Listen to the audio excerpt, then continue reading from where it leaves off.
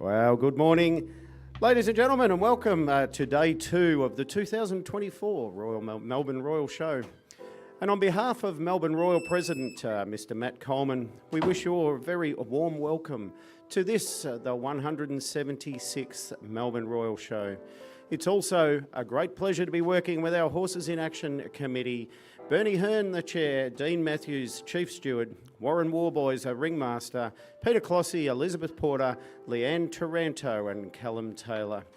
And we'd like to also make this opera a very warm welcome to our judges, stewards, redcoats and all the hard-working volunteers who all combine to make this show one of the blue ribbon premier royal shows in Australia.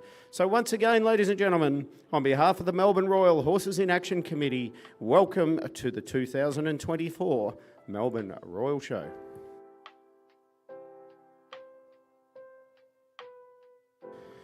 And it's also a great delight to be working this year with my co-announcer, Casey Bruce. Good morning, Case. Well, good morning, Steve. Good morning to all of our competitors out there. What a gorgeous morning that we're looking at today. What a wonderful day. A little bit of a contrast from yesterday. Yesterday was a bit bleak and cold. Really looking forward to seeing these horses and our competitors shine out on the arena this morning. As our general public aren't in yet, early morning start for all our horse competitors and our livestock competitions. We know how to get up early, us country folk. We know what it takes to get up early and get these magnificent animals looking at their best, ready for our judges to cast their watchful eye. Because remembering Melbourne Royal, we call it the pinnacle of our showing out here. Whoever takes home that blue ribbon is the one that is almost crowned our best on ground for that year, as we would say.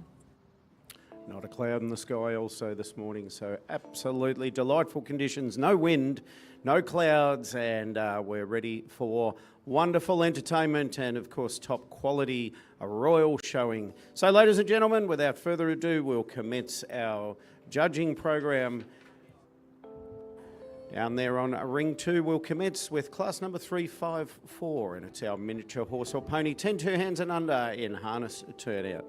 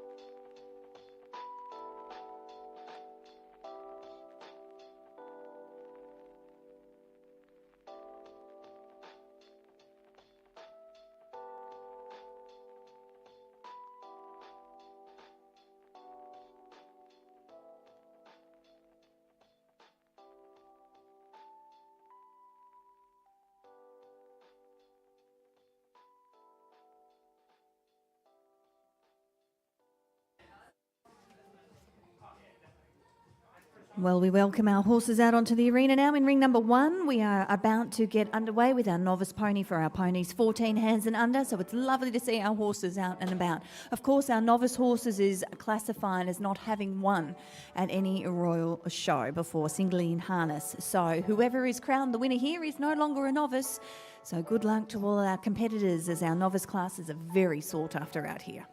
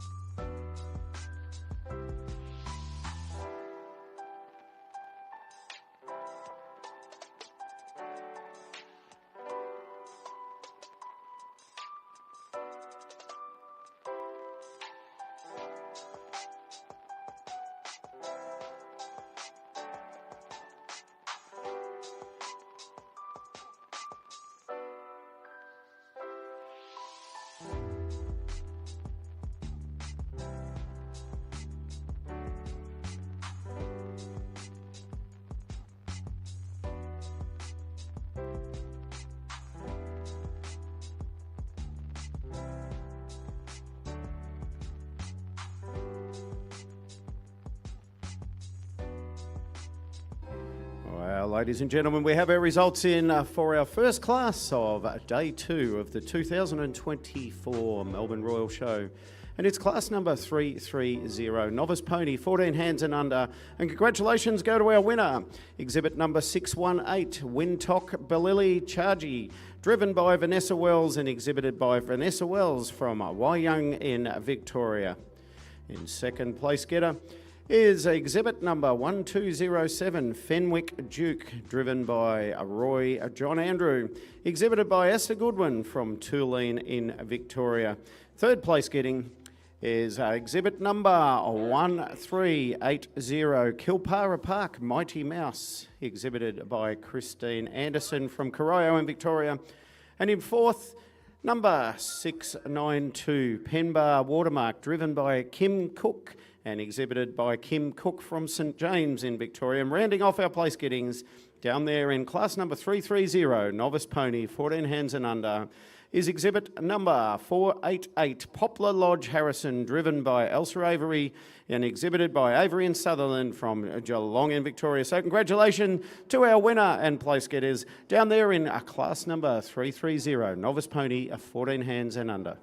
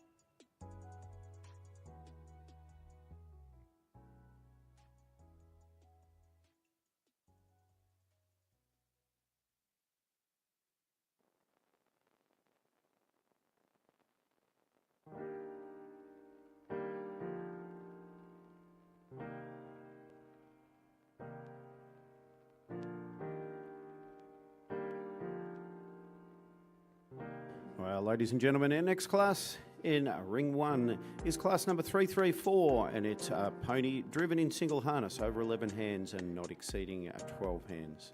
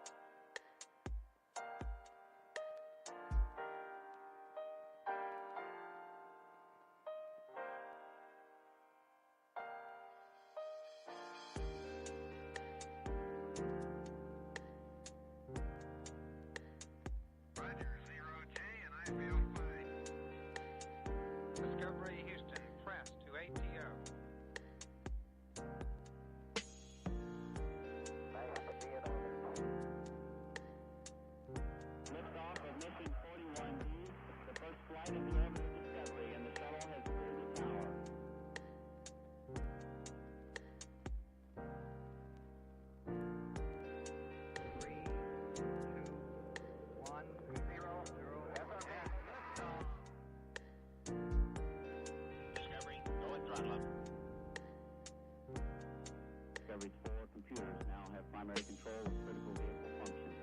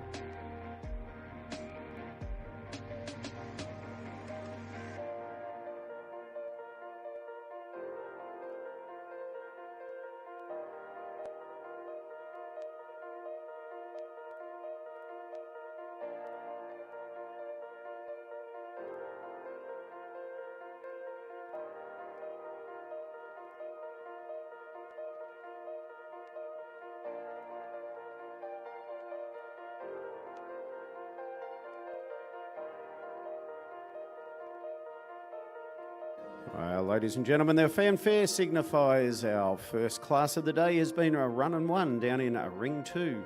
And it's class number 354, miniature horse or pony, 10 2 hands and under in a harness turnout.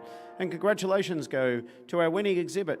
And it's exhibit number 1068, SHS Fright Night, driven by D. Osselbrook, exhibited by D.R. Stewart from Huntley in Victoria.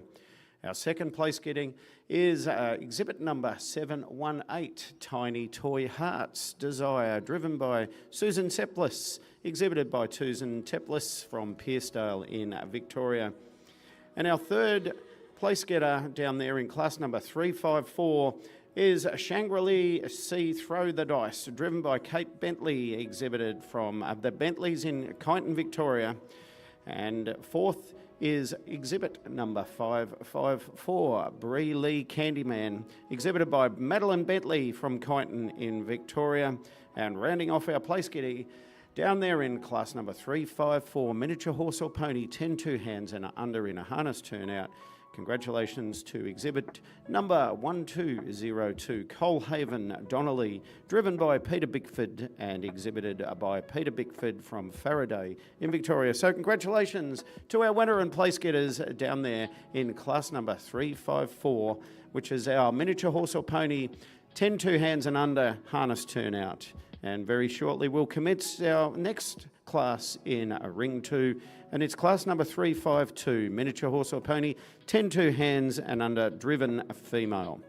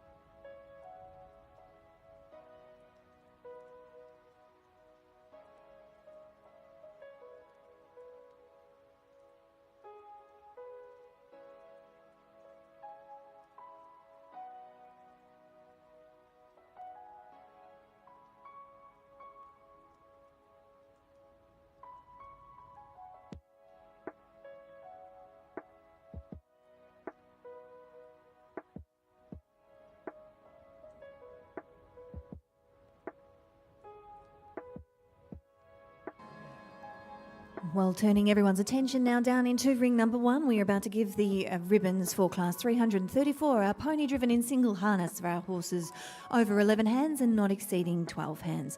Our blue ribbon goes the way of exhibit number 557, Naringaluk Gandalf, driven by Rodney Lane. Congratulations to Rodney and his team. In second, we've got number 1051, Eagle Park Touch Me, driven by Julie Abrahart, also nominated by Julie from Tooradin here in Victoria. Third place went the way of exhibit number 126. It's Rochdale Twilight, driven by Melissa Benelak, also nominated by Melissa, and she comes from Colac here in Victoria, which means our fourth and final ribbon goes the way of 692, being Penbar Watermark, driven by Kim Cook. So congratulations to Kim taking out fourth place. So as you can see, our ribbons as they stand, our winner goes the way of Naringaluk Gandalf and Rodney Lane. That's class 334.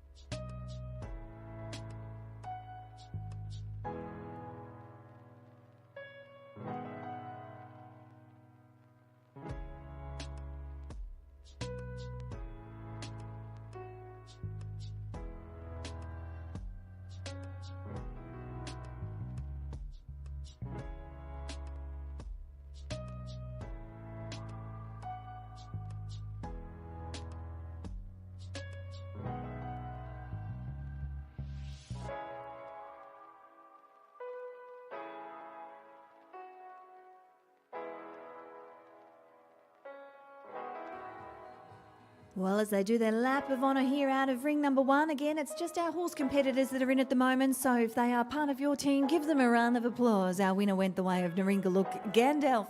Second place to Eagle Park Touch Me. third to Rochdale Twilight, and our fourth ribbon to Penvine Watermark. Congratulations to our teams down there, as very shortly we'll kick off with our next class, that being 335, our pony driven in single harness for our horses 11 hands and under.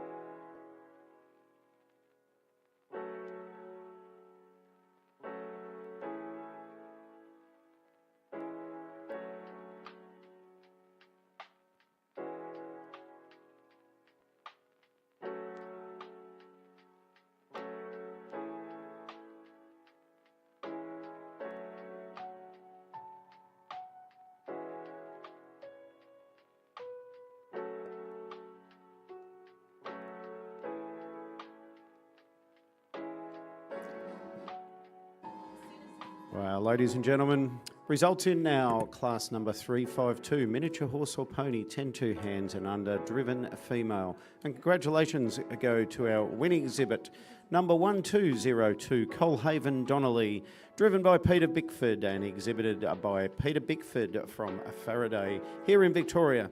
So congratulations, Peter, for the winning of class number 352, miniature horse or pony, 10-2 hands and under, driven female.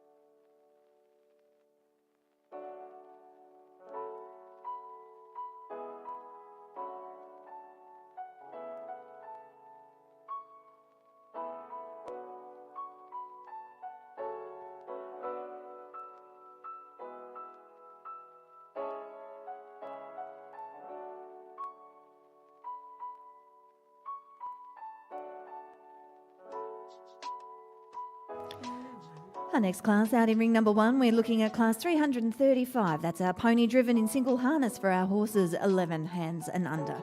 At the conclusion of this class, that'll be the first of our big championships here. We'll bring up our champion harness pony for our horses 12 hands and under. So at the moment, as is mentioned, we are judging our pony in single harness for our horses 11 hands and under.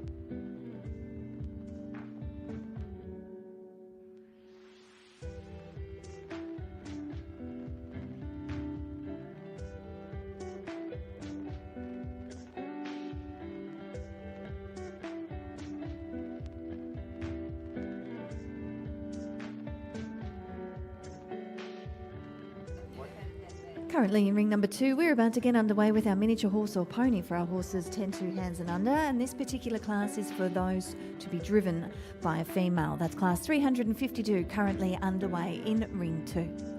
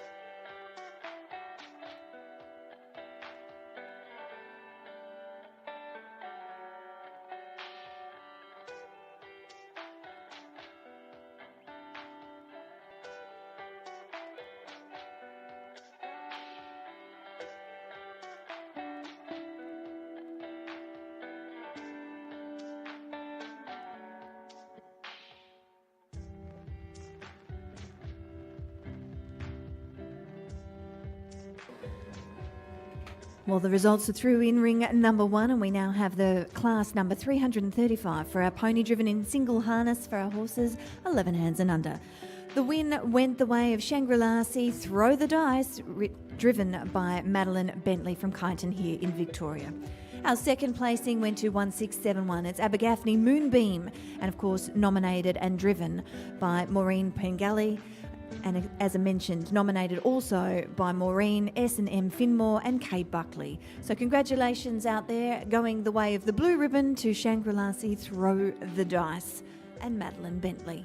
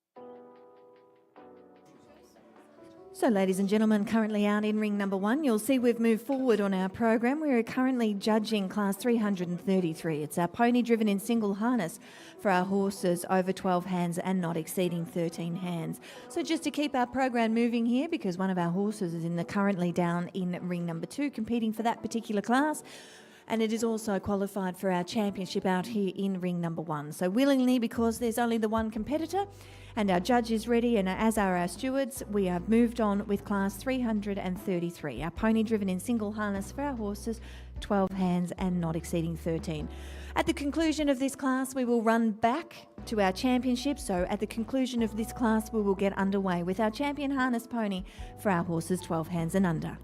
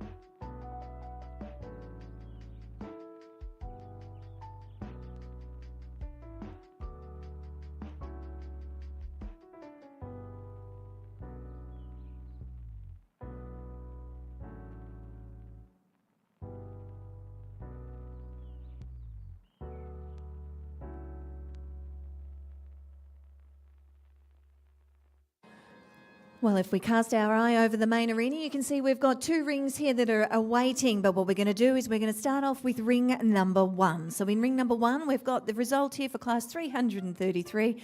Our pony driven in single harness for our horses, 12 hands and not over 13. The win goes the way of exhibit number 618, Windhog Billy Chargy, driven by Vanessa Wells. So congratulations to Vanessa, taking out class 333, our pony driven in single harness. And as we strike up our orchestra, we'll get the results down for ring number 2.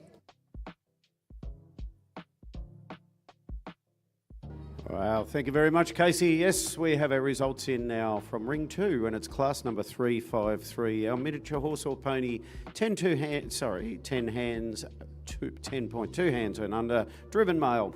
And congratulations go to our winner of that class, and it's exhibit number 1068, SHS Fright Night, driven by D. Osselbrook, exhibited by D.R. Stewart from Huntley in Victoria. Second placing goes to Shangri-La SI, Throw the Dice, driven by Kate Bentley and exhibited by Bentleys from Kyneton in Victoria. And our third placing, rounding off our placing, is in class number 353, miniature horse or pony, 10.2 hands and under. Congratulations to exhibit number 718, Tiny Toy Heart's Desire, driven by Susan Telepis and exhibited by Susan Telepis from Pearcedale in Victoria.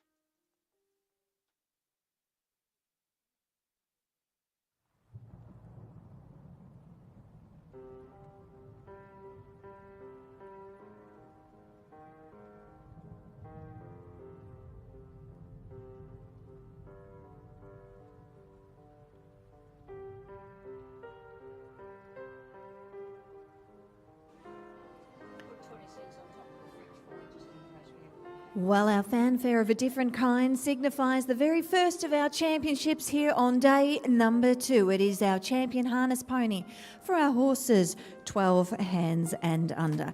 And of course, a huge thank you go the way of the Australian Pony Stud Book Society, the Victorian branch, for their sponsorship throughout our championship here for ring number 1. As you can see, our champion is making their way over to our Avenue of Honour, and it goes the way of the very successful combination of Naringaluk Gandalf, driven by Rodney Lane from Batesford here in Victoria, exhibit number 557. As our judge, Mr. Stuart Ryan, is about to place the championship ribbon onto our winner. As I mentioned, congratulations to this combination, having a very successful show so far here at the 2024 Melbourne Royal.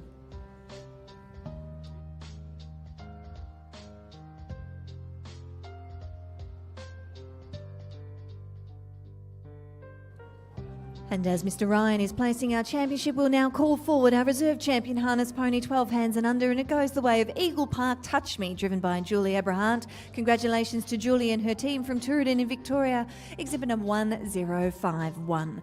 So our champion and reserve, 2 beautiful grey ponies that we are exhibiting down here in our Avenue of Honour, taking out our champion and reserve harness pony, 12 hands and under. And again, a huge thank you to our trophy rug, supported by the Australian Pony Stud Book Society here from Victoria.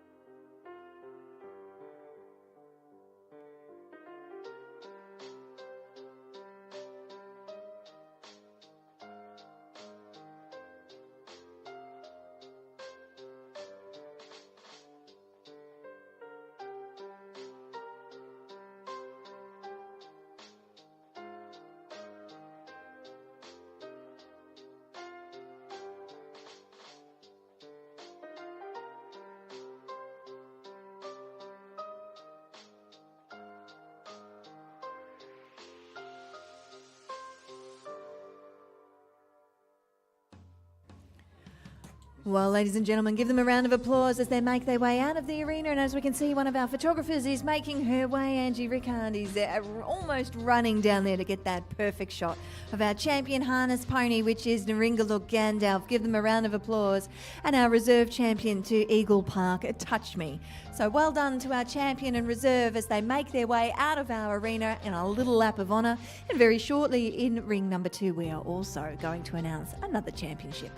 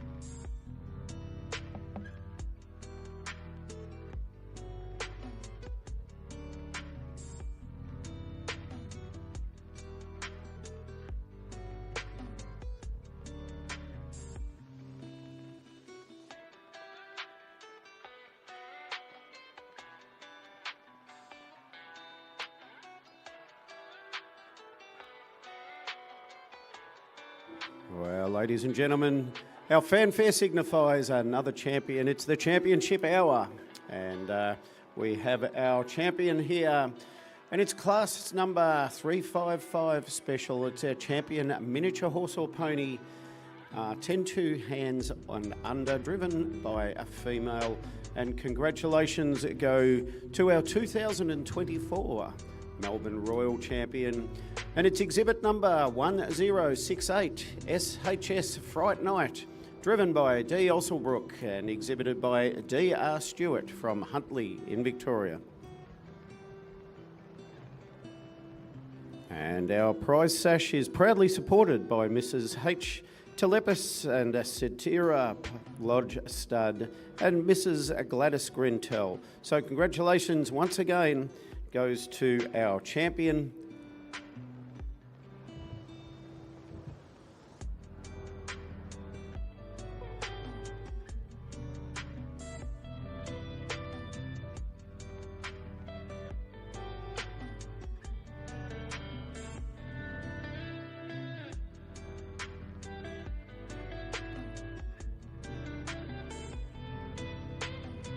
And as our judge, Mr. Joe Lawrence, places the champion ribbon on our champion, it's now a great pleasure to announce our reserve champion. And our reserve champion, miniature horse or pony, 10-2 hands and under, driven by a female. Congratulations go to Shangarilli SI, Throw the Dice, exhibited by Madeline Bentley from Kyneton in Victoria. So congratulations to our champion and reserve champion. And once again, our sash is proudly supported by Mrs. H. Telepis and Sidera Lodge Stud and Mrs. Gladys Grentel. So ladies and gentlemen, that winds up our miniature horse program down there in Ring 2 this morning.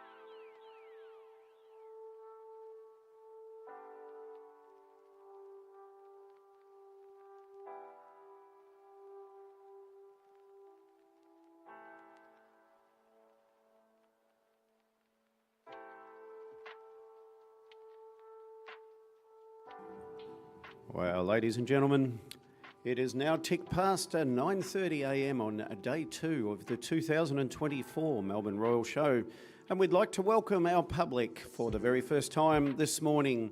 And just for your information, down in ring 2, we are currently judging class number 321, which is our novice horse driven in single harness over 14 hands. And Casey, what's happening up there in ring 1? Well, down here in ring number 1, which is the ring right in front of our broadcast box and the furthest away from the Ferris wheel, you'll see that we are underway with class 332.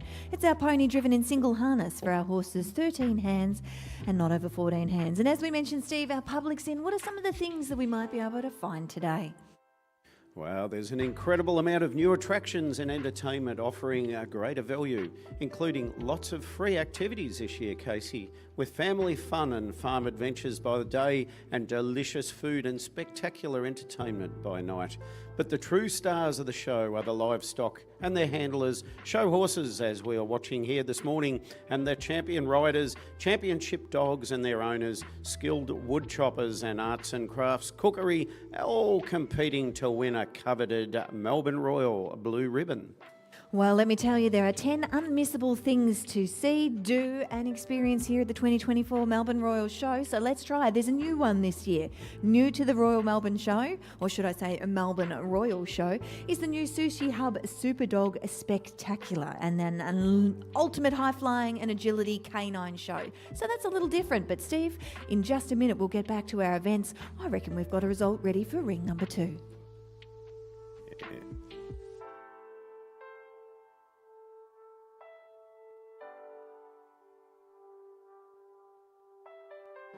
That's right, Casey. We now have some results in, and it's ring number 2, and it's class number 321, novice horse driven in single harness over 14 hands. And congratulations go to our winner, exhibit number 1193, and it's Carline Mozart, driven by Ruby Lawrence and exhibited by Diana Lawrence from Tulane here in Victoria. So congratulations once again, our winner of class number 321, novice horse driven in single harness over 14 hands, Carly Mozart, exhibited by Diana Lawrence. Well, we were talking about some of the unmissable things that we can see. What else can we see this year at the Royal Show? Well, a day at the show's not complete until we have a look at our airtime freestyle motocross stunt team. And it's a show this year featuring motorbikes and BMX riders performing gravity-defying stunts. Did you know, Casey, those riders get up to 20 metres above the ground? Do you know, I've watched them every year and I am absolutely in awe. I just think of from a, you know, like I'm a mum nowadays, you know, let's just face it, my age, I'm a mum. I look at it, if I was a mum and I was watching those boys and or girls riding around, I'm thinking about how many broken bones those youngsters have brought home. They are so skilled at their job. I cannot even fathom what it would take to flip a motorbike or a BMX bike through the air. Absolutely. And of course, we've also got a new animal farm experience like no other to feature 1 year only in the celebration of the, wow, did you realise the animal nursery is celebrating a birthday this year? 60 years, apparently, they tell me. 60 years of the animal nursery here at Melbourne Royal. That's fantastic.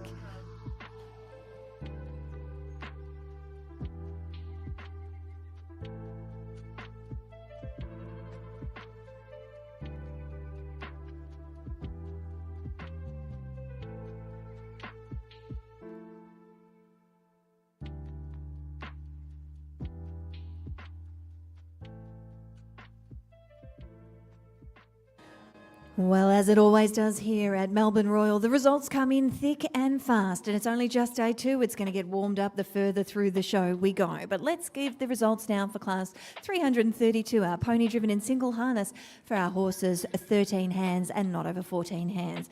Our win goes the way of exhibit number 488. It's Poplar Lodge Harrison, driven by Elsa Avery, nominated by the Avery and Sutherland team from Geelong in Victoria. Our second place went to 1615. It's Lynn Elwyn Bojangles, driven by Maureen Pengelly, nominated by S&M Finmore, M Pengelly and Kay Buckley. So congratulations to the team down there, taking out the win and second place. Of course, our winner going the way of Poplar Lodge Harrison and Elsa Avery.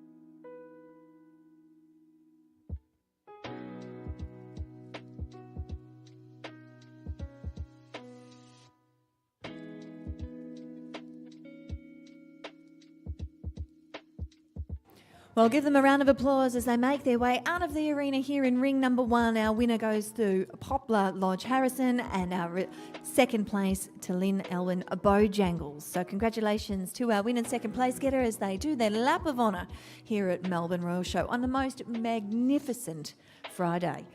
Are you a footy fan, Steve? Do you get into the footy? Are you ready for all things grand final tomorrow? Well, it's an interesting one this year. It's all interstate grand final. They have the grand final parade today. So I'm not really a footy person, but you know, if I was a footy person, it would be a magnificent day to go and see that parade. Yes, absolutely. There is a grand final parade today, and in fact, it is a public holiday down here in Victoria for the AFL football grand final tomorrow. Do we dare show a set of hands? Does anyone go for any of the teams that are actually made it to the grand final tomorrow? Have we got anyone out there that barracks for the Sydney Swans? No? Brisbane Lions? No? Everyone's Victorian. Here we go. Everyone. Oh, no, hang on. Is there a little kid there? I think maybe we might have... Yep, we've got a couple. I can see over the far side there. There's a few hands up. Are you Sydney Swans? No, the hands down. They must be the Lions. You know, like if I had to barrack for a team in the grand final, even though I'm a Richmond supporter, I've had my time to shine. I'm not shining this year, let me tell you. We did not shine at all. But if I was to go for a team, I'm with this team over here on the right-hand side of the broadcast box. I'm with them. I'm with you. I'm going for the Lions. Well, then it only stands to reason I'll go for the Swans. And, of course, being a red coat, I'm dressed in red and white. Are we going to have a rivalry up here, are we? Absolutely. We're going to have to get some scores on the big screen throughout the day, aren't we? We can have that rivalry. If you win, I don't know, I'll chuck a bottle at you for something, like a water bottle or something, and vice versa. Well, rest assured we'll keep everybody updated with the scores during the afternoon for the grand final. Now, Casey, we were talking before about the 60 years of the animal nursery. Well, the 10 main things that we can do this year at the Melbourne Royal Show. So, of course, the 60 year of animal nursery, that's 1964. Can you believe that? Look, it's older than me, let me tell you, but the show's always been older than me. But something that's been tradition here is the fireworks. And this year we've got spectacular fireworks, choreographed music, plus all new After Dark entertainment that will light up your night, including country music artists and fire and light show. So that's a really big one. I'm even thinking I might bring my daughter in at some stage to watch this. There's no doubt about it. Our After Dark entertainment this year at Melbourne Royal is the best. Now, of course, there's new kids' entertainment theatre with live shows. Could you believe that? We have live shows with 11 performances every day up in the Village Green, I believe. Well, I was going to say, what about the Loads More Animal experience? You can get up and close and pat friendly farm animals, including goats, yes, goats, pigs, alpacas, ponies, dogs, and much, much more. I wonder how many of the people sitting in our grandstands actually have horses. Are we all horse competitor people that are in the grandstands at the moment? Or are we actually some of our city folk that have actually come to admire some of these beautiful animals that we're watching out here? I wonder how many we've got.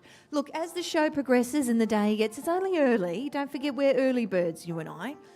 As we sort of get to around midday, I'm pretty sure we'll see more people coming in and sitting in the grandstands and watching these magnificent animals.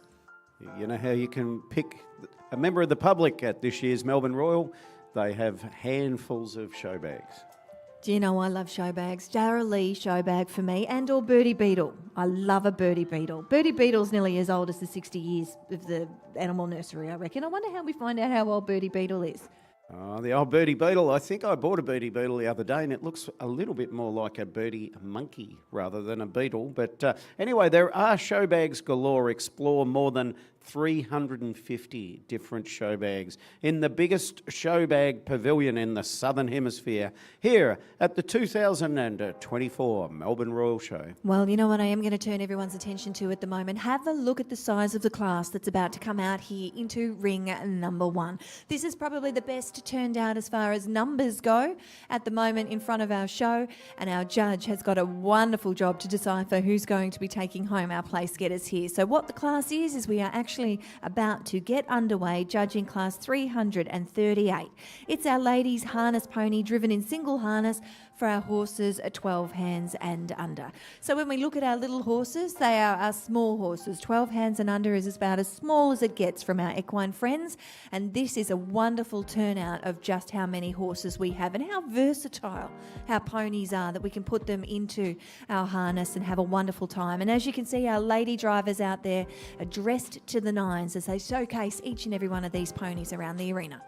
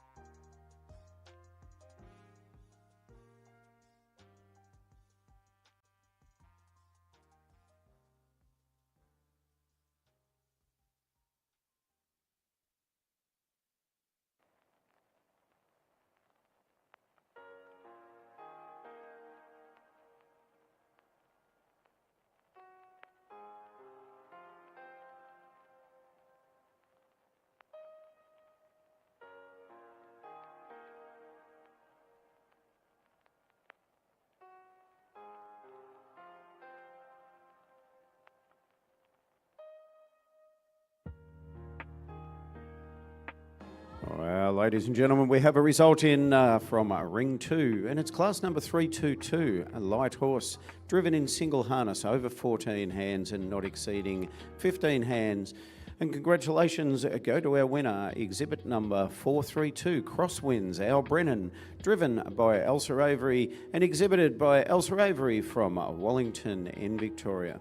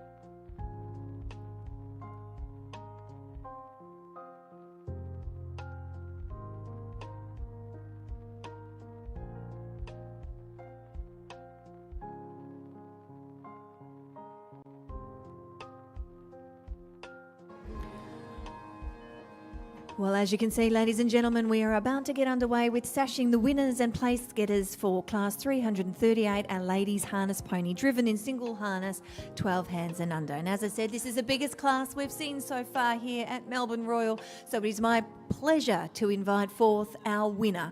And that goes the way of exhibit number 1068. It's Shush Fright Night, driven by Dee Asselbrook, nominated by Dina Huntley from Victoria, or should I say D&R Stewart from Huntley in Victoria.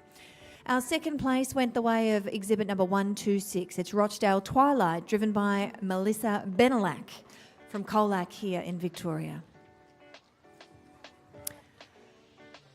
As we await Melissa to make her way into second place, our third ribbon goes the way of Lantara Ambition, driven by Anne Lind, number 501.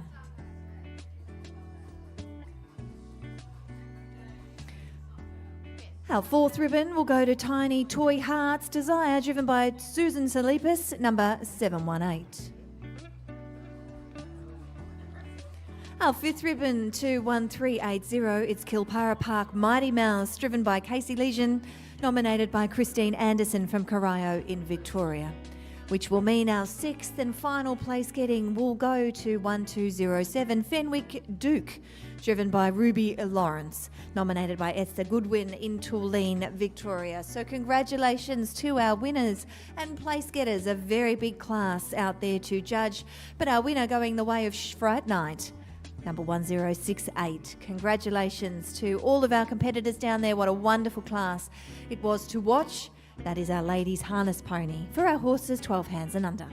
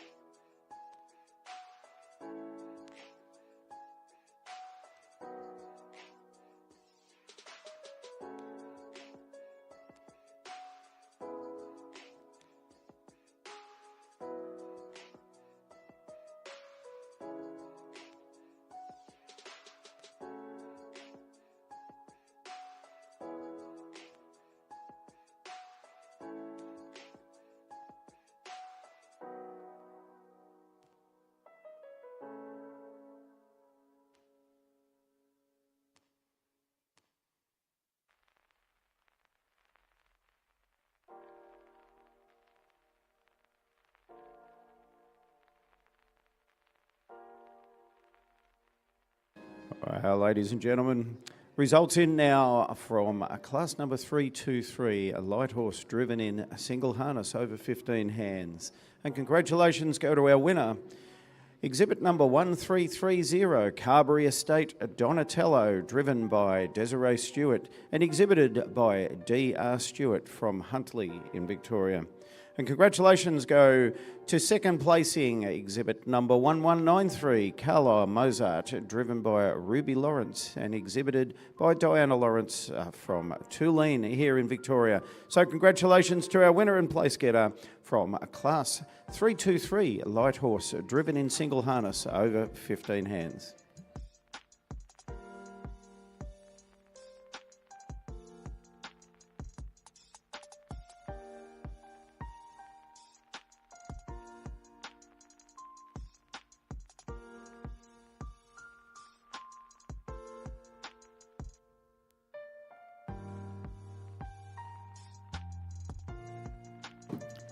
Well, out here currently in ring number 1, we are about to get underway judging class 337. It's our ladies harness pony driven in single harness, this time for our horses that are a little bigger. We're looking at our horses over 12 and not exceeding 14 hands.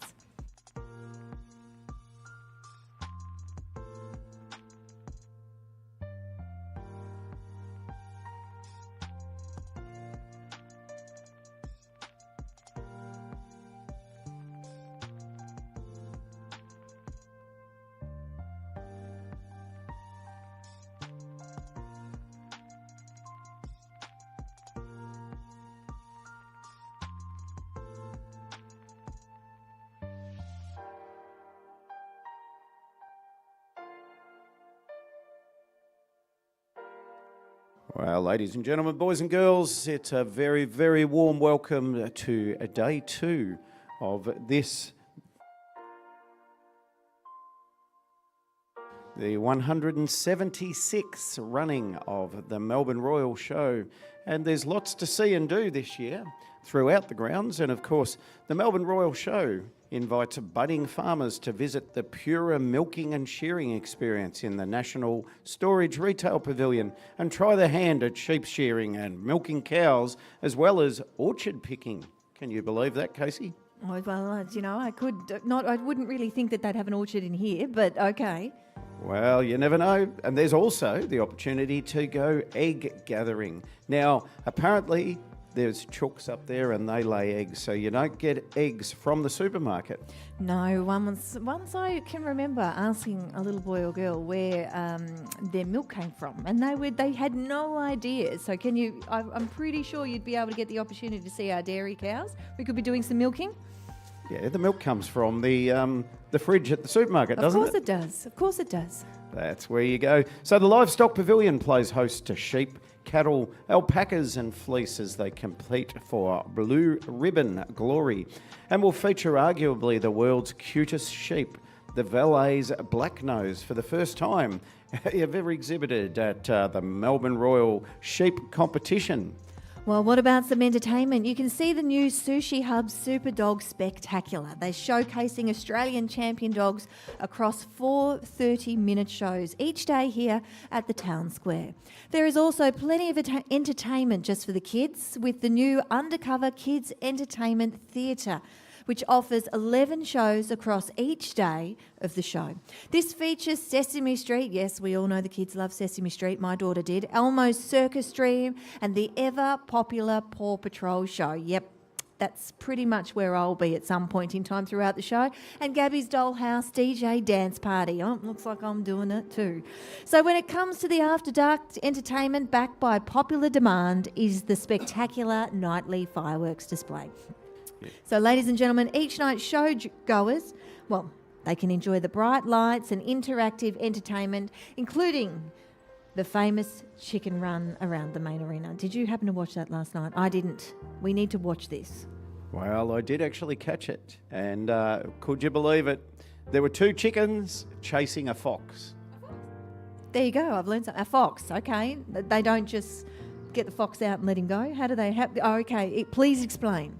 These chooks make Pluck a Duck look a baby. They are huge chooks. sitting on little four-wheel motorbikes, and believe it or not, they were doing laps of this arena chasing a fox, and the fox had to bail out of his vehicle and actually fell over on the arena, and the chooks got the fox. Well, there you go. That'll be the first time I've seen a chicken get a fox, so look forward to it, ladies and gentlemen. If you're here today, make sure you get some of our spectacular entertainment going on around the Melbourne Royal Show. That's correct. And of course, our Horses in Action competition will continue through the morning with our harness program, and then the thrill and excitement of our show jumping competitions here this afternoon. And horse competitions have been an integral part of Melbourne Royal program since the first competition was held in 1848. So ladies and gentlemen, if you want to have some marvellous entertainment, don't leave our Horses in Action arena down here at the 2024 Melbourne Royal Show.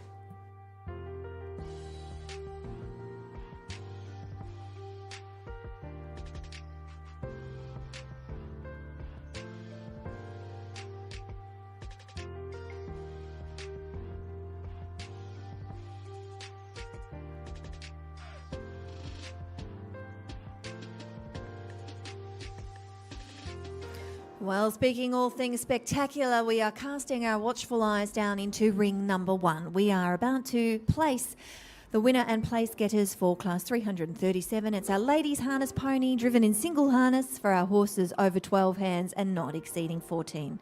The winner goes the way of exhibit number 618. It's Wintog Balili Chargy, driven by Vanessa Wells. Congratulations to Vanessa.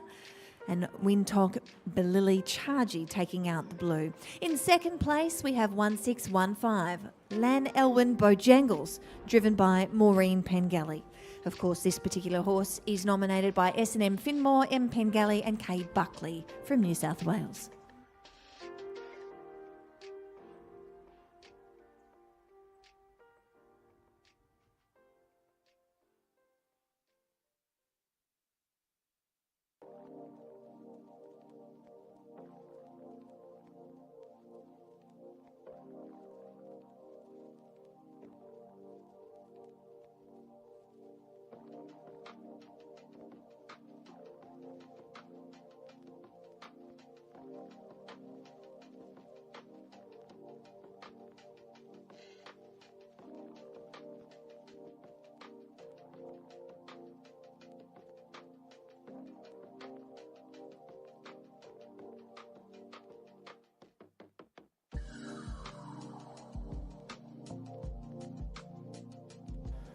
Well, ladies and gentlemen, boys and girls, if you're just here for the first time at the 2024 Melbourne Royal Show, we currently have our show driving events, or harness classes as they're termed. And these classes can be seen at most agricultural shows, including royal shows, and are often divided into light and heavy horse sections. Programs typically include classes for turnouts, for horses and ponies, and also for drivers. In turnout classes, the horse vehicle harness and general appearance are judged, while in other classes concentrate on the performance of the horses, ponies, and or their drivers. And of course, that's what we're looking at here this morning. We are judging currently our horses. And classes for light harness horses and ponies are usually divided into height groups. So depending on how tall each of our horses or ponies stand, and are sometimes also divided by breed, such as hackney and non-hackney classes. Horses and ponies are judged according to the way they perform, their movement, their paces, and their manners, and they're in their individual workouts. And vehicles often used in light harness ring include viceroys, buggies, and jinkers. And a viceroy is a very interesting type of vehicle. One of the first viceroys was built by Mills of Pennington in London in around 1910. And the name Viceroy is said to have been named after a famous hackney horse of the time. It was designed as a show vehicle, being light and on pneumatic tyres. It allowed the horse to move freely and perform its best. And being very light, it requires minimum harness, unlike traditional harness vehicles of the time. So ladies and gentlemen, we'll move on with our harness program down here in the Horses in Action arena at the 2024 Melbourne Royal Show.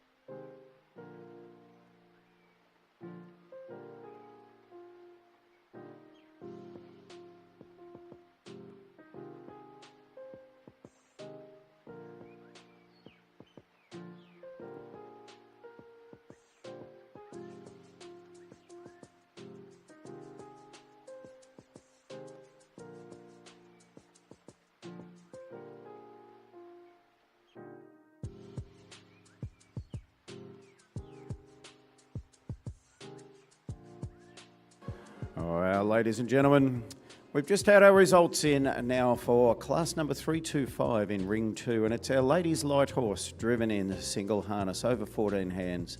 And congratulations go to our winning exhibit, number 1330, Carberry Estate, Donatello, driven by Desiree Stewart and exhibited by D.R. Stewart from Huntly in Victoria. And our second placing goes to exhibit number 1193, Carlisle Mozart, driven by Ruby Lawrence and exhibited by Diana Lawrence from Tooleen here in Victoria. So congratulations go to our winner and place getter from class number 325, a ladies' light horse, driven in single harness over 14 hands.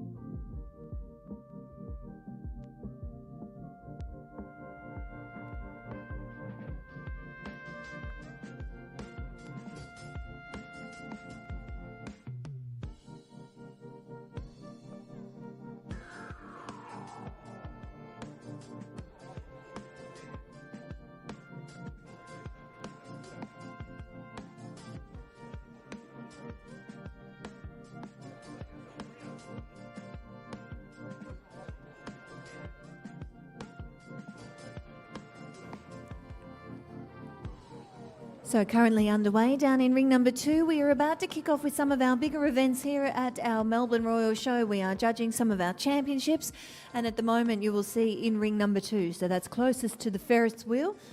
Ring number 2 is our champion harness horse for our horses over 14 hands. So we've got the 2 competitors down there vying for the coveted red, white and blue sash. Out here in ring number 1, we're about to get underway with our class, which is the child's pony driven in single harness for our horses 14 hands and under. That is class 340. So it's nice to welcome out some of our juniors into the arena here at Melbourne Royal, as we're about to see both of them start to compete for who will win. So of course, when we're looking at a child's class, we're looking for a lovely horse that glides across the ground, and of course is a really, really easy drive. So of course we're looking for the manners and paces of the particular horse to ensure that they are doing everything that these young drivers are asking them to do. So a lovely class that we're about to watch out here in ring number 1, but also one of our big ones out there in ring number 2, and that's the champion harness horse.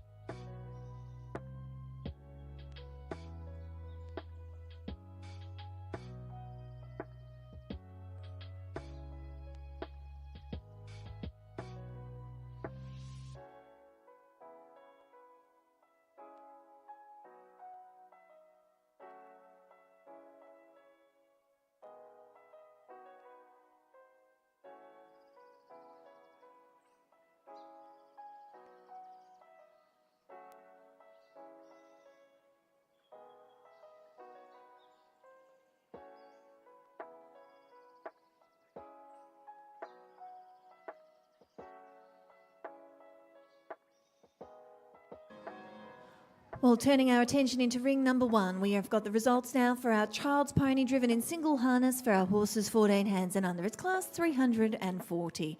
Our win goes to exhibit number 1615, Lan Elwyn Bojangles, driven by Sienna Finmore. Congratulations to Sienna, taking out first place here for our child's pony class.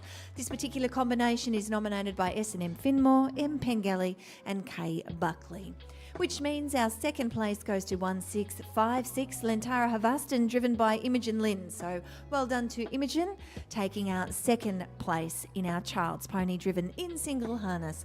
So as you see it, they are the results for class 340. Well done to our junior drivers out there. It's always wonderful to see our juniors make their way out onto the arena. As our judge, Mr. Stuart Ryan, after this class will continue on with our champion harness pony. And as you can see, in just a moment or two's time, I'll make the announcement for who will be champion in ring number 2.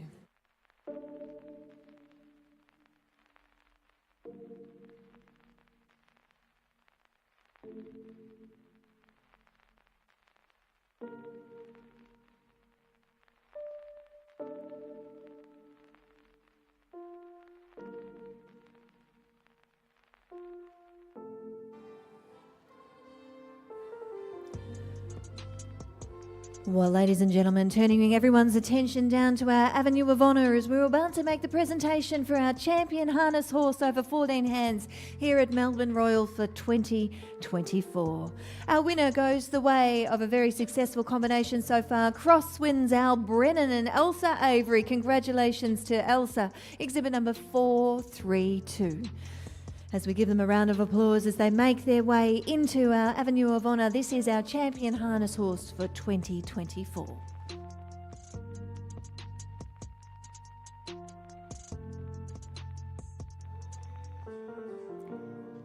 As our judge, Mr. Joe Lawrence, will make his presentation to our winner, Crosswinds Al Brennan and Elsa Avery.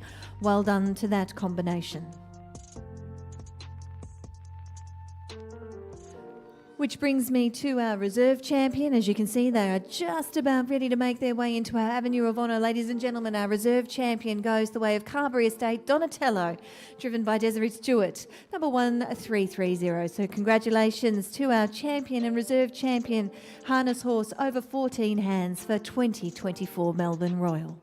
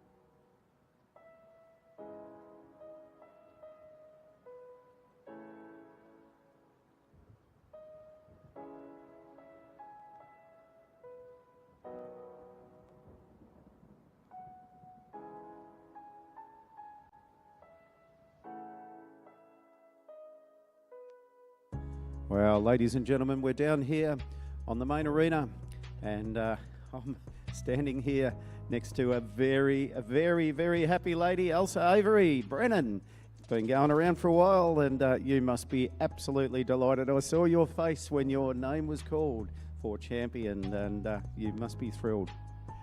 Yeah, well, it's him. It's a ringer. Read it. Took a long time to get him there, but he's here.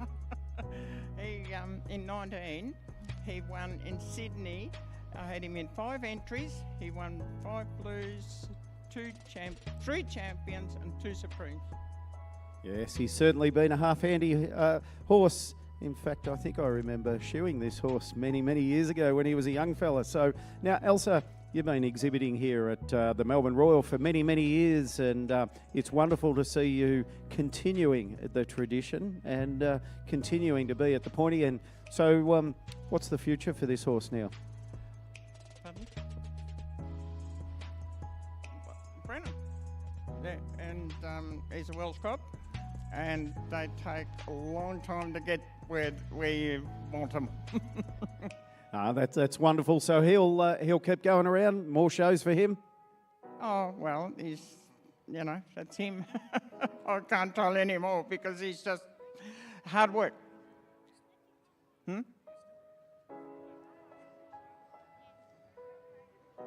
Well, Elsa, of course, hails from Wellington here in Victoria, and I think has been exhibiting here at Melbourne for, I'm going to say, well over 20 years.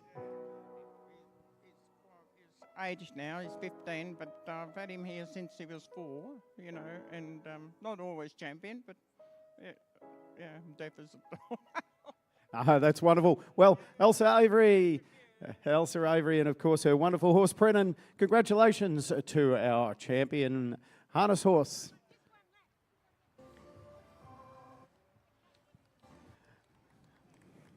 And while we're down here, going to have a quick chat to our judge after this championship, Mr. Ralph Lawrence from Bairnsdale in Victoria. Joe, I beg your pardon, from Bairnsdale here in Victoria. Well, Joe, you've had some handy horses before you this morning.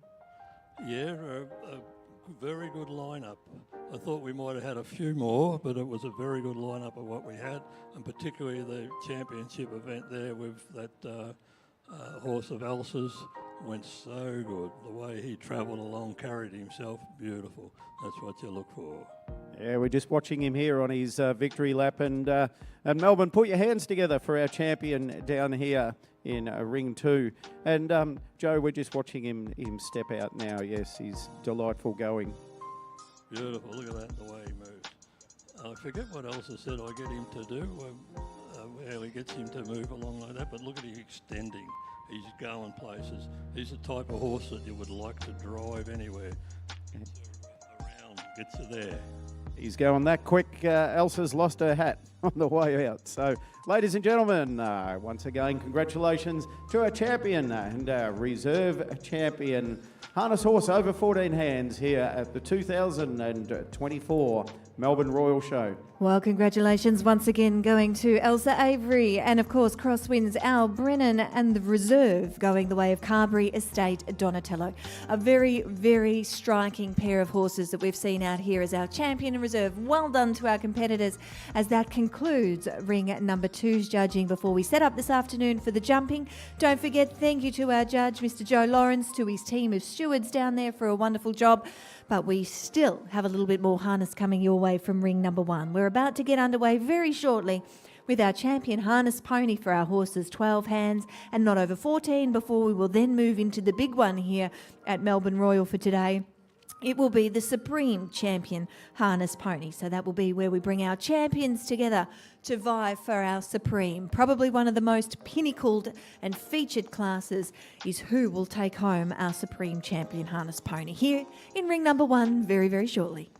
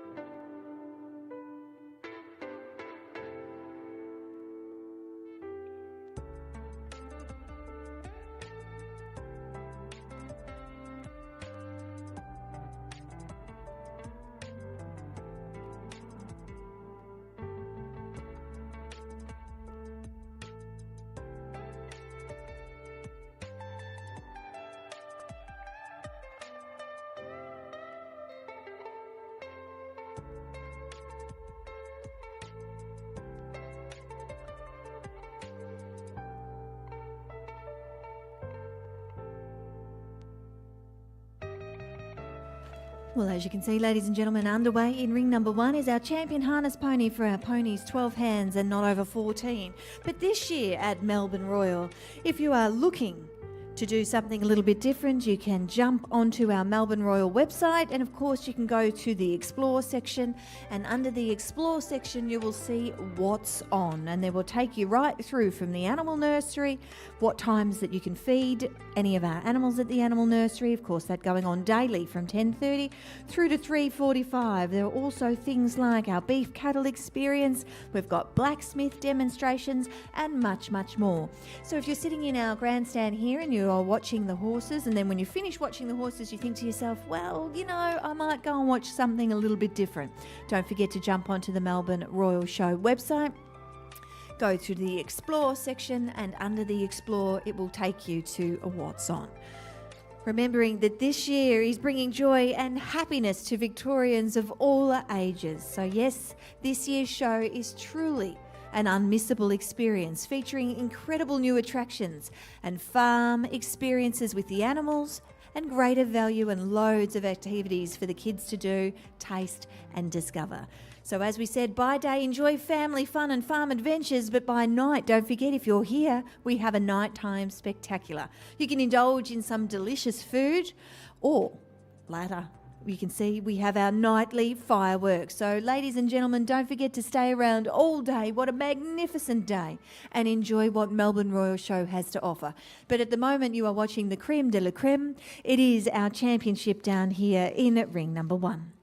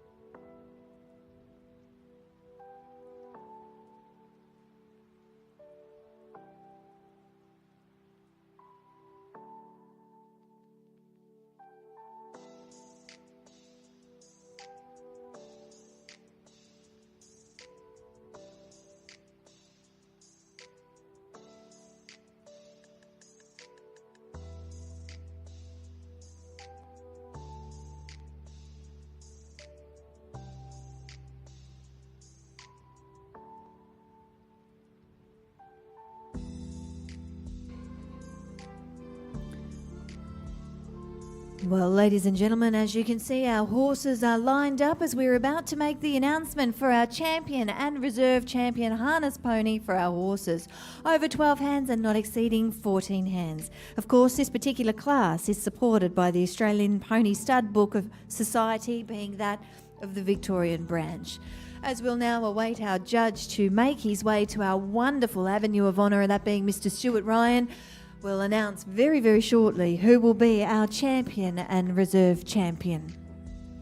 And as you can see, our stewards and our team are making their way towards our champion Avenue of Honour. As I said, our champion this year for 2024 Melbourne Royal. I'd like to invite them into our avenue. Goes the way of exhibit number 488. It's Poplar Lodge Harrison, driven by Elsa Avery, nominated from the Avery and Sutherland team from Geelong in Victoria. Congratulations as we invite them to make their way into the Avenue of Honour. As you can see, our strappers, they're just making a few little adjustments to make sure that this horse is ready to pull this lovely vehicle into our avenue. So as we mentioned, our judge, Mr. Stuart Ryan, is about to sash his champion for 2024.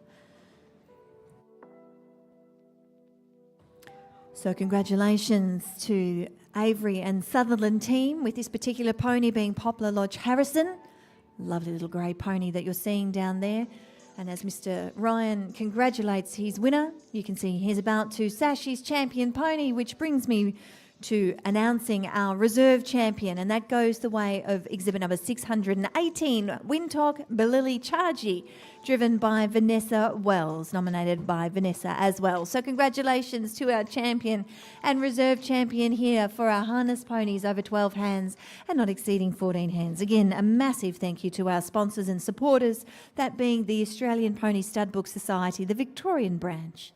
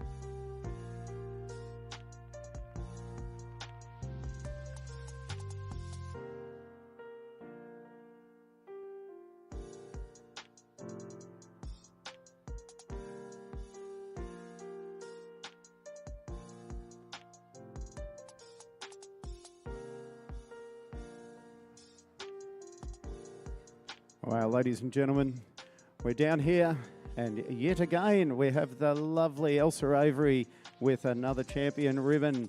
Elsa, you must be, I'll come around behind here, you must be unbelievably thrilled. Well, this pony's a novice, and I'm only the driver. The owner is in front of him, and well, here he is. First Royal, and he didn't do good in the novice because he needed to learn the ropes, so to speak. And here we are. Like, it's a total surprise, and thank you. No worries here. We'll have a quick chat to the judge before he runs away. So, ladies and gentlemen, Elsa Avery again with our champion.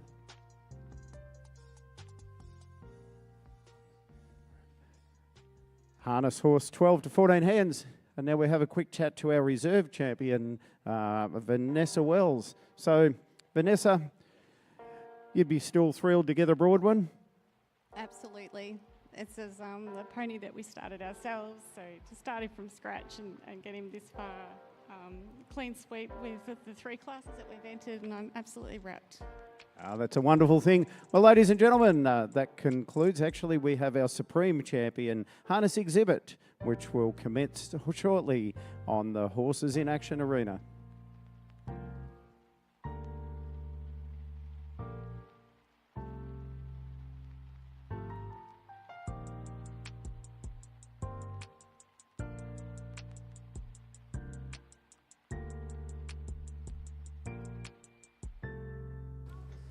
Well, ladies and gentlemen, as they do their lap of honour, please put your hands together for our champion harness pony, that being Poplar Lodge Harrison and Elsa Avery, continuing their success here on day number 2. Our reserve went the way of Wintog Balili, Chargy and Vanessa Wells. So, ladies and gentlemen, please make them welcome as they make their way past our grandstands on their way back. At the moment, they're over in front of the big screen TV. And as you can see, once these horses leave the arena, I think my co-commentator in Mr. Steve Pepper might be down there with our judge, Mr. Stuart Ryan. He's got one more class to go. It's a big one. It's the Supreme to go. But I think we're ready and waiting. Off you go, Steve. Yeah, thank you very much, Casey. Well, it's a wonderful pleasure to be standing here with Mr. Stuart Ryan, who, of course, has been a long-term exhibitor here in the harness classes over many, many years and has come back for another stint. You've judged here before down at the Melbourne Royal, Stuart. I first judged here in 1969, and I first started showing at Melbourne in 1963, so it's been a long haul. Wow, that's an amazing effort. Now, you've recently retired from competition and moved from Harcourt down here to Melbourne. How have you found that move?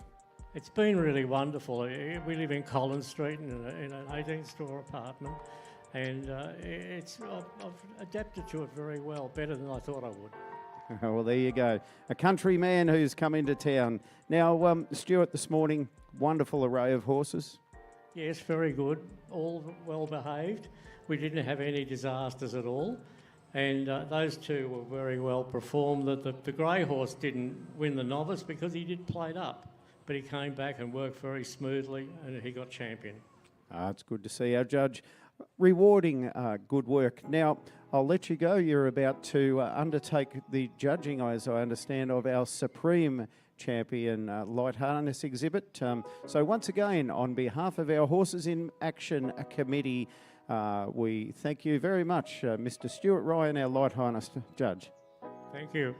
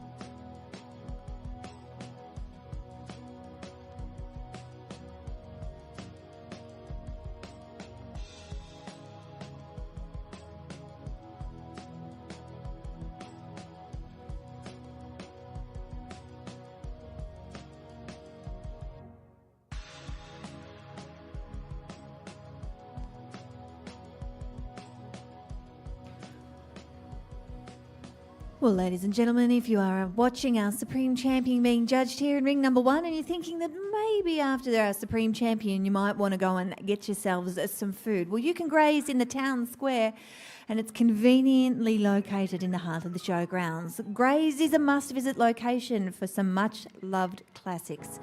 You can enjoy Japanese-inspired food at the Sushi Hub or eat your way through some Mexican classics at the taco station. Actually, might have to do that myself.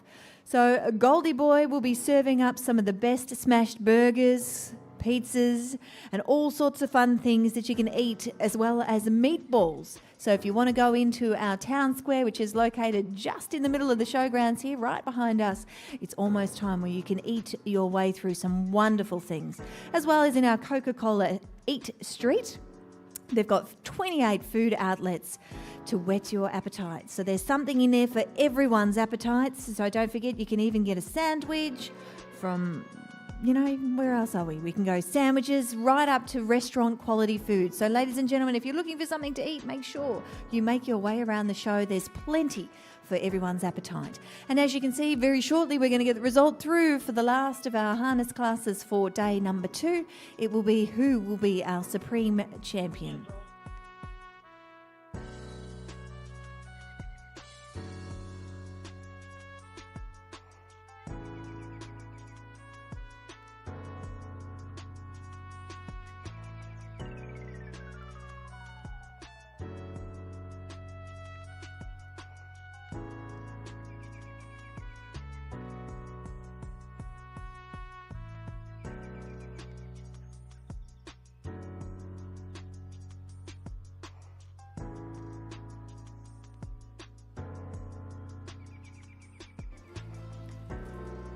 Well, ladies and gentlemen, as you can see, our stewards and our judge and everybody is making their way down to our Avenue of Honour as we're about to make the presentation for our Supreme Champion Harness Pony here at Melbourne Royal for 2024.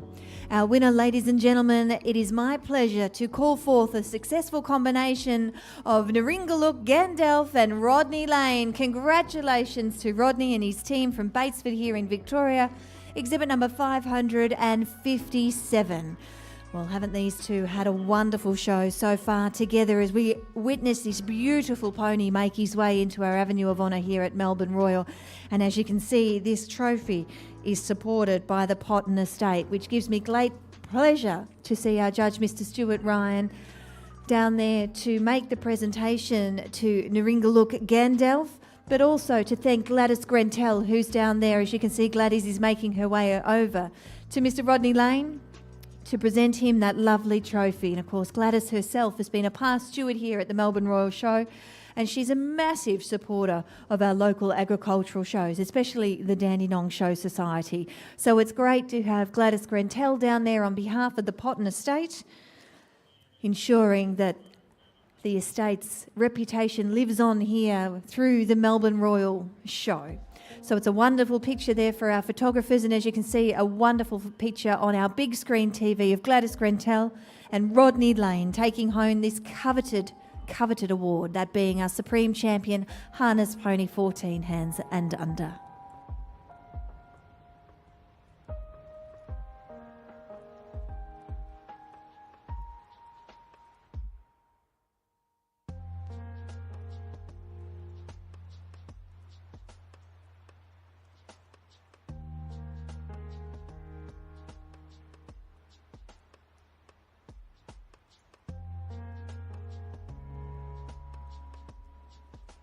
Well, ladies and gentlemen, we're down here with Rodney Lane and, of course, the owner-driver of our Supreme Champion Harness exhibit. Now, Rodney, the Lane name is synonymous with harness over many, many decades here at the Royal Melbourne Show as it was, and now, of course, the Melbourne Royal. Your father before you, and now yourself, mate. You must be very, very proud. Yeah, we're really pleased. Dad first showed here in '68, I think it was. We had a bit of a spell for a few years, but we've come back over the last 3 or 4 years. And with this pony, he inspired me to get back in the ring. And obviously, for good reason, he's a quality pony. Absolutely. And of course, the lane tradition is that everything is just so. And you've maintained that wonderful tradition here today. And, I've seen you around some of the other shows and you've had great success since you have stepped back into the ring. What's the plans for the future? Well, the plans for the future are the junior drivers.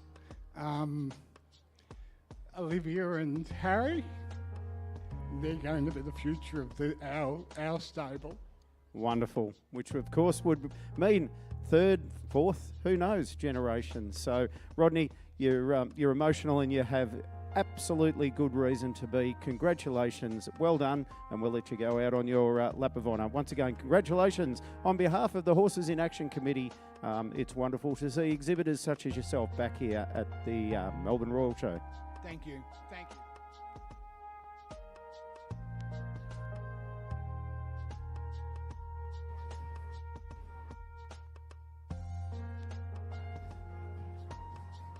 Well, ladies and gentlemen, put your hands together for our Supreme Champion Harness exhibit.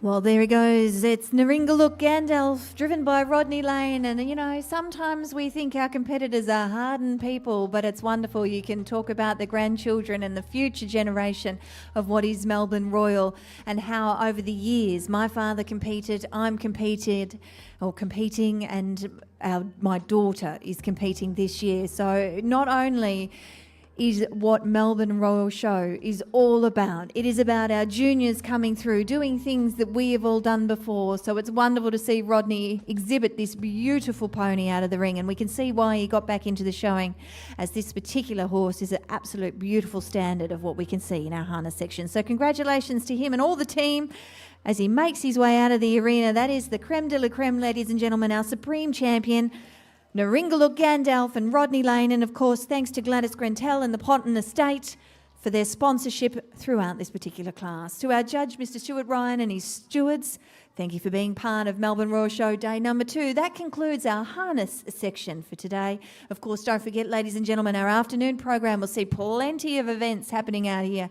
We bring out our jumping. Well, Casey, that concludes our harness events for this morning. But ladies and gentlemen, don't go away. We have our wonderful show jumping action, which will commence shortly on our Horses in Action main arena.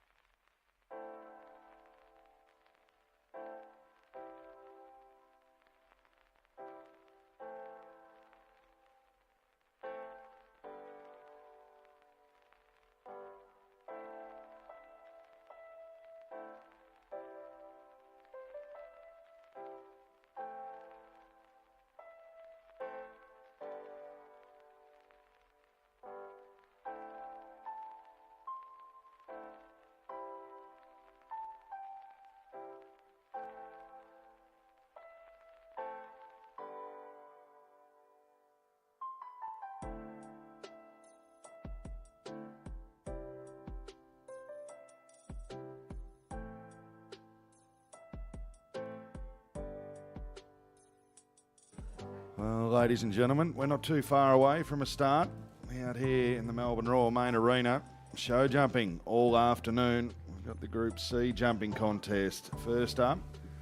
Then the Colin Kelly Memorial. And the Group D, the juniors, the under 21-year-olds, make their way out. And then the big guys out in the John W. Kelly Memorial later this afternoon. So 4 big show jumping events coming your way here at Melbourne Royal. The riders have walked the course. The course is set by a course designer. Our course designer here this week at Melbourne Royal is Gavin Chester. Gavin's one of the best course designers in Australia and the world. He represented Australia at World Equestrian Games and Olympic Games.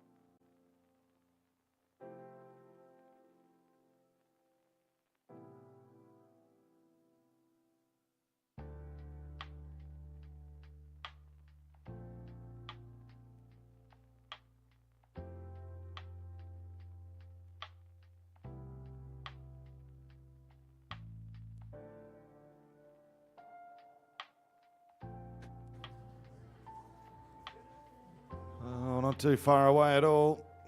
Another minute or so, we'll have our first horse on course for the show jumping here today at the Royal Melbourne Show, the second day, the 2024 Royal Melbourne Show. So much to see and do here on the showground.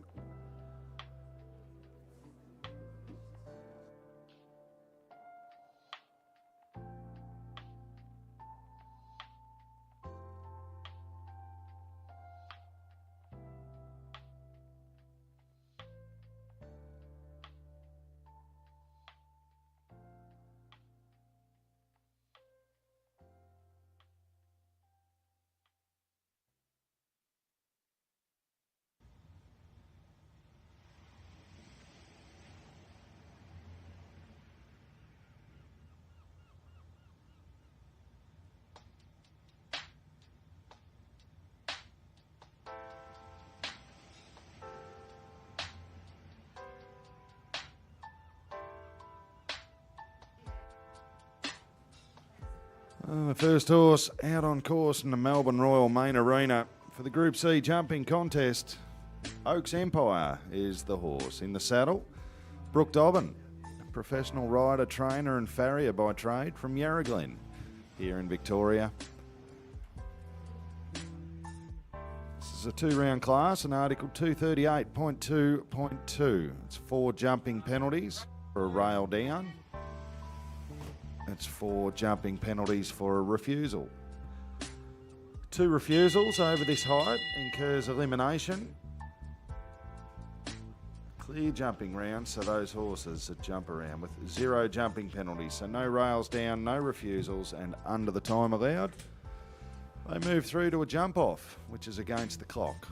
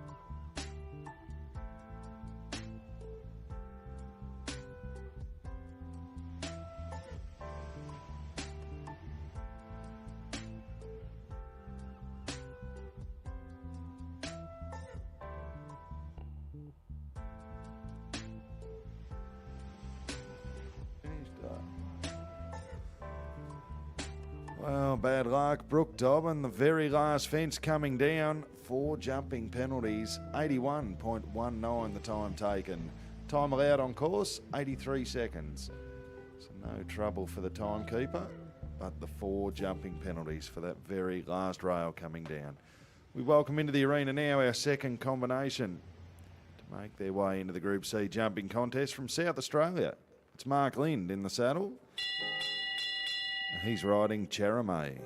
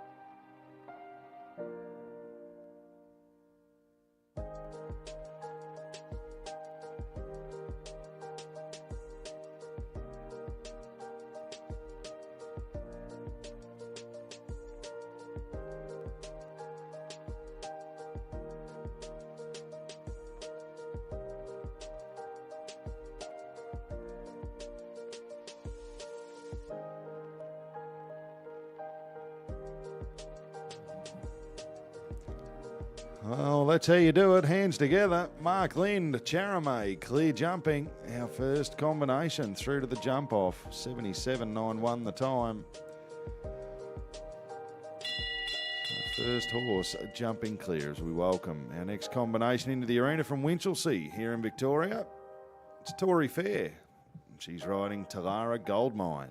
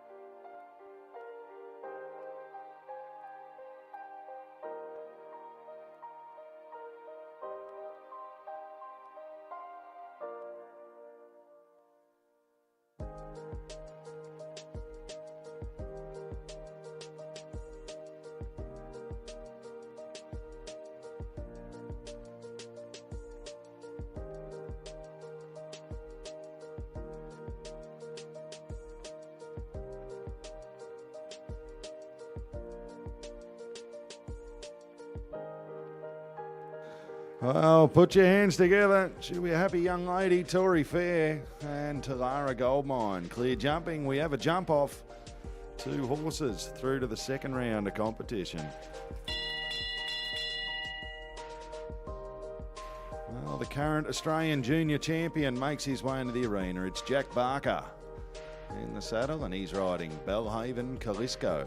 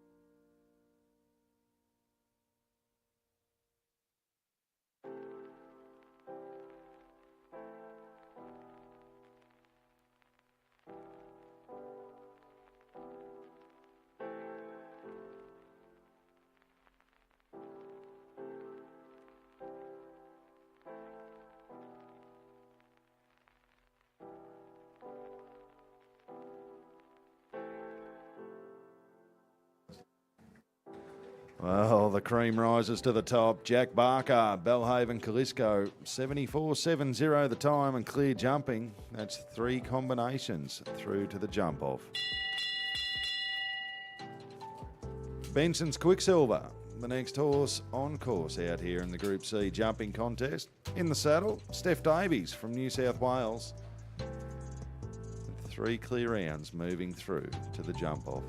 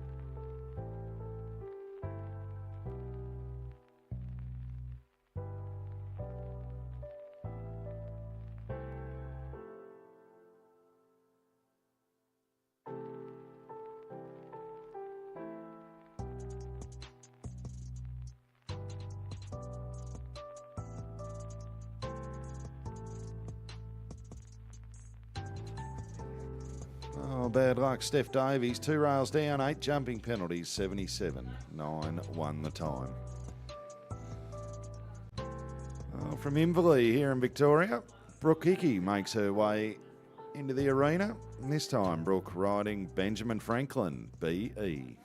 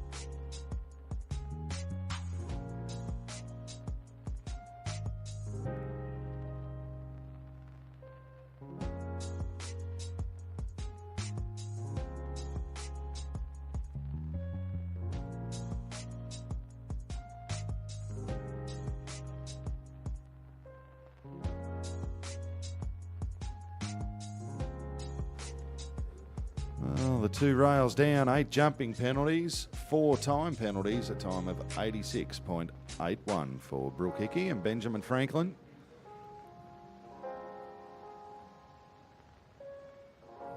Mark Nichols will be our next rider on course, and this time Mark riding Obama 2. So 3 horses and riders moving through to the jump off. Tory Fair, Talara Goldmine, Jack Barker, Belhaven, Calisco, and Mark Lind and Cherame. Our 3 clear rounds moving through to the second round of competition.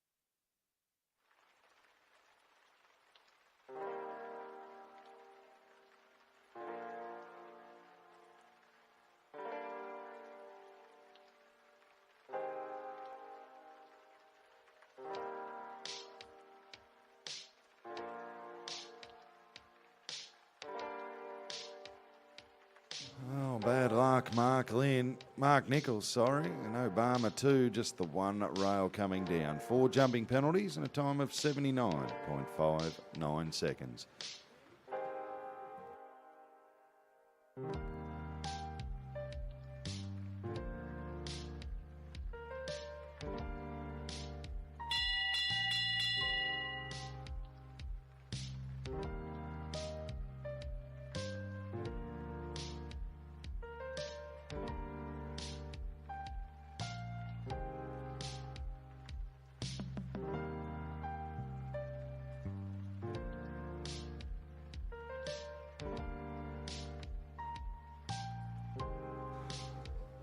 The next combination on course, Kate Beadle in the saddle. This time Kate riding Charlotte Elmere.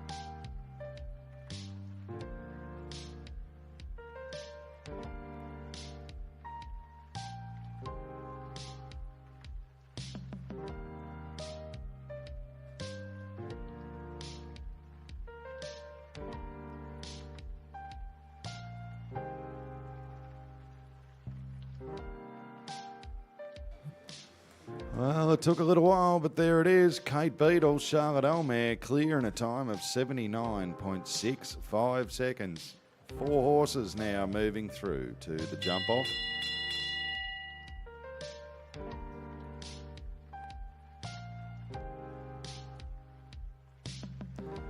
Well, James Harvey, our next rider on course.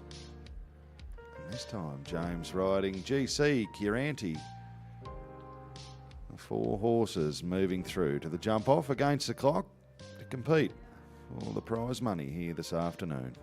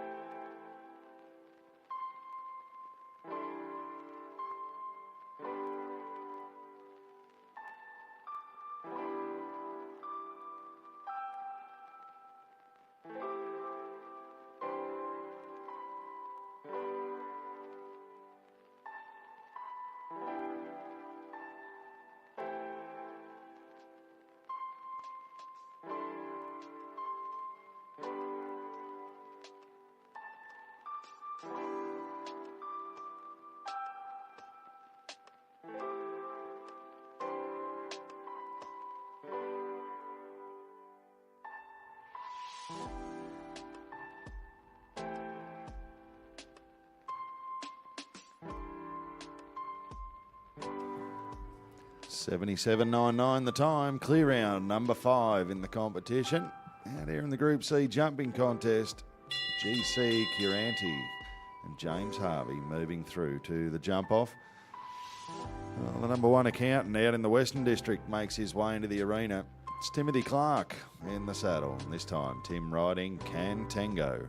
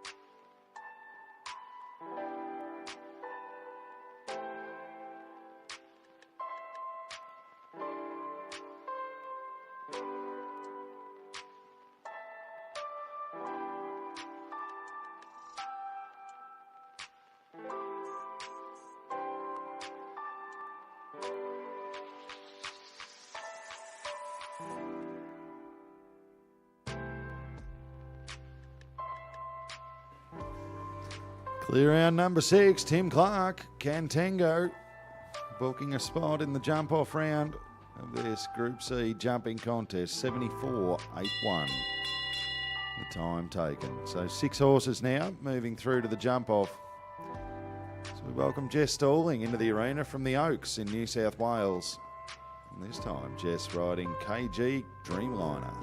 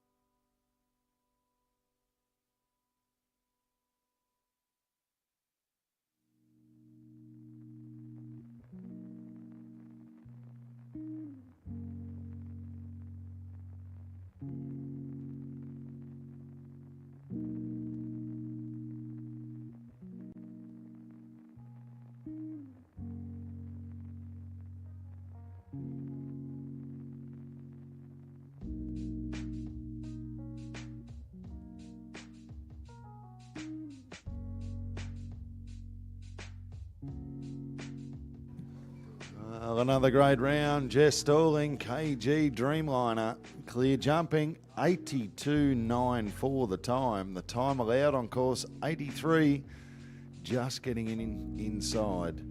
So no time penalties, no jumping penalties, clear round number 7. Moving through to the jump off. The next combination making their way into the arena, it's Ricardo, MVNZ. And in the saddle, Brooke Dobbin. It's his second ride in the competition. His first horse having just the one rail down.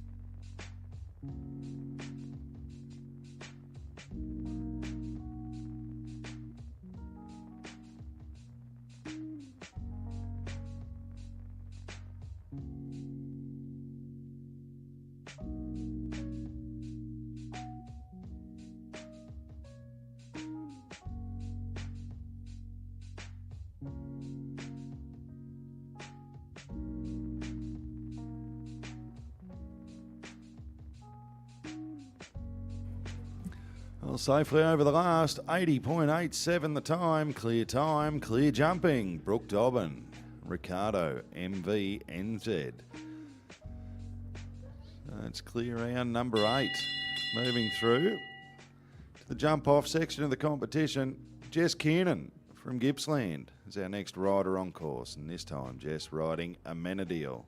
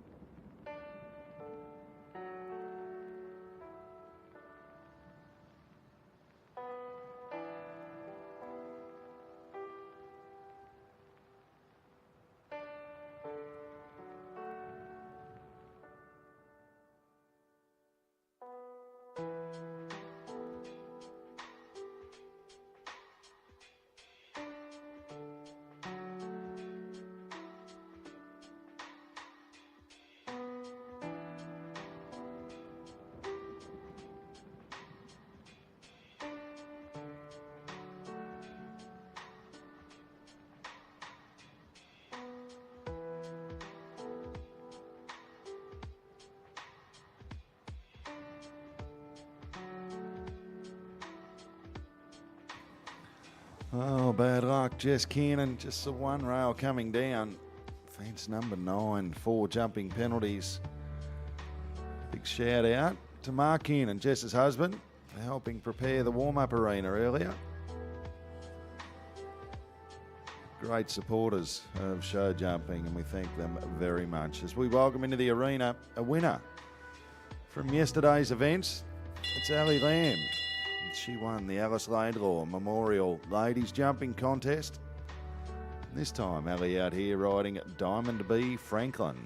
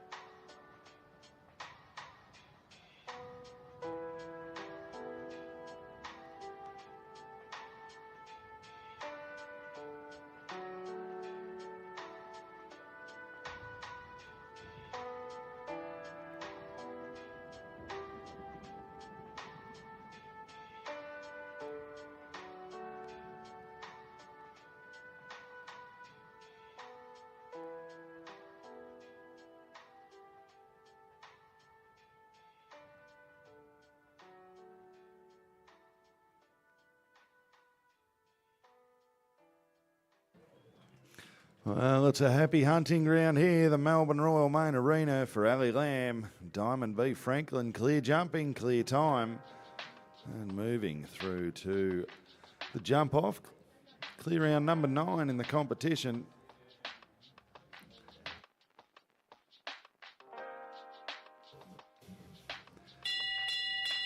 Isabel Jamison, our next rider on course. Isabel riding Levi Extreme. This combination won the Group C class on yesterday's program.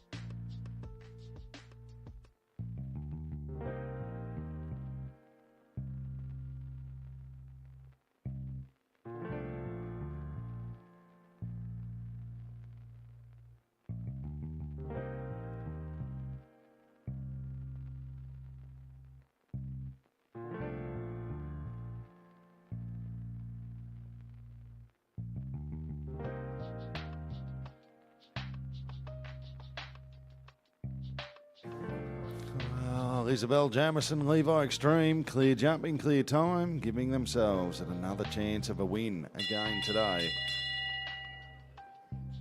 So clear round number 10 moving through to the jump off. Casbar is the next horse on course.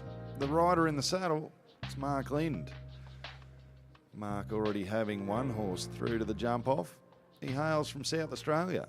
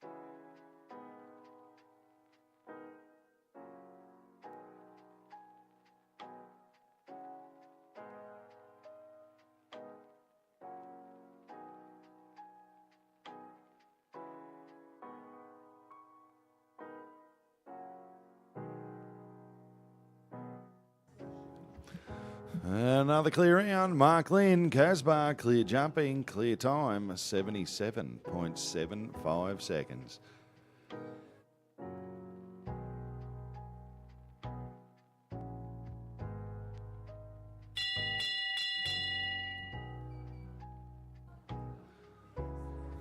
Sam Williams makes his way into the Melbourne Royal Arena for the Group C jumping contest.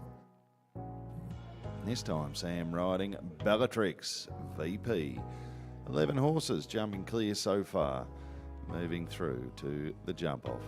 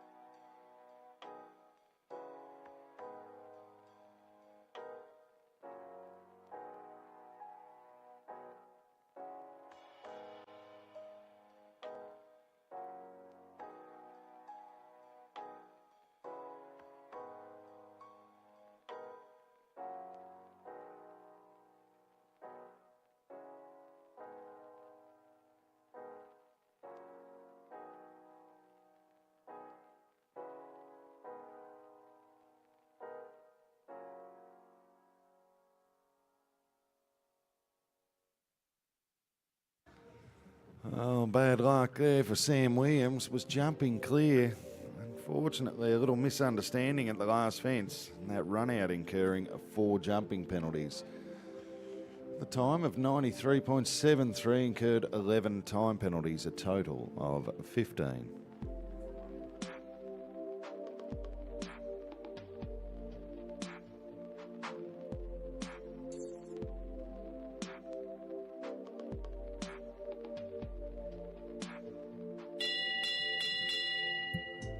Steph Davies, our next rider on course. It's her second ride in the competition. Down from New South Wales to compete here at Melbourne Royal. This time, Steph riding Oaks Cordeaux.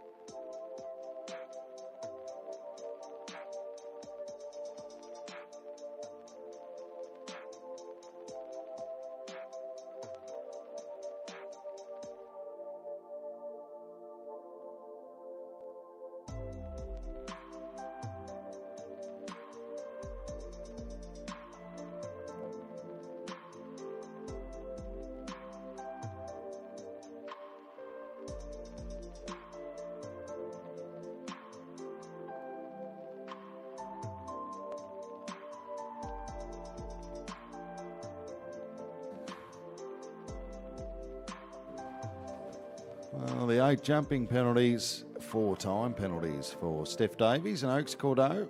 A time of 86.49, the time allowed on course, 83 seconds.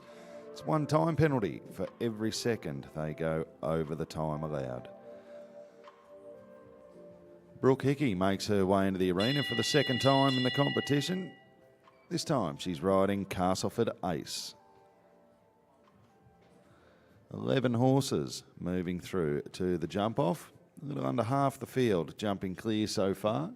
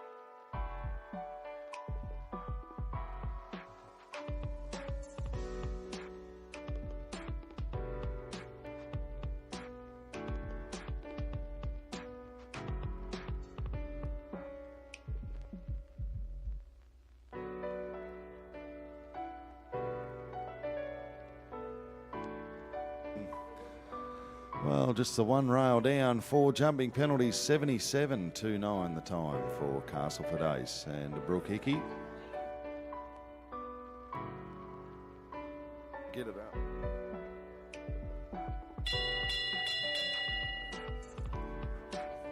Ulamby's Melbourne, the next horse on course in the saddle, Mark Nichols.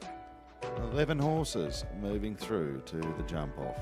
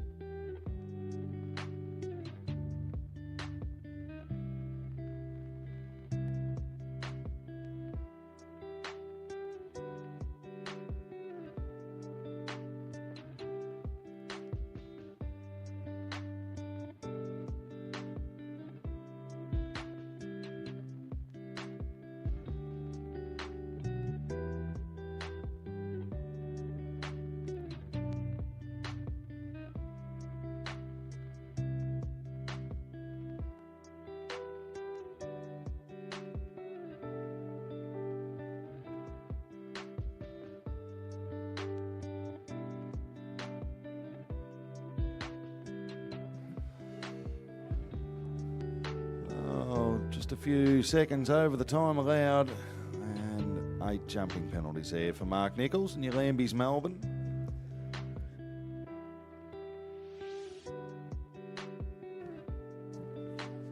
Yukara Celeste, our next horse on course. Yukara Celeste, ridden by James Harvey.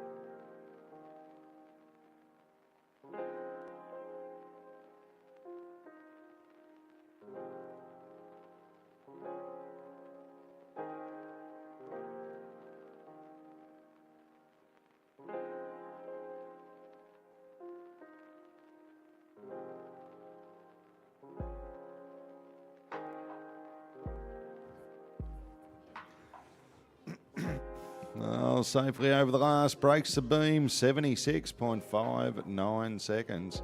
James Harvey, your Carla Celeste. Clear round number 12 in the competition, moving through to the jump off. Yossarian, here's the next horse on course in the saddle. His second ride in the competition. Timmy Clark, the number 1 accountant out in the Western District. 12 horses moving through to the jump off. 6 prize monies to give away.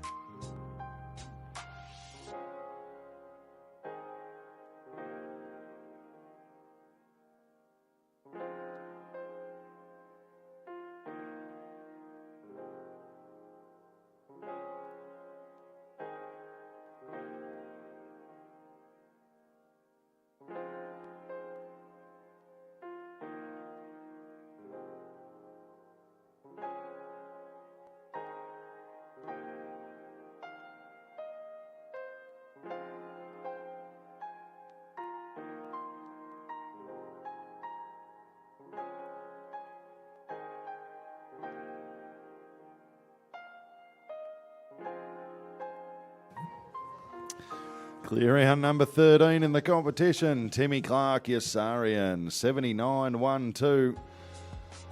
It's going to be a great jump off. 13 horses in it. It'll be very fast. $500 going to the winner. Well, Jess Stalling makes her way to the arena.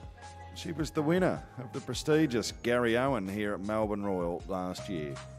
Now she's out in the show jumping arena and she's riding Cantina.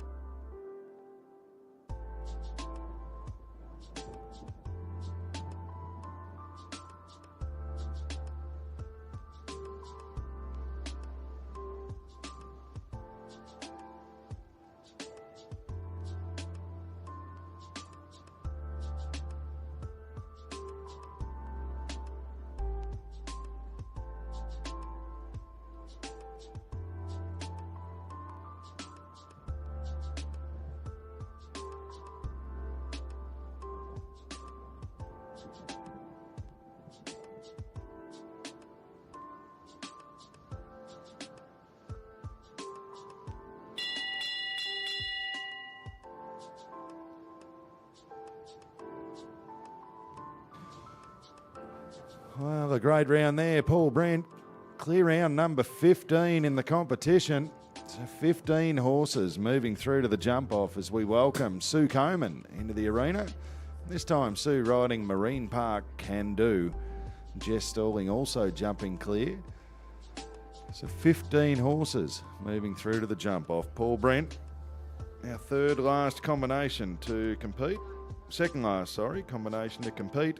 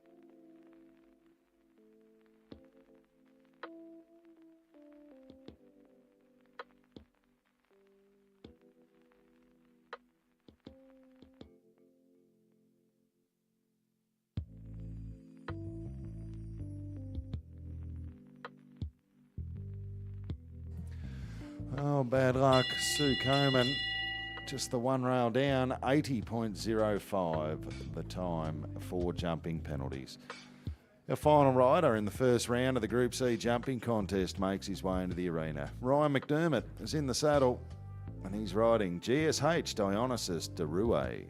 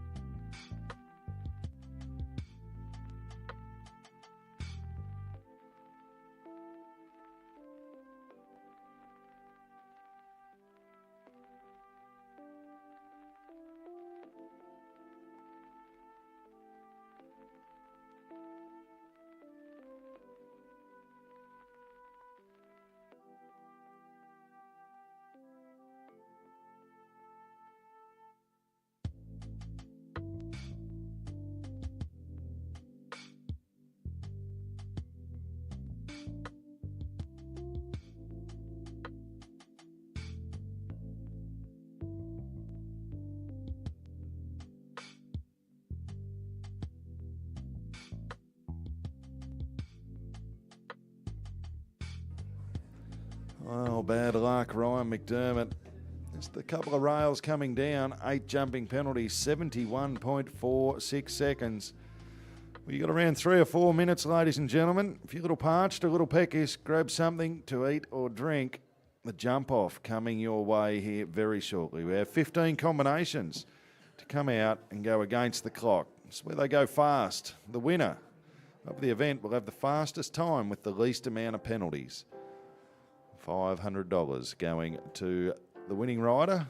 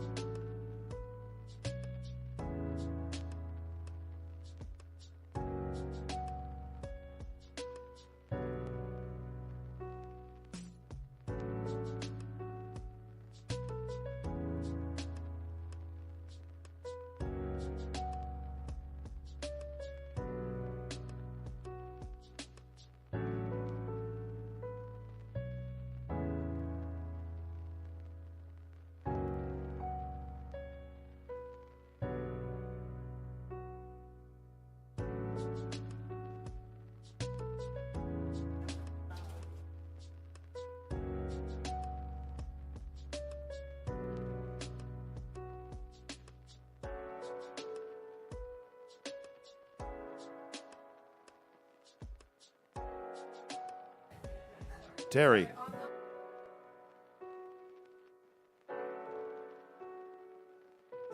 Ready to go.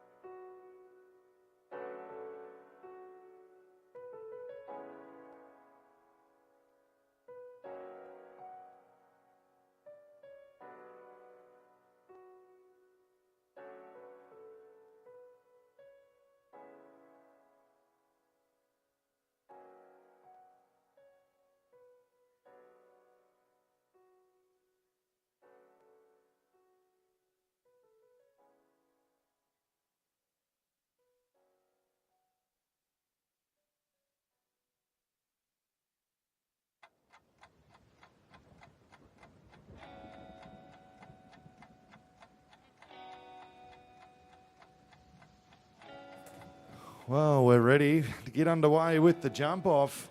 Class number 220 on the program, the Group C jumping contest.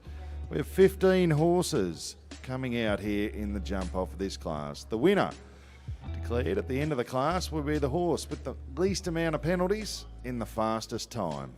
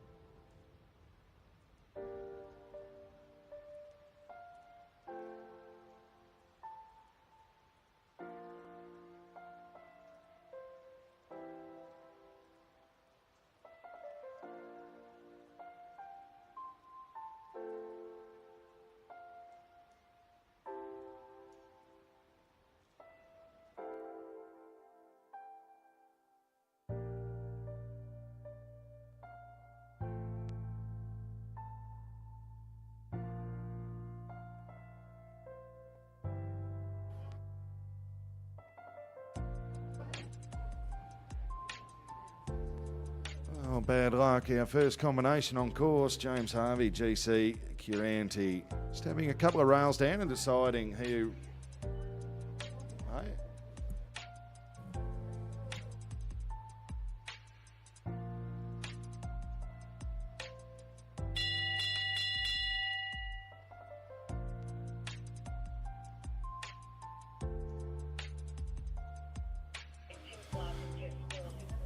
And our very first combination, Mark Ling, Charame, clear in a time of 40.57 seconds. Currently on fair, Talara Goldmine and Tory Fair.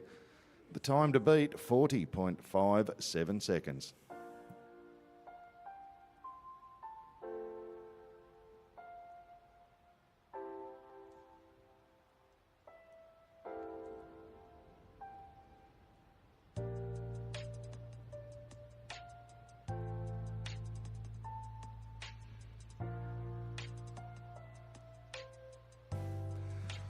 Well, looked good early on. 2 late rails, 32.98. Had a great time. Unfortunately, the 2 rails down, 8 jumping penalties for Tory Fair and Talara Goldmine.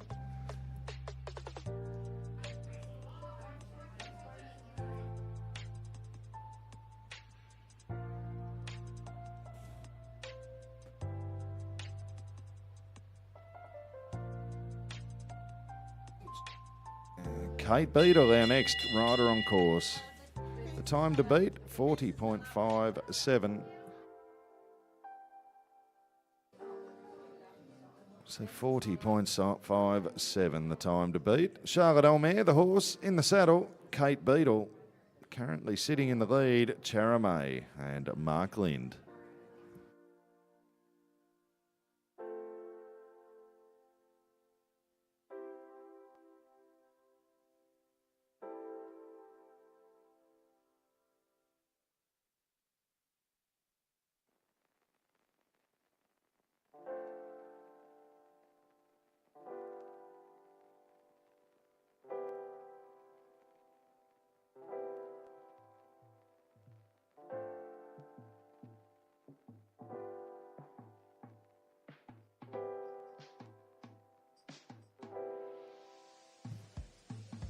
Okay, new leader in the competition, Kate Beadle, Charlotte Elmere, 35.80 seconds. So a new time to beat. The leaderboard so far, Kate Beadle, Charlotte Elmere in the lead. Sitting in second, Charame, Mark Lind, and Tory Fair, and Talara Goldmine sitting in third. Currently on course, Timmy Clark, the number 1 accountant out of the Western District, and he's riding Can Tango.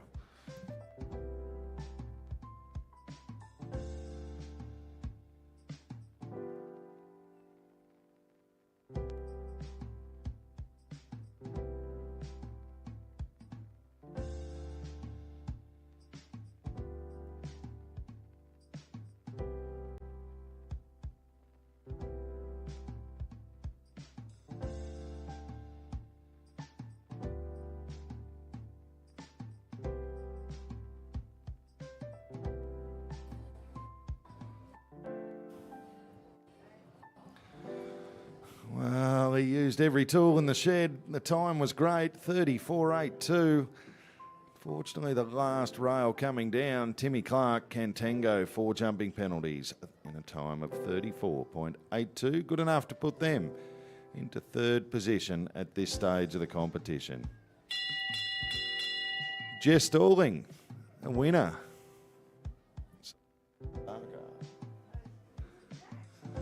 Jack Barker will be our next rider on course.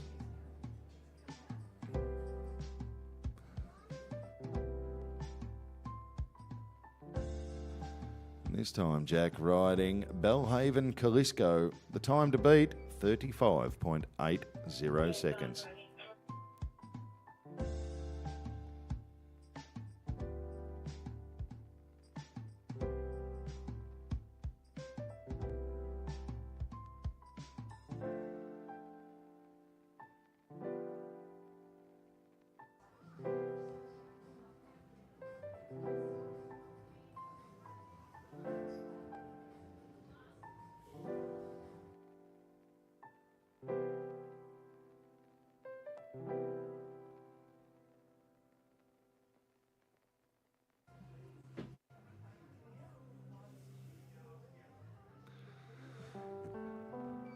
that's why he's Australian champion. Jack Barker, Belhaven, Kalisco, clear jumping.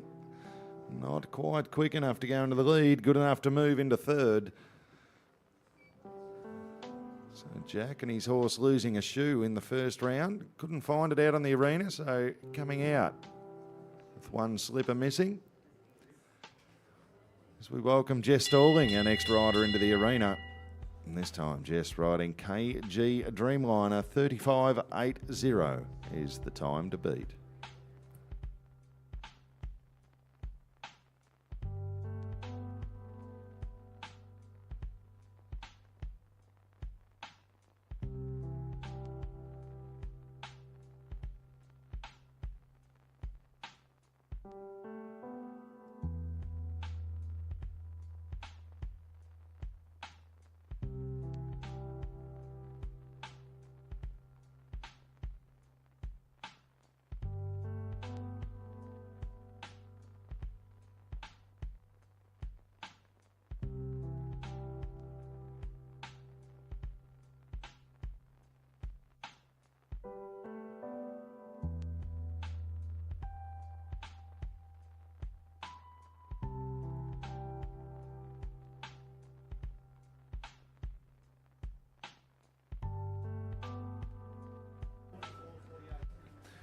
.44.48 the time. Clear jumping, Jess Stalling, KG Dreamliner. Good enough to go into fourth place at this stage of the competition. Still out in the lead, it's Kate Beadle and a Charlotte Elmare.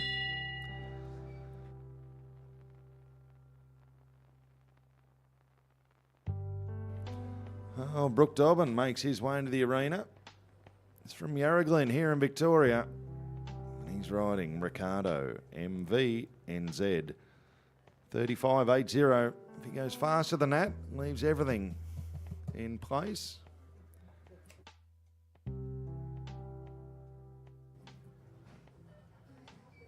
He will move himself into the lead.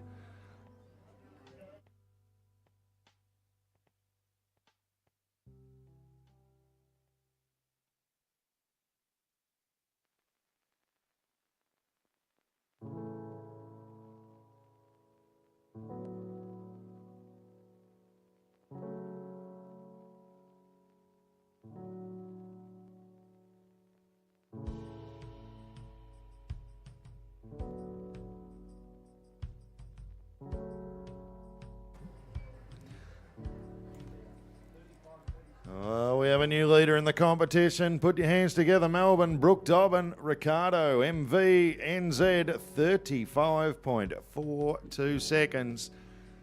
38/100ths of a second under the previous leading time. So the new time, 35.42 to beat. Diamond B Franklin, the next horse on course. Sitting in the saddle, it's Alison Lamb. Ali from Denison up in Gippsland here in Victoria.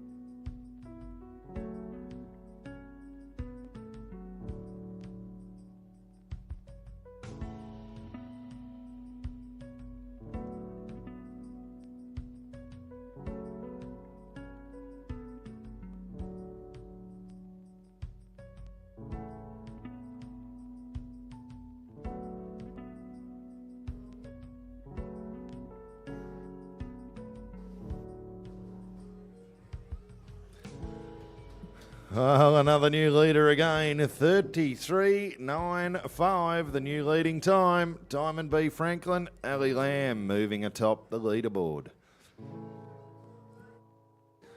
Our next combination, Isabel Jamison in the saddle, Levi Extreme the horse. This combination won the Group C jumping contest yesterday. Can they make it?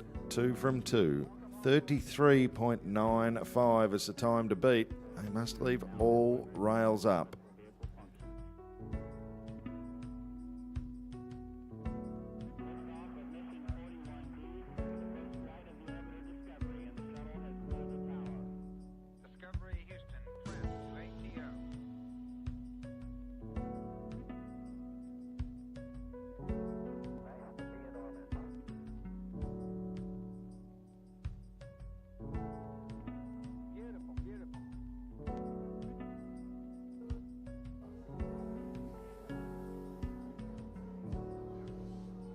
Oh, wowee, Bobby.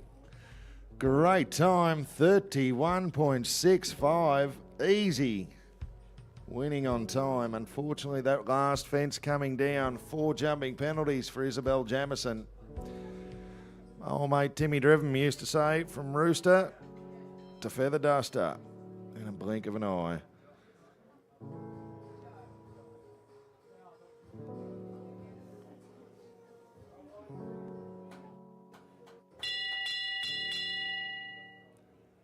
Great round, great time, very unlucky at the last.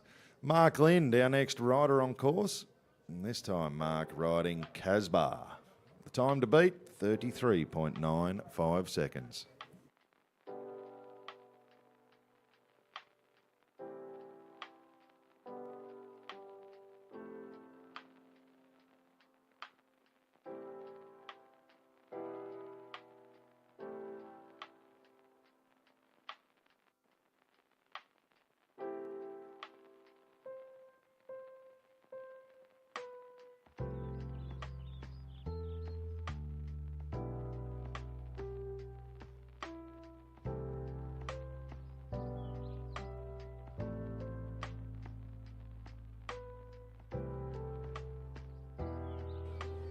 Well, another one just to have that last fence down.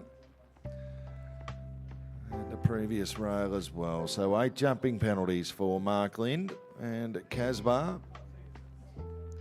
Time of 40.17 seconds.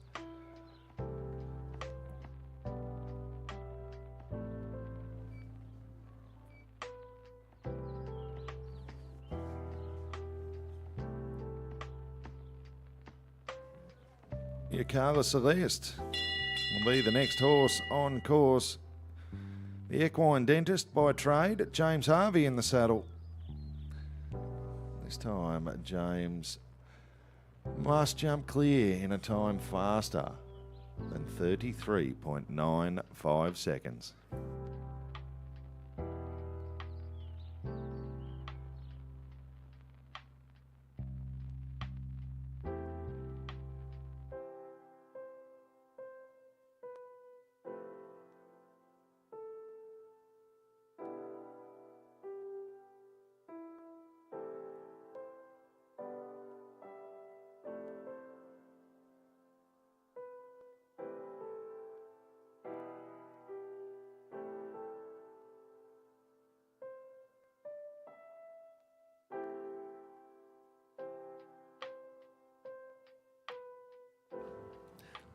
James Harvey heading to the last. He's clear over the last. We'll look at the time.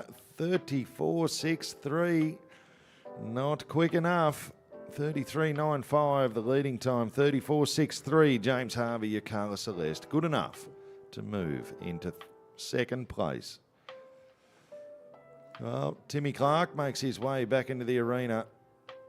His second ride in the competition, and this time he's riding Yossarian. The time to beat, 33.95. Ali Lamb, Diamond B. Franklin sitting out in the lead. James Harvey, Carla Celeste sitting in second. And Brooke Dobbin, Ricardo MV NZ sitting in third.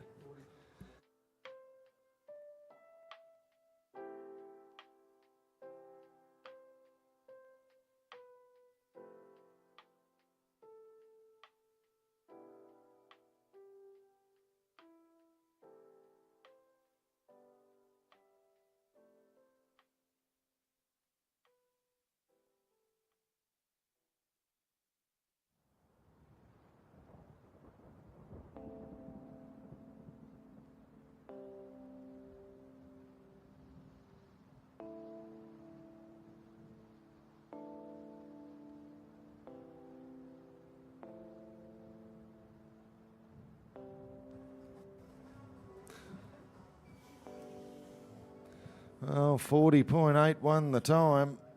Just the one rail down for Yossarian and Timmy Clark for jumping penalties. So the top 6 places so far are filled by clear rounds.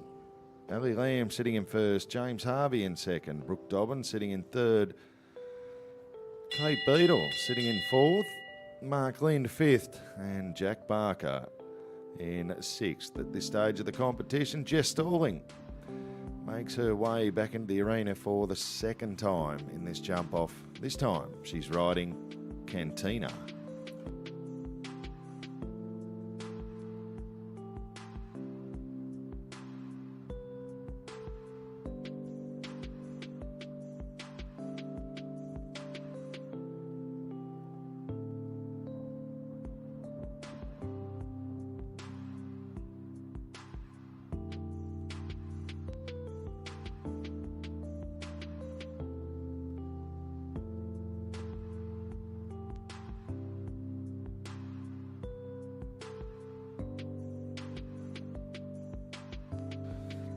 Well, it'll come down to the clock. She jumped clear. 35.91 the time.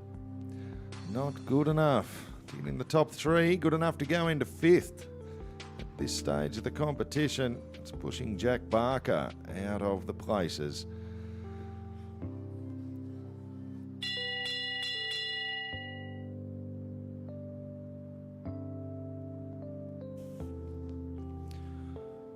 Well, the final competitor makes his way into the arena. He's a professional rider by trade. His name is Paul Brent. Hails from Coldstream here in Victoria, and he's riding Chloe's Portrait.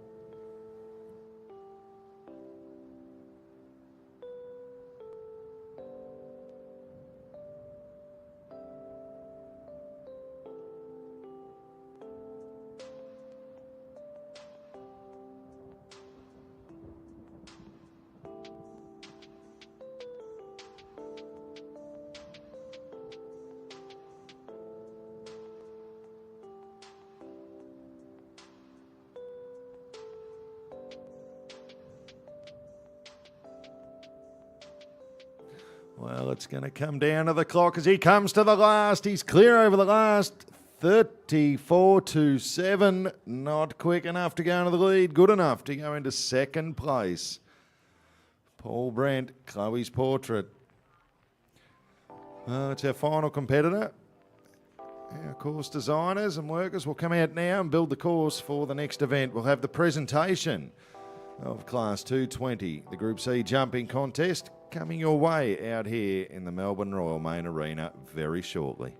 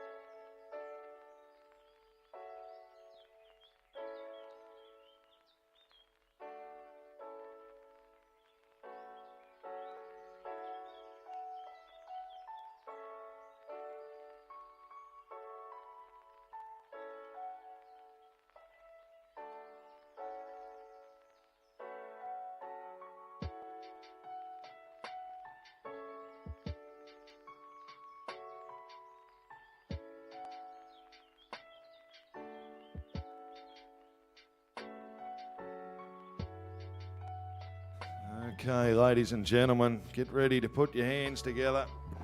We're about to do the presentation and parade our winner and place getters of the Group C jumping contest through the main arena.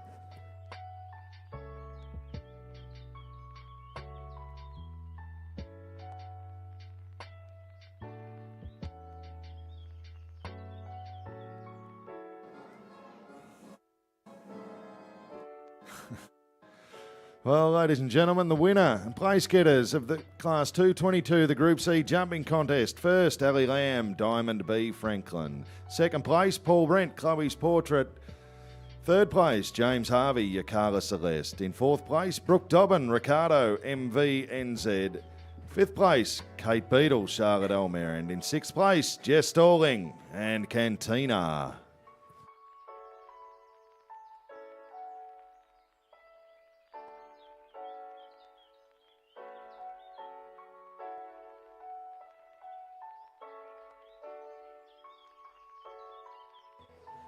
Now, the next event on the program, ladies and gentlemen, will be the Group B jumping contest. This is the Colin R. Kelly Memorial Jumping Contest.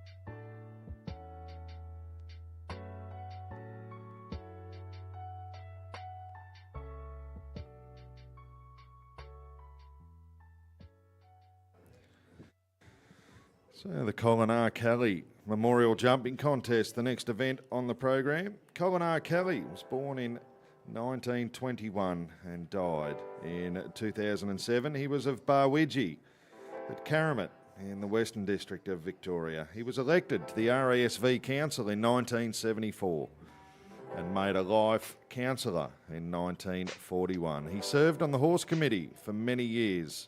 He was the original EFA committee member, 1951, and President Victorian Branch EFA, 1972 to 1984. Past member of the Federal Council and former Federal President. In 1949, Colin won the first official dressage competition held in Victoria. He won many show jumping competitions, played polo for Victoria, and went on to be the first international course designer in Australia. He was an FEI listed jumping course builder. So this event is in honour of Mr. Colin R. Kelly.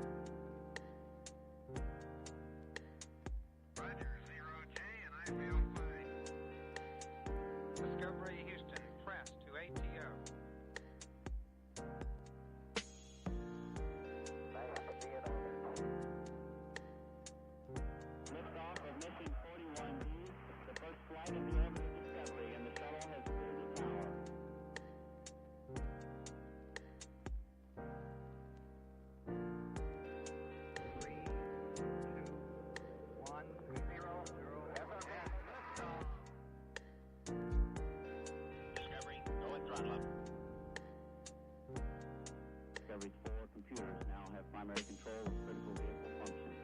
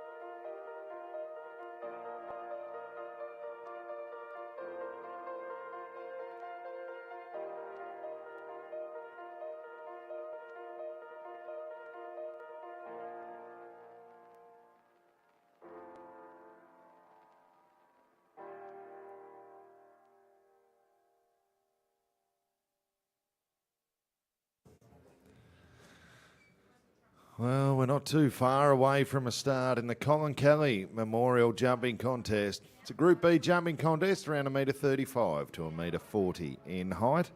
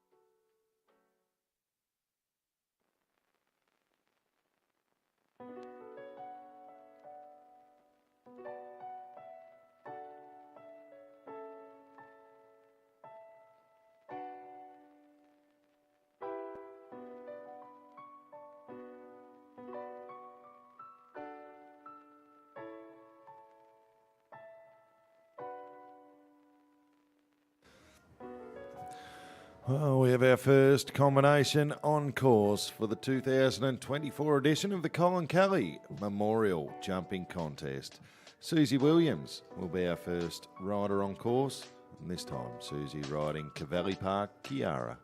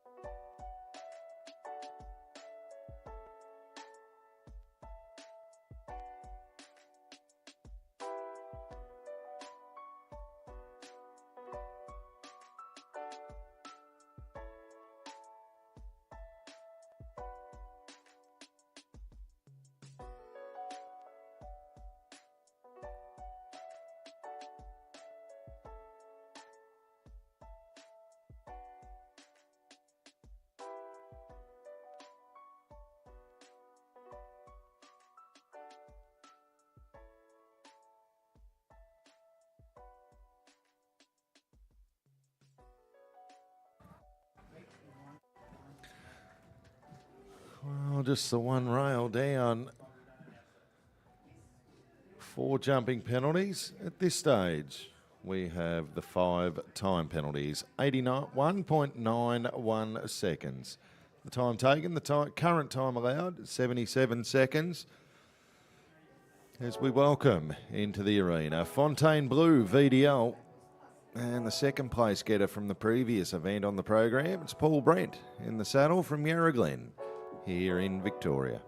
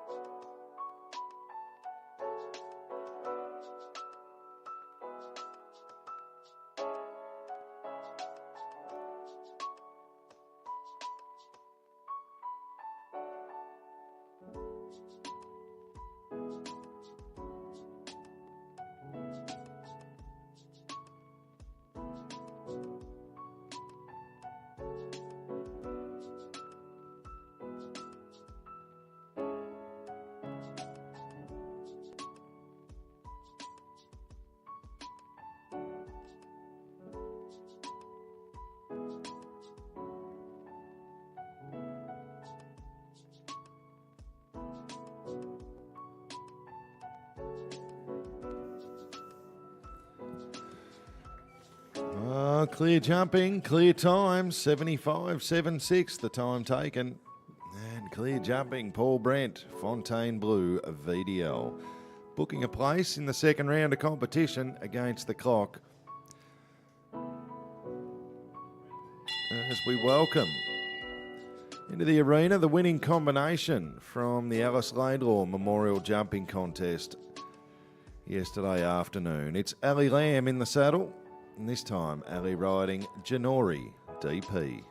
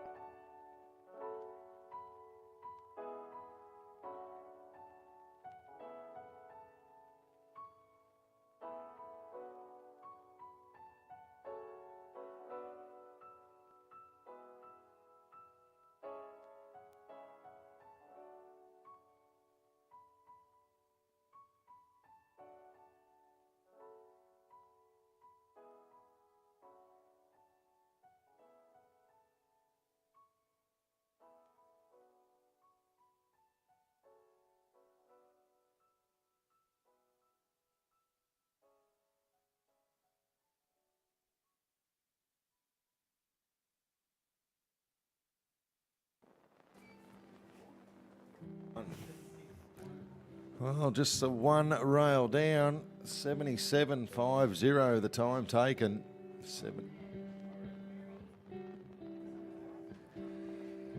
Bad luck there for Ali Lamb, 0.5 seconds over the time allowed, just the one time penalty.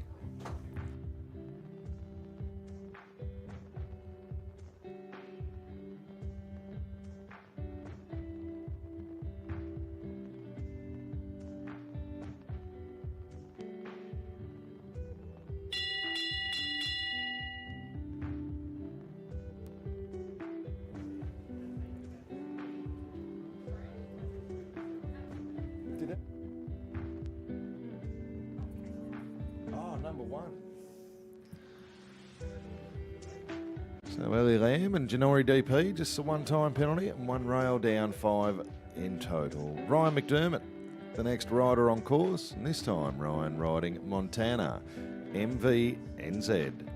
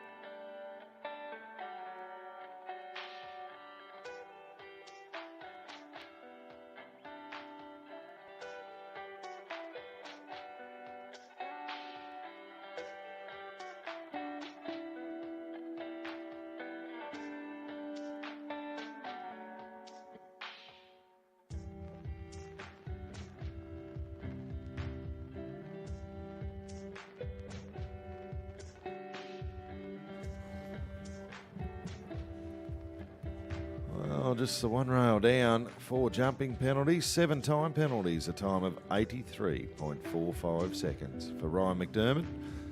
And Montana, MVNZ, just the one clear round in the Colin Kelly Memorial so far. As we welcome a winner from the Group C contest yesterday, it's Isabel Jamison.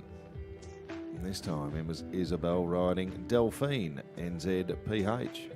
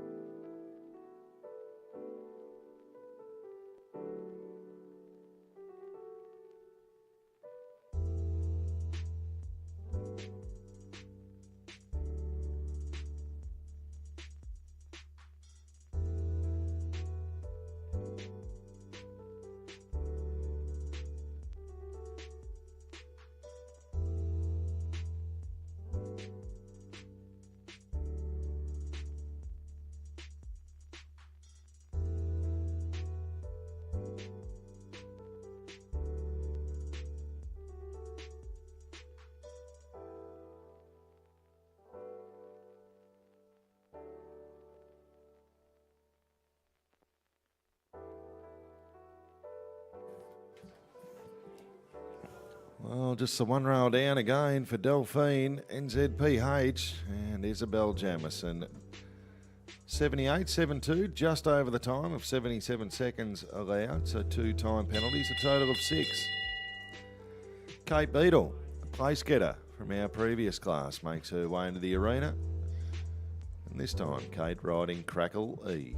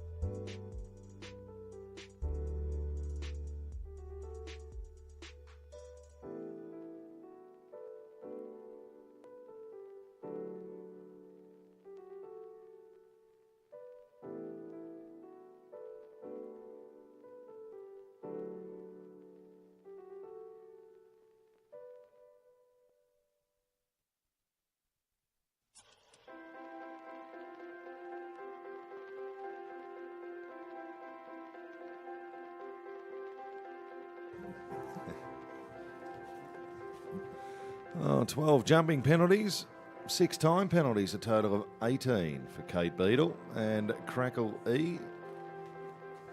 Sam Williams will be our next rider on course. This time Sam's riding Oaks Kiribati, just the one clear round in the competition so far. We have 14 combinations to compete. Fontaine Blue VDL and Paul Brent having no trouble with the course at all.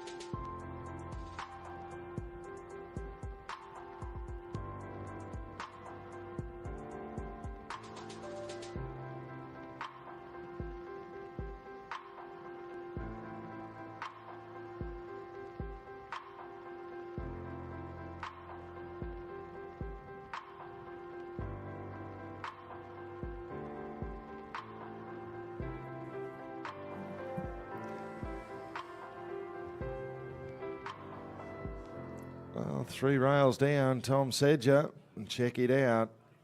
3 rails down, 1 time penalty, 77.81. As we welcome our next combination into the Melbourne Royal main arena. It's Brooke Dobbin. And this time, Brooke Dobbin riding Novice GP.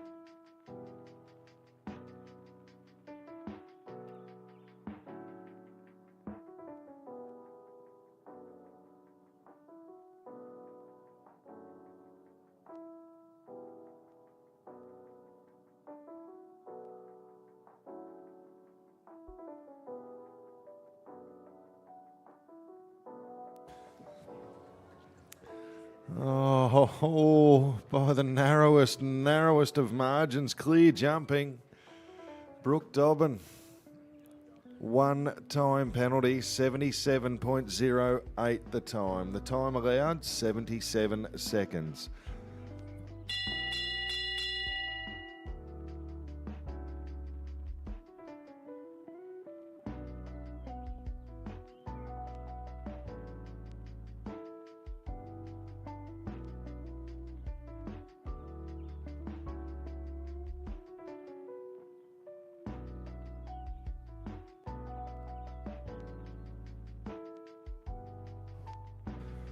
Well, the next horse on course, Viva Unique. And in the saddle, Amanda Lation. Just the one clear round in the competition so far with 4 horses left to compete.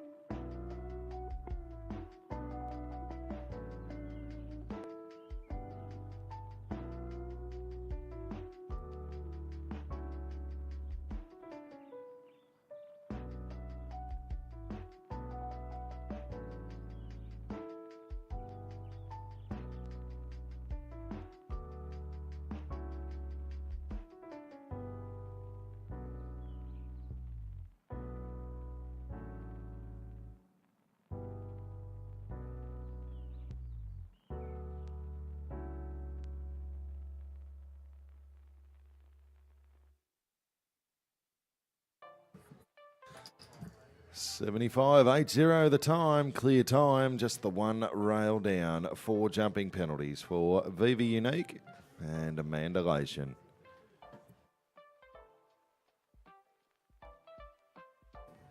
Mark Nichols will be our next rider on course. Number 11 in the original draw. This time, Mark riding Batman Extreme. Paul Brent, Fontaine Blue VDL, still the only clear round in the class.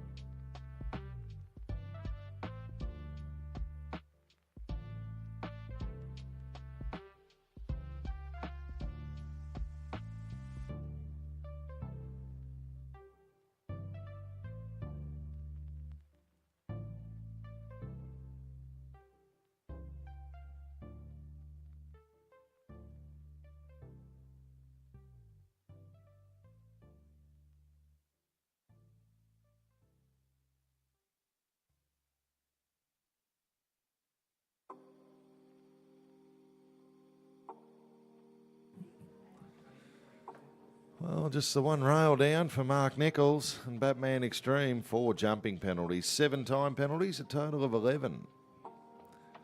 Time of 83.30 seconds. We're getting towards the end. Just 2 more competitors in the competition. Next out on course from Imberley down here in Victoria, it's Brooke Hickey. She's riding Kentua Coconut.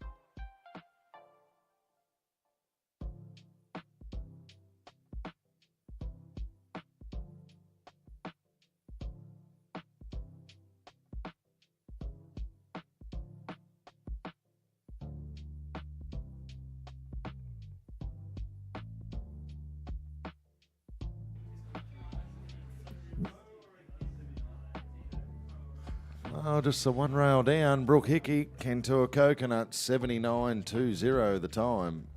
3 time penalties, 4 jumping penalties, a total of 7.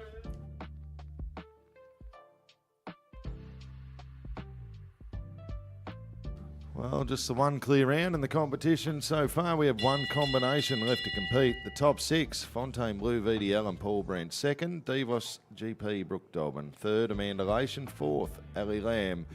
5th, Isabel Jamison. And sitting in 6th, Kentua Coconut, Brooke Hickey. So your final competitor make their way into the arena. It's Fantasia DP. And in the saddle, Ali Lamb.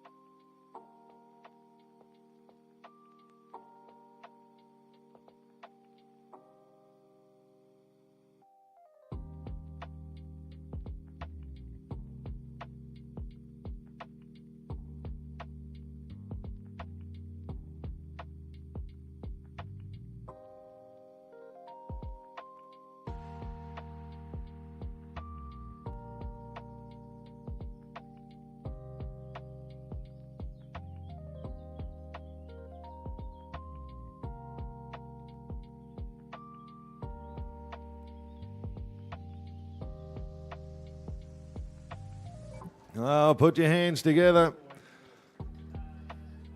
Ali Lamb, Fantasia DP, clear time, clear jumping. We have a jump off. So 2 horses to compete in the jump off, Ali Lamb and Fantasia DP. And Paul Brent, Fontainebleau VDL, we will require Devos GP, Brooke Dobbin in 3rd. Viva Unique, Amanda Lation. Ali Lamb, Janori DP and Delphine NZPH and Isabel Jamison for the presentation at the conclusion of the jump off. Our course designer, Mr. Gavin Chester, will now adjust the course for the jump off. It'll be a shortened course and straight against the clock. The winner will have the fastest time with the least amount of penalties.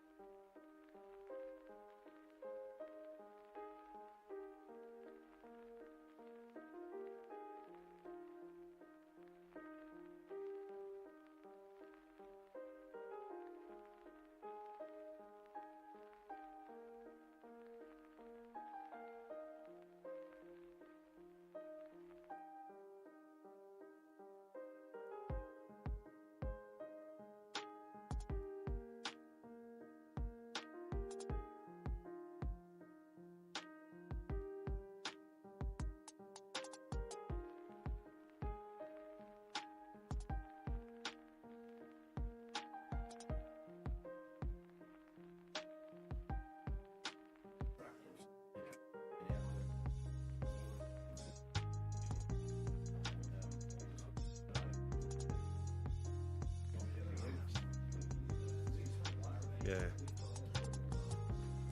Ready to go.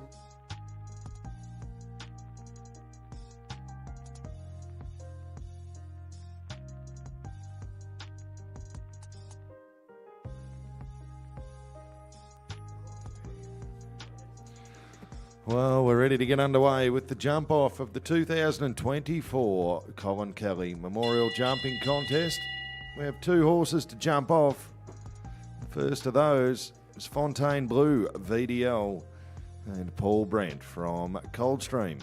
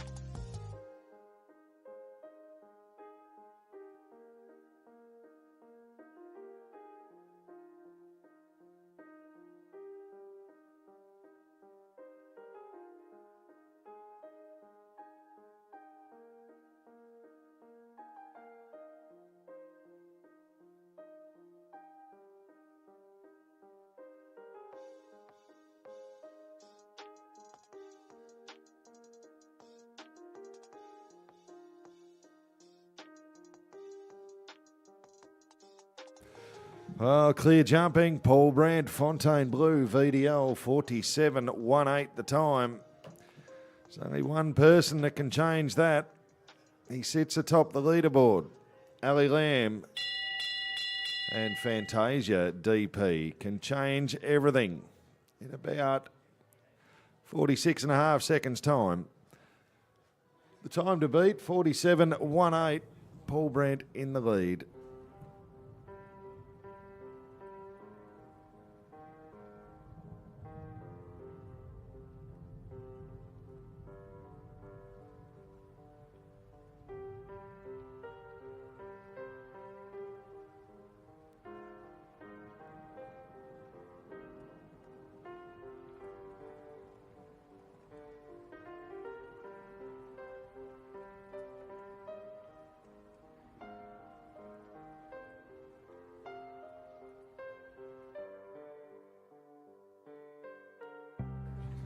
Well, Ali deciding that she's already got second place sewn up, being only one of 2 into the jump off, she'd retire and accept second place. And we'll declare the 2024 winner of the Colin Kelly Memorial, Paul Brent and Fontaine Blue VDL. We'll have the presentation for you very shortly down on the Melbourne Royal main arena.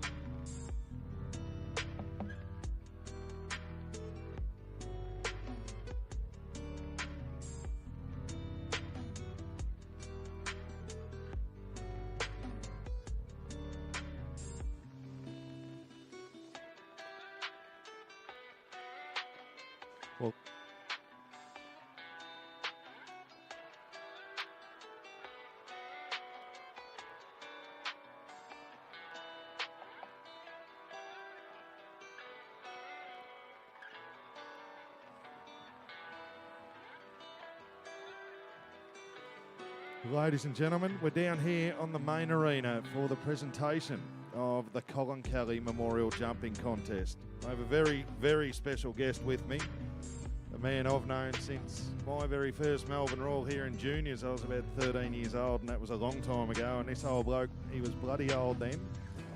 He's even older now, but he's a ripper. His name is Stan Fair, and he was great mates with Colin Kelly. And Stan, there's not much you haven't done in the show jumping world either. You're a chef de keep for Australian teams, representing Australia overseas at Olympic Games and World Equestrian Games, and for 20 years. And you had a lot to do with jumping here at Melbourne Royal and World Cup jumping right across Australia. And it's great to have people like you still around. I love seeing you here every year. You're a great man. And what was Colin to you? Colin was a very good worker and a good counsellor for here. He did everything right for us. He built a lot of courses in cross country and show jumping. And I know, mate, he was a good mate, and it means a lot to you to be here. It means a lot to me and Melbourne Royal that you come here every year. Because every time I see you, when you walk in, you got a bloody tear in your eye, and I love it. You're a legend of the sport and a legend here at Melbourne Royal. So, ladies and gentlemen, please put your hands together for Stan Fair, a great man of the show jumping world. He's made it out here again today to do the presentation for the Colin Kelly Memorial class. So today, our winner, the 2024 Colin Kelly Memorial, Paul Brent, Fontainebleau VDL.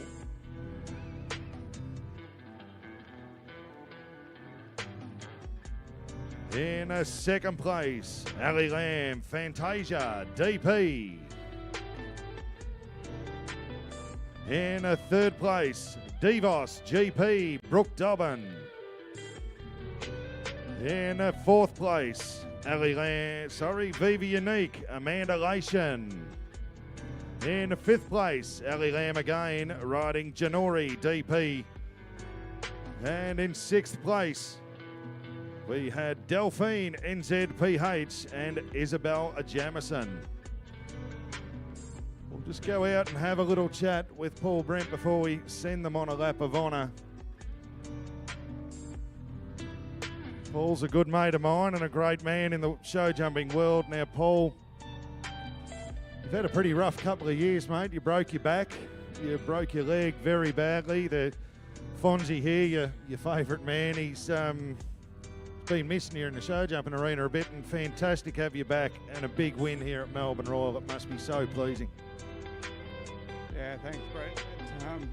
Probably a little bit emotional. It has been a bit tough, but I'm very lucky. I've got an amazing wife, Michelle, and fantastic horses and family, and good, great sponsors and prides and everything, and in Horseland, and yeah, I'm absolutely thrilled to be back here. So thank you. You just put a tear and choked me a little bit, mate. Emotional big bugger, but I won't talk again. Great stuff. It is great to have Paul Brent back here, what he's been through in the last 2 years. Now Ali's crying because she's a bloody emotional bugger too, but it's such a great community, the show jumping world, and these people, we know they've known each other all the way through, and to be out here and trials and tribulations and what you go through in life with the horses and family, it is emotional, and they love each other, and it's great to be here in front of you guys, and I really hope you guys appreciate what these guys do out here on these horses. But Ali didn't get it today, but he's one of our favourites, and I reckon you'd be pretty happy he got the win. Yeah, Andrew and I love Paul and Michelle. We're great mates. We love to compete against each other in the ring and have a drink at night. So seeing Paul emotional about being back out here doing this with all of us has just got me a bit emotional too. And like he said, having our families here, wonderful horses, wonderful families. It's all we need really, isn't it, your family? Good on you, Al. Fantastic. Brooke Dobbin, mate. I'm going to say one bloody time fault. Just to have that fraction over the time. Yeah, thanks, Brett. Yeah, I might have said a few more than that when I was walking out of the ring. But, no, look, great class. The horses were really good. They all jump really well. Gavin's building good truck. Sun's out, shining. How good's spring in Melbourne when we get weather like this? So yeah, no, awesome to be back here at the show. They just do such a good job putting on this show every year, and for us competitors, it's always one of our favourite that we make the journey to. Fantastic, mate. Great. Well, ladies and gentlemen, we're now going to send the riders on the lap of honour, but please, once again, put your hands together. The 2024 champion of the Colin Kelly Memorial, Paul Brent, Fontainebleau, VDL.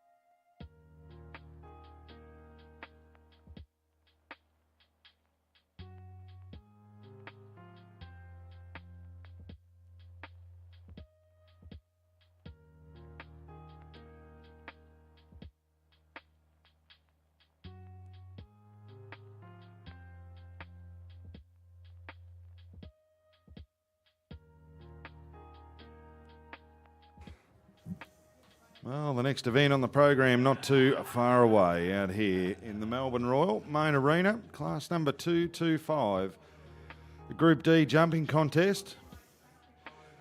Riders eligible for Group D compete from the beginning of the year.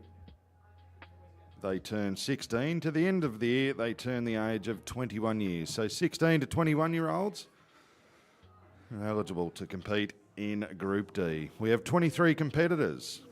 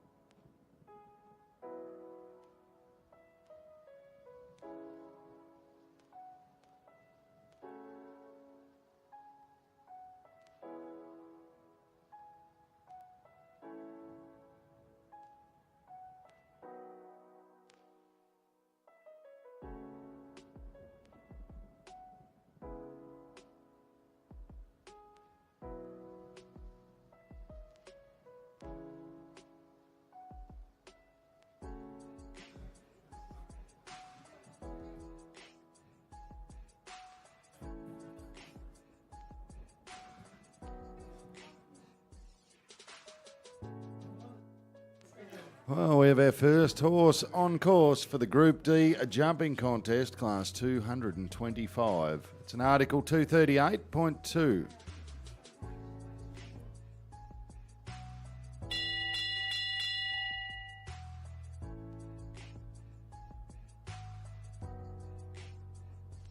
So this means it's a 2-round class. There will be a jump off for all clear rounds that move into the second round against the clock. Must be under the time allowed of 84 seconds and leave all jumps intact.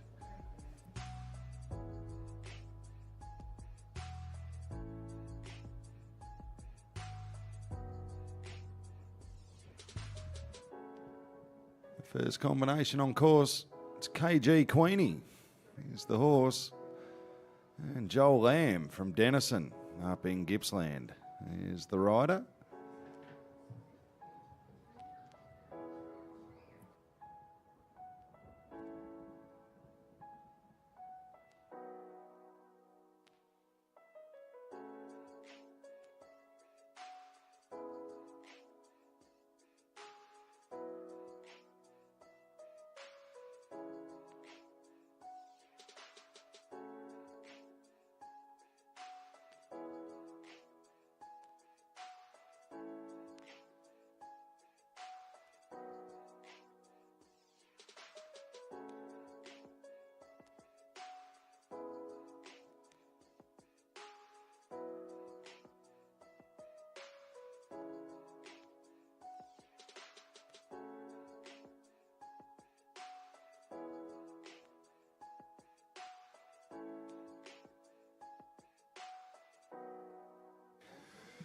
Well, he lost a pedal on the way to the last. Joel Lamb, KG Queenie, just the one rail coming down. 67.59 seconds the time.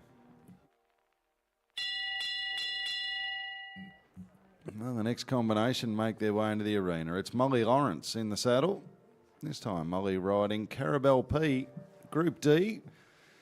This event is open for riders aged between 16 and 21 years.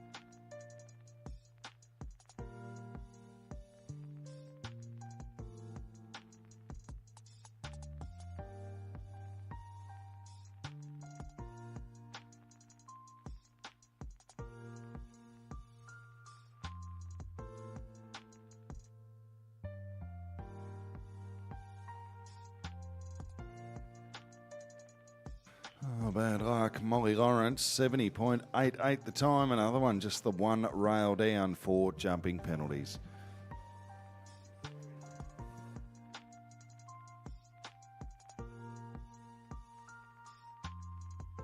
Alyssa Stevens from Warrigal here in Victoria. Our next rider on course.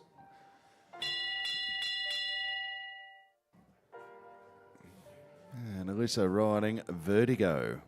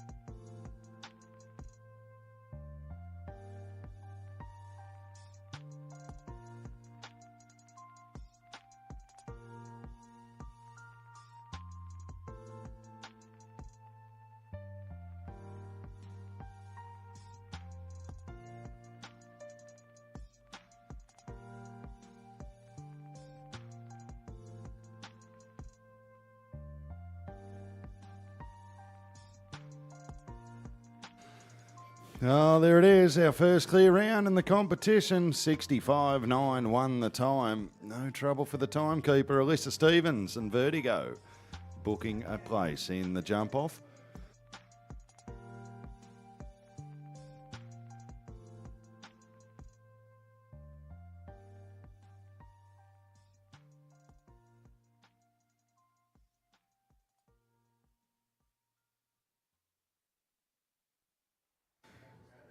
Well, the next combination making their way into the arena. From Yarra, it's Charlie Dobbin in the saddle. And this time she's riding Castel de Lee.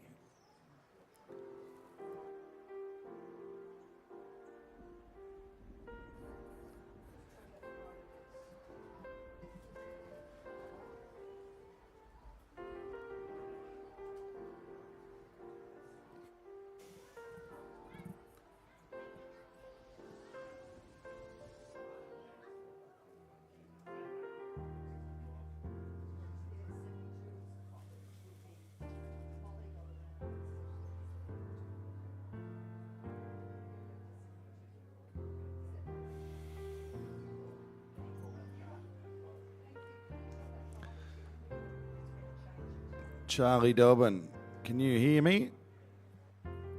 The time has changed from 84 seconds to 74 seconds. So it's 10 seconds less off the time. So 74 seconds, the new time allowed on course. So our next combination, Charlie Dobbin, Castel de Lee. Just the one clear round in the competition so far.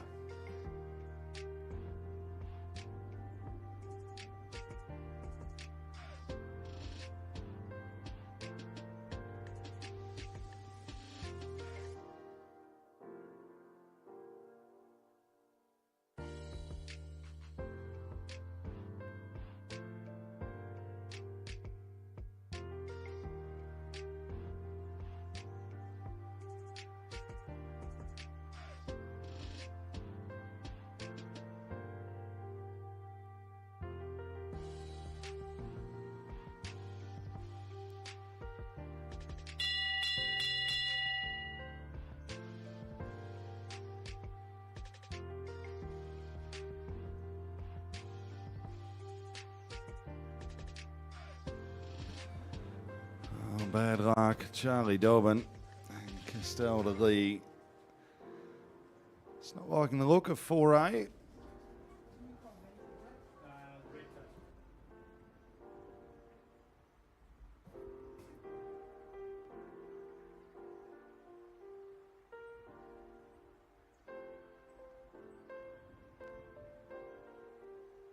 So fall of horse or rider does incur elimination.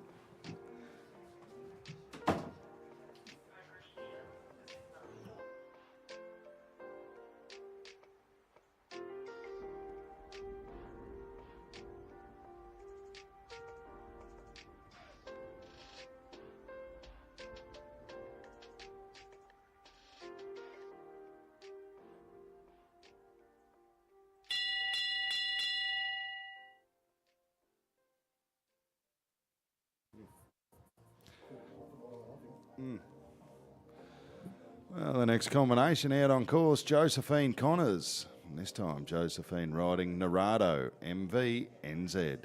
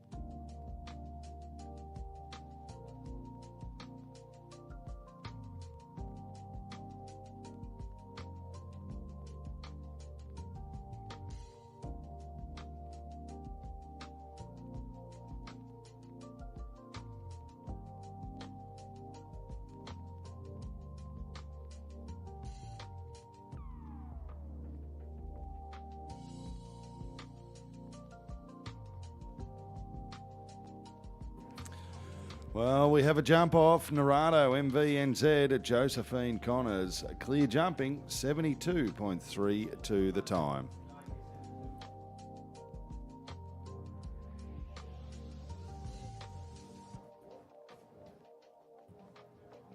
As we welcome Tanner Robinson into the arena.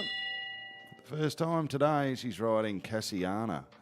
Must jump a clear round to move into the jump off, the money round of the competition.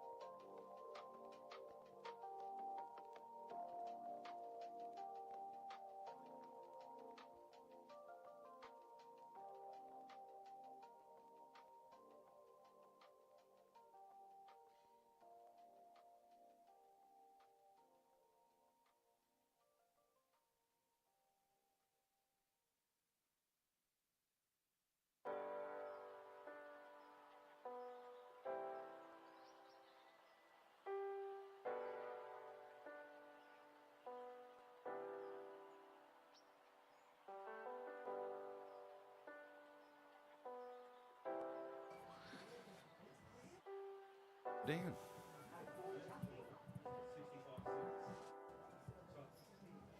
Well, just the one rail down, 65.76 the time. Tanner Robinson and Cassiana.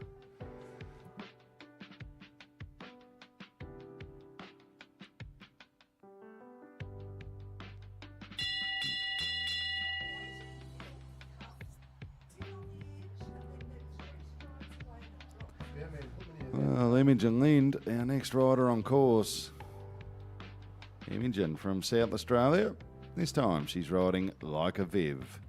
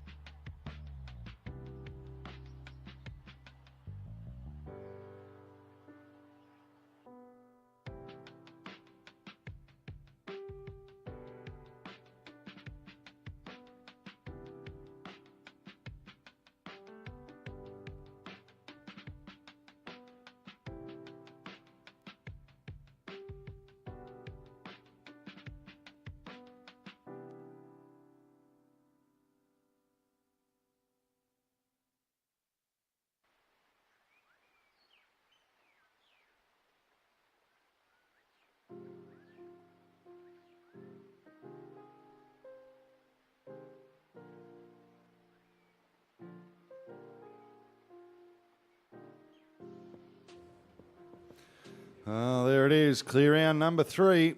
Imogen Lind, Like a Viv. 64.72 seconds the time. Well under the time allowed of 74 seconds. So 3 horses now moving through to the jump off.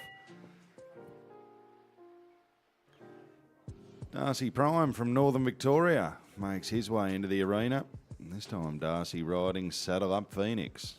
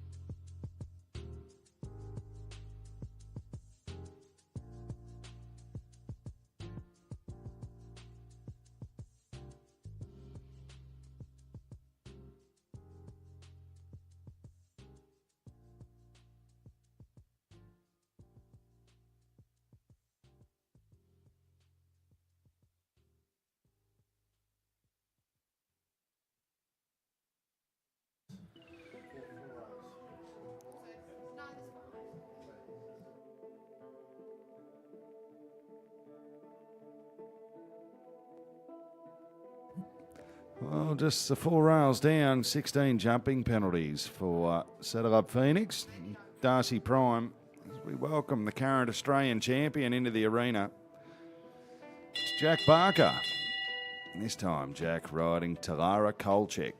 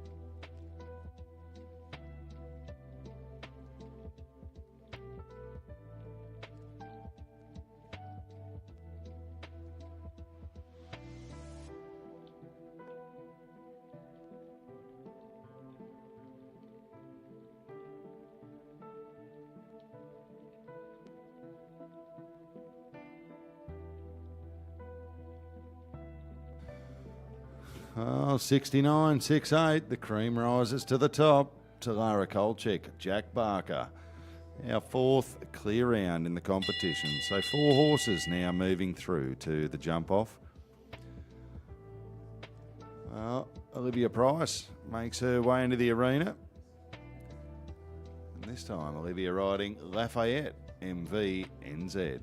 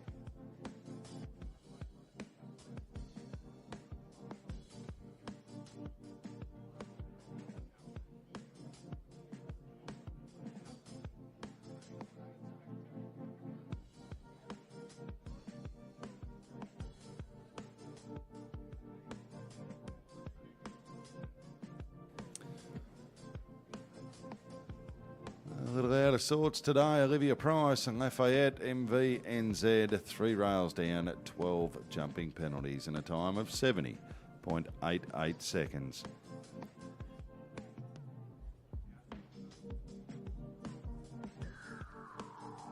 Alice Lawrence, the next rider on course. And this time, Alice riding Cha-Ching BE.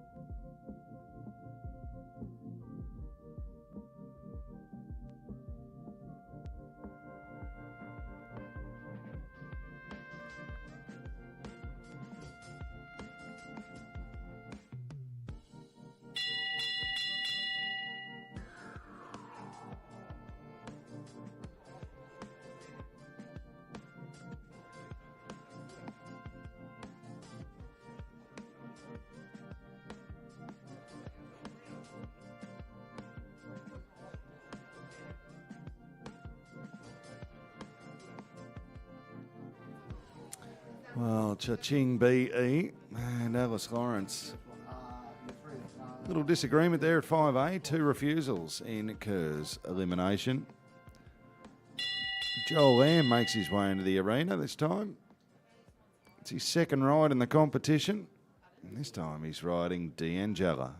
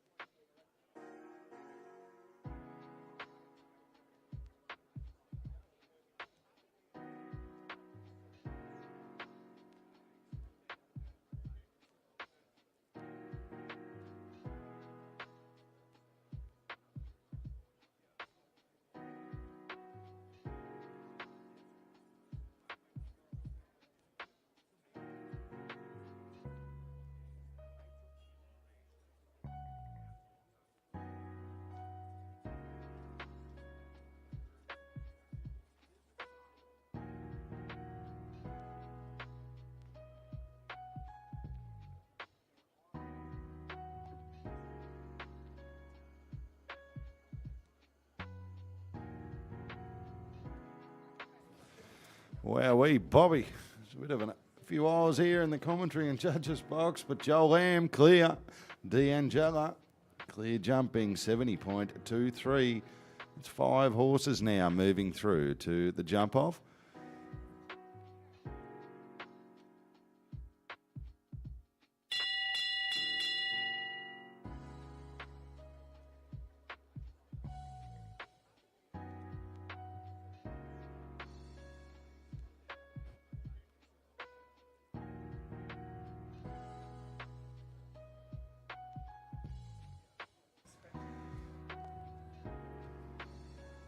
Talara Fapaccio is our next horse on course in the saddle from Borneo, Molly Lawrence.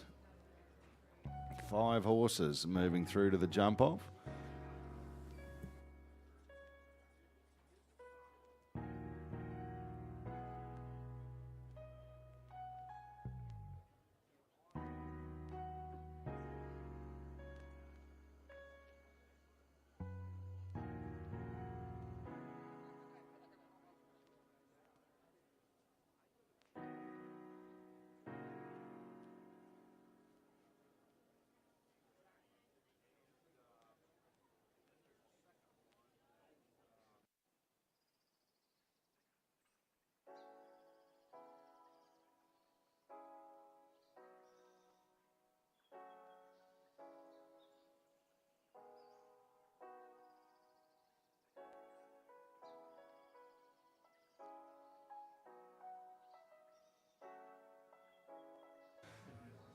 Well, just the 2 rails down for jumping penalties for Molly Lawrence and Talara Fapaccio.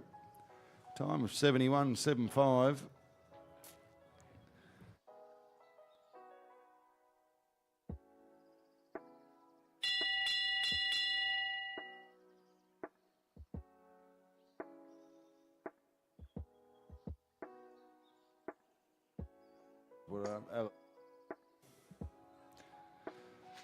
Now we have Alice Camel, the next rider on course. This time, Ella riding Lachlan Hunter.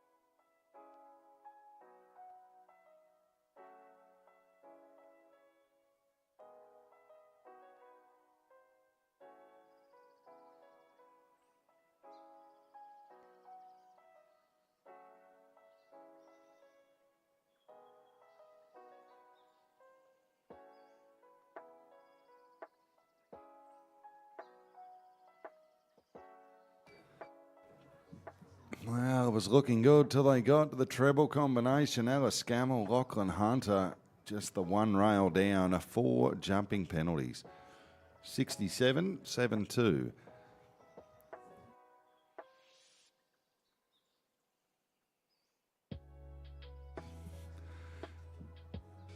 Commander, NZPH will be the next horse on course. In the saddle, Josephine Connors. We only have 5 horses moving through to the jump-off on clear rounds. It's Imogen Lind and Leica Viv, Alyssa Stevens and Vertigo, Jack Barker, Talara Kolchik, Joel Lamb and Deanne Jella, and Josephine Connors, Narado, EMVNZ. There are 5 horses moving through to the jump-off of Class 225.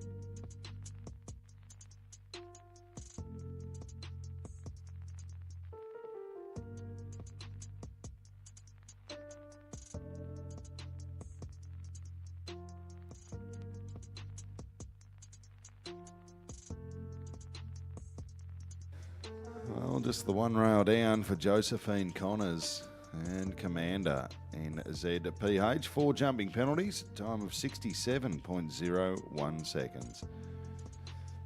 Tanner Robinson makes her way back into the arena for the second time in this event. This time she's riding Yalambi's Colandia.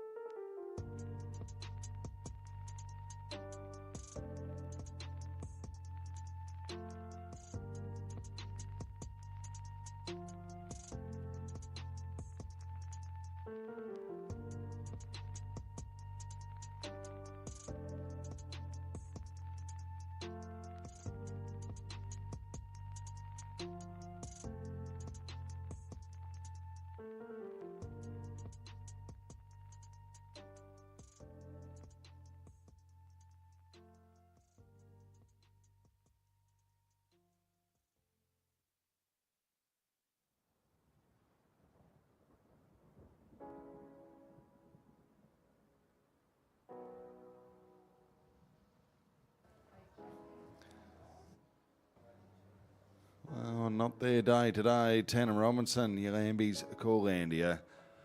2 rails down, 8 jumping penalties.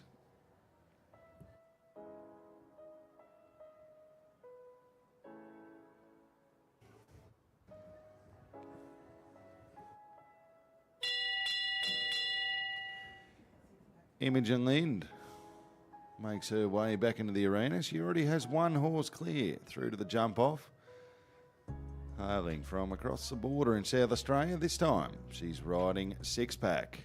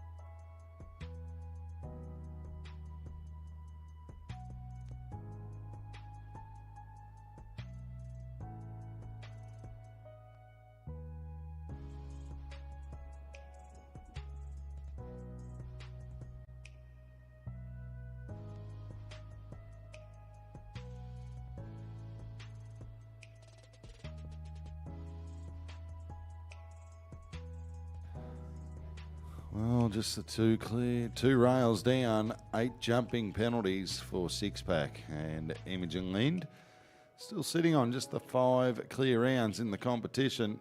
Imogen having one of those with like a Viv. Then we have Alyssa Stevens, Jack Barker, Joel Lamb, and Josephine Connors all moving through to the jump off. Darcy Prime makes his way back into the arena for the second time this afternoon. And this time, Darcy riding Saddle Up Bella.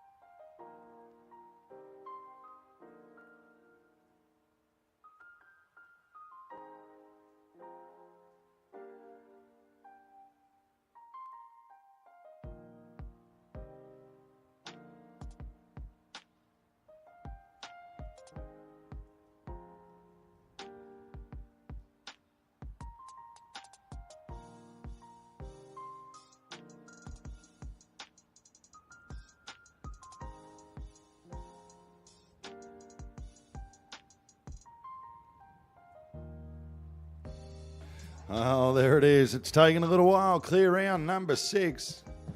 Darcy Prime, Saddle Up Bella. 6 prize monies and 6 clear rounds so far. A young lady from Warragul would love nothing more to jump a clear round in this event. Her older sister already has. It's Kaylee Stevens. And this time she's riding Burnside.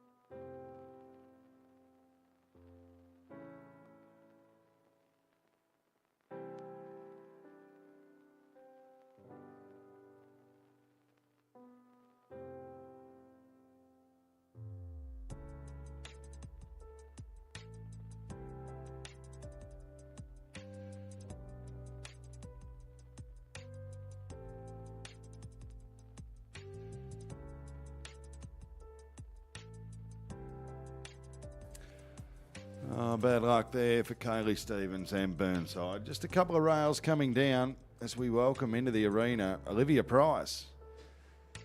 And this time Olivia riding Chow MS.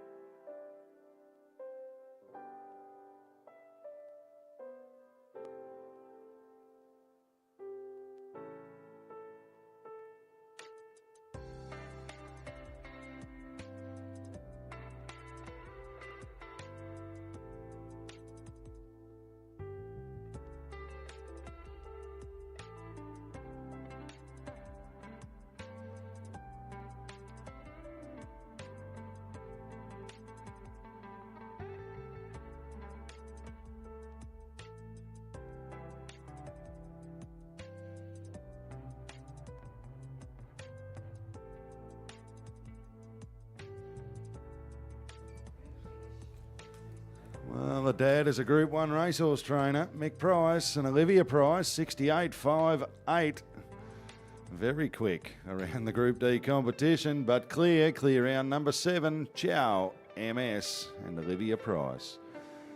Well, the next horse on course, the big boss up here in the bunker, I suppose we can call it. Picked this horse out as a favourite. Really likes it, Tanya. His name is Glenbrook, Archie Bunker. And in the saddle, Harley McNaughton.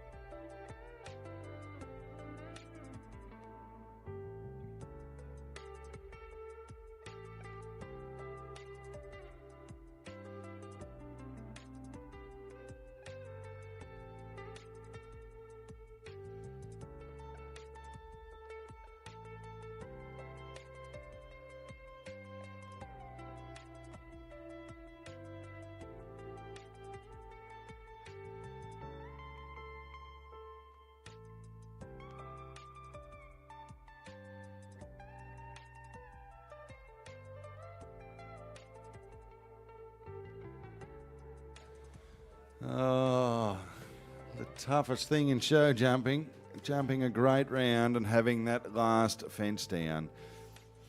Harley McNaughton, Glenbrook Archie Bunker finishing with a total of 4 jumping penalties and a time of 68.05 seconds.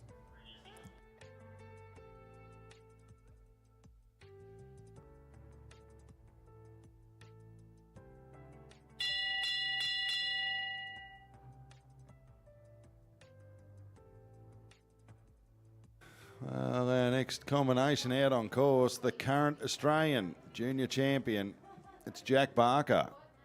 And this time, Jack riding Talara for Quinnar. He already has 1 horse through to the jump-off in Talara Kolchik. We have 7 horses moving through to the jump-off round.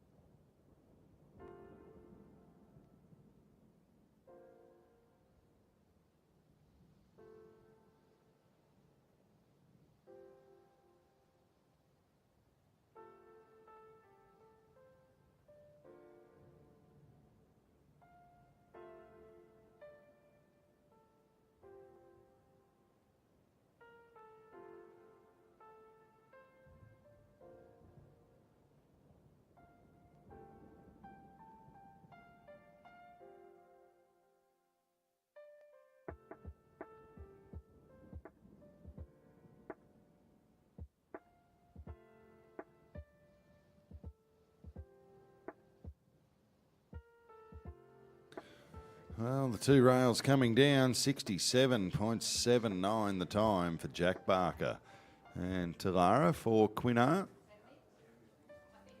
That was our final combination to compete in the first round. Our course designer and his helpers will readjust the course now to be a shortened course. And our 7 clear rounds will come back into the arena again over a shortened course against the clock.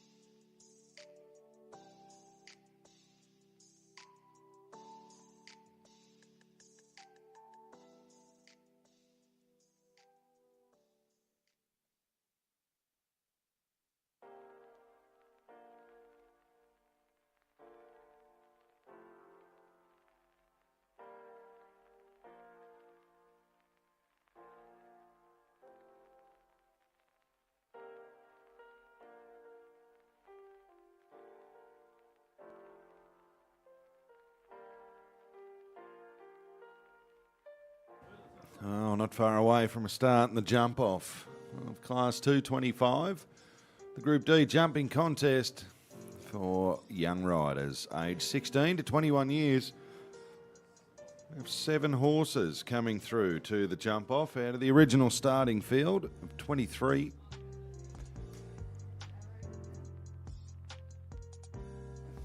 And our first rider, who was just a couple of years ago, as a junior, the most successful rider in jumping events at the Royal Melbourne Show, or Melbourne Royal Show. She makes her way out now. Her name is Alyssa Stevens. And this time, Alyssa riding Vertigo.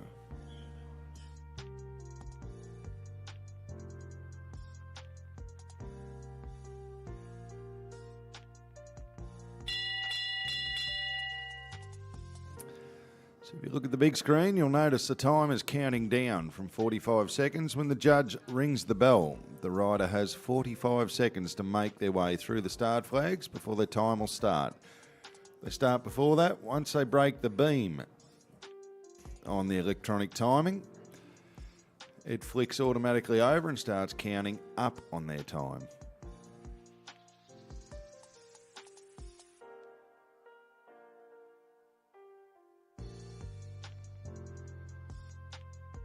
So it's 4 jumping penalties for knocking a rail down. The Melbourne Royal fence there just coming down, and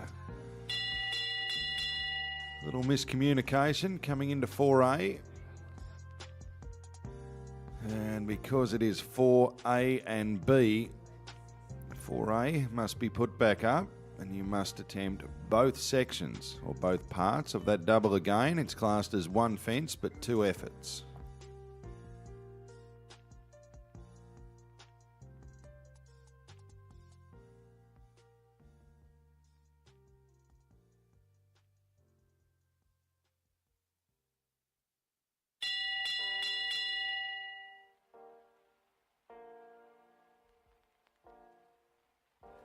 Now you notice the time will start again once Alyssa is in the middle of the combination where the clock was stopped.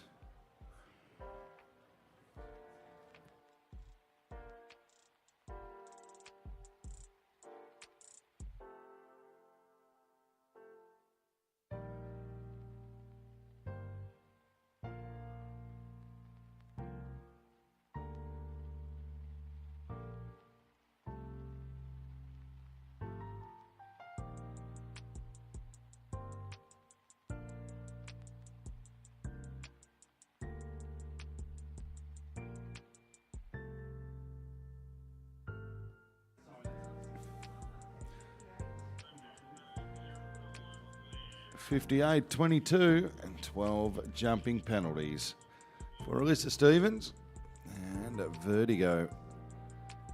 So we welcome into the arena Josephine Connors. This time Josephine riding Narado, MVNZ.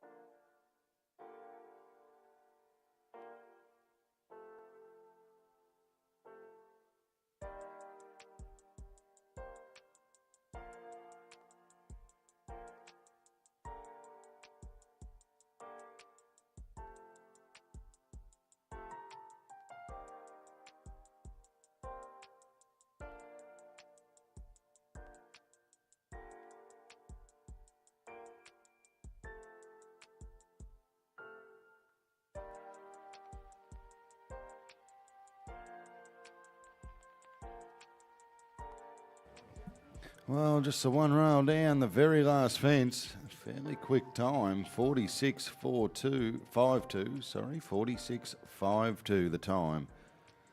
And 4 jumping penalties for Narado, MVNZ, and Josephine Connors.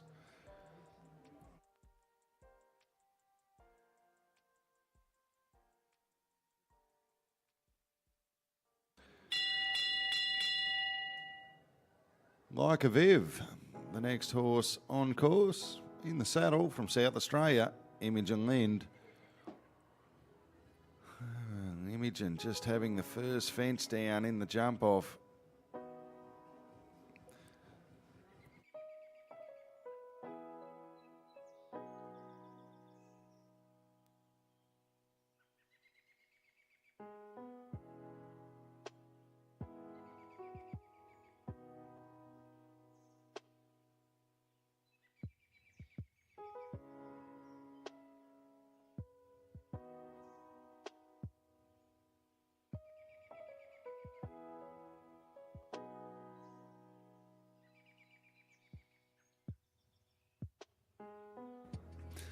Well, the two fences coming down a great time.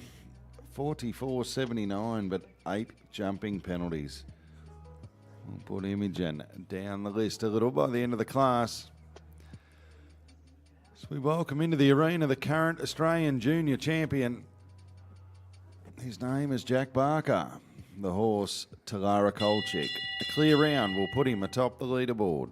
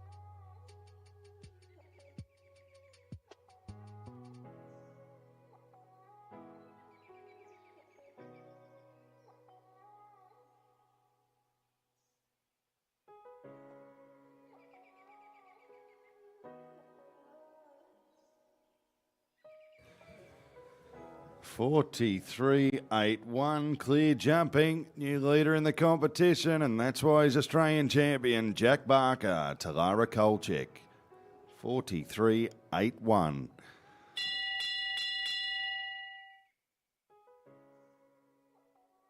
Well, the next combination on course. He's a footballer, he's a golfer, he's a show jumper. He's a great young man. His name's Joel Lamb, and he's riding D'Angela.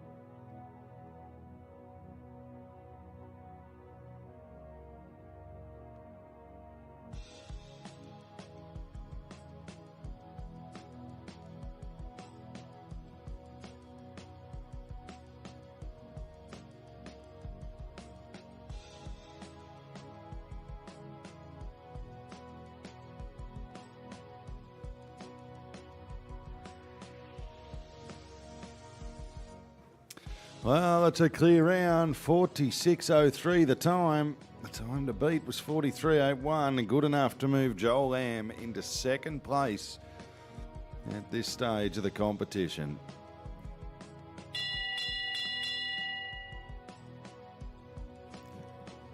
Well, the young man from Northern Victoria makes his way into the arena. It's Darcy Prime in the saddle, and he's riding Saddle Up Bella. The time to beat, 43.81 seconds.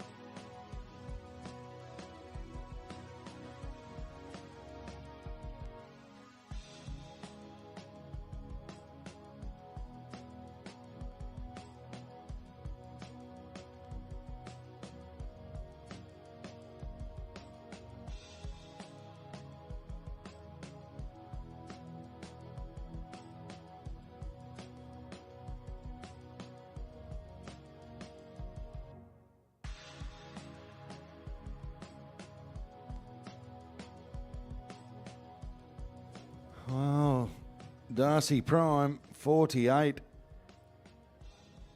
6-6 the time, just the one rail down, 4 jumping penalties. Good enough to guarantee Darcy a place. Moves him into 4th place at this stage of the competition. Just the one rider left to compete. The horse, Chow MS. The rider, Olivia Price. The daughter of one of Victoria's top Group 1 trainers in Mick Price.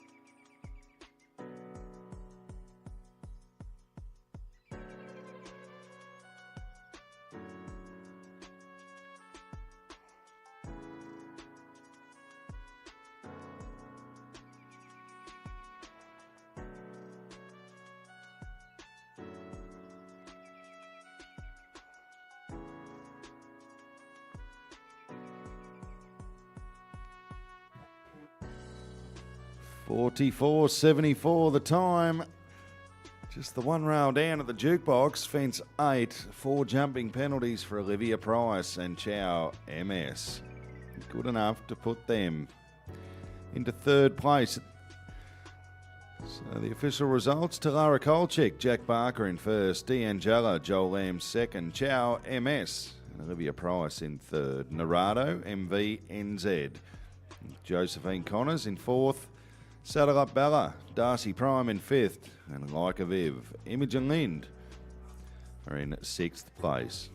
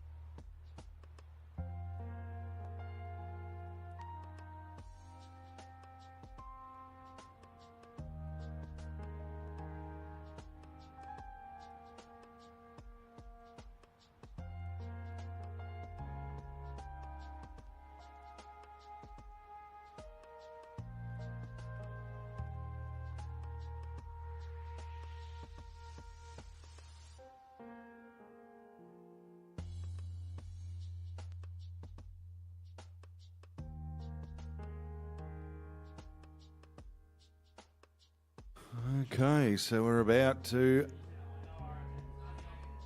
not far away from doing the presentation out here on the main arena for the Group D jumping contest as our course designer, Mr. Gavin Chester, and his helpers get ready for the next event on the program, the final show jumping event of the second day of the 2024 Royal Melbourne Show. It's the John W. Kelly Memorial Jumping Contest for Group A horses, so these will be the biggest jumps we see here at Melbourne Royal for the top group of horses, the most experienced horses we have here this year.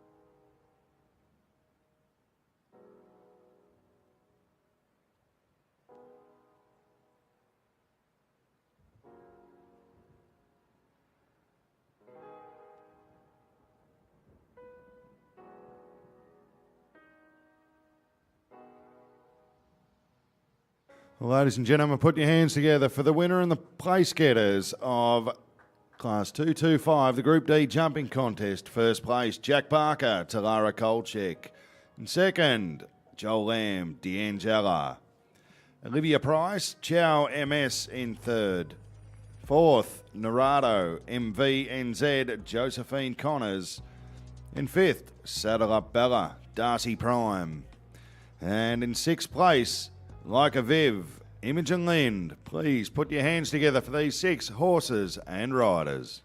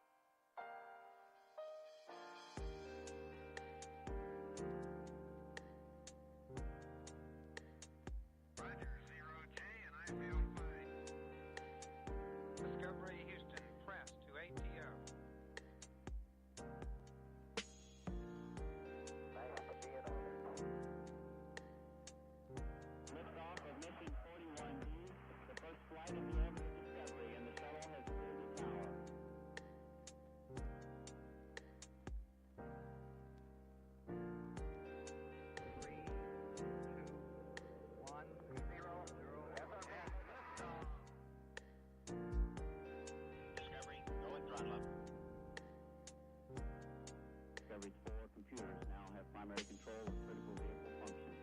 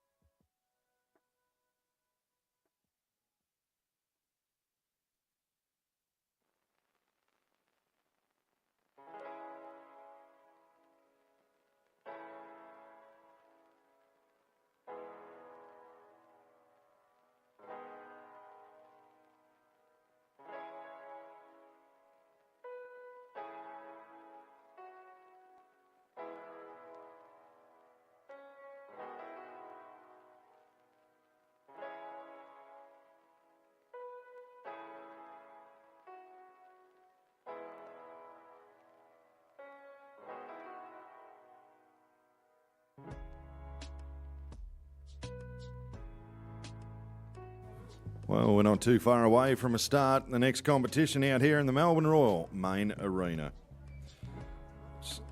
The John Kelly Memorial Jumping Contest. John W. Kelly of Eulo in Karamat North, which is in the Western District here in Victoria. He was elected to the RASV Council in 1960 and made a life councillor in 1980.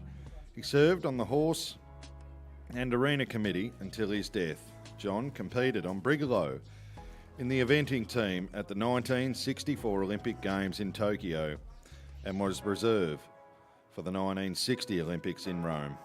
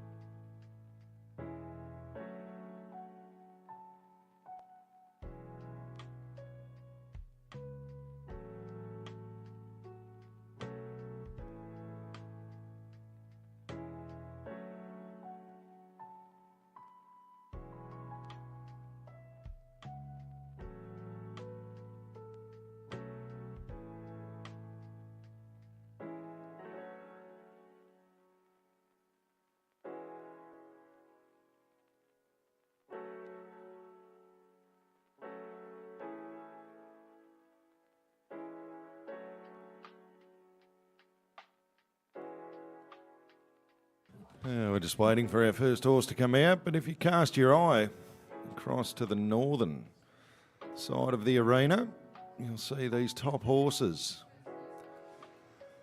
The Group A horses warming up.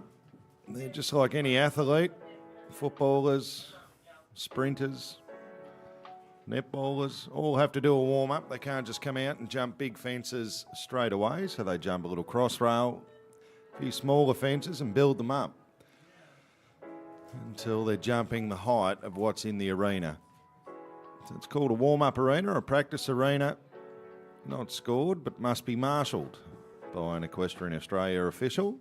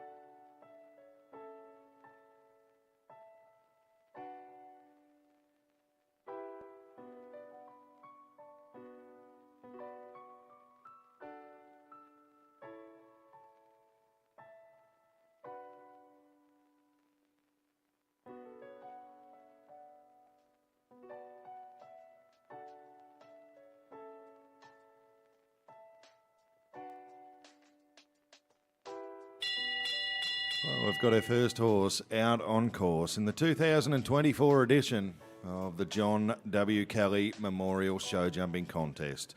She's one of the best lady riders for many years now here in Victoria and Australia. Her name is Sue Coman, and this time Sue riding Lizetta. It's a 2-round class, so all clear rounds will go into a jump-off, and in the jump-off, the fastest time with the least amount of penalties will win.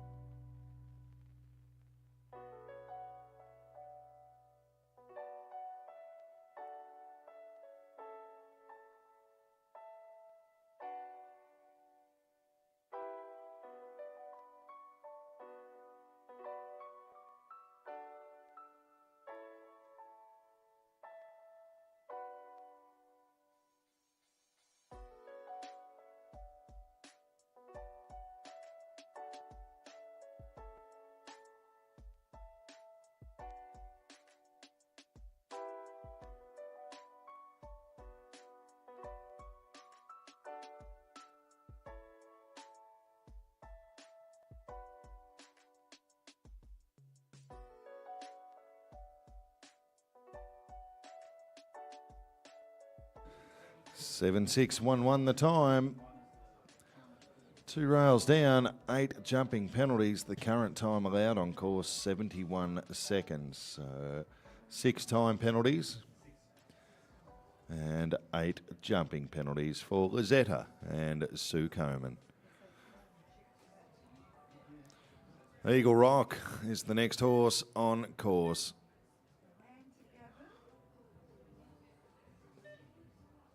And this Eagle Rock, ridden by Ali Lamb from Denison in Gippsland.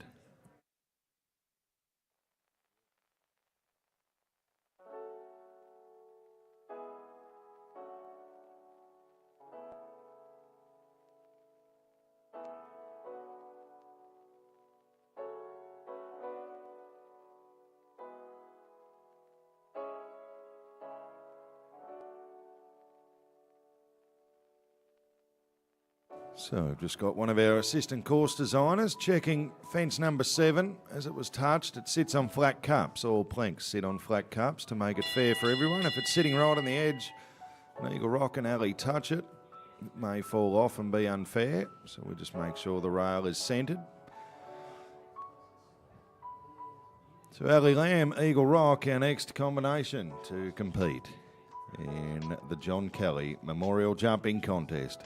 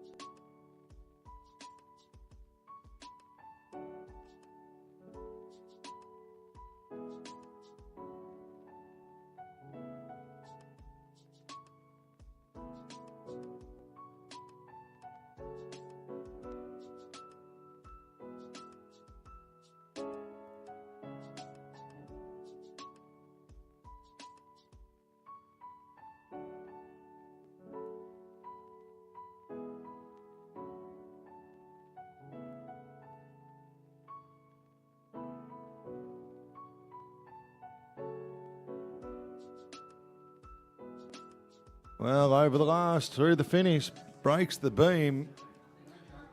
72.07 the time. Clear jumping. Ellie Lamb, the time allowed 71 seconds. We have 3 horses to adjust the time allowed. Our course designer, Mr. Gavin Chester, will now talk with the judge.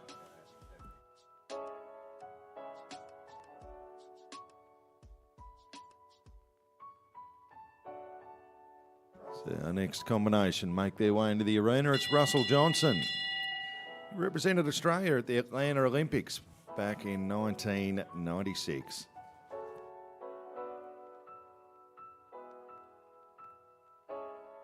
This time he's riding Kantara.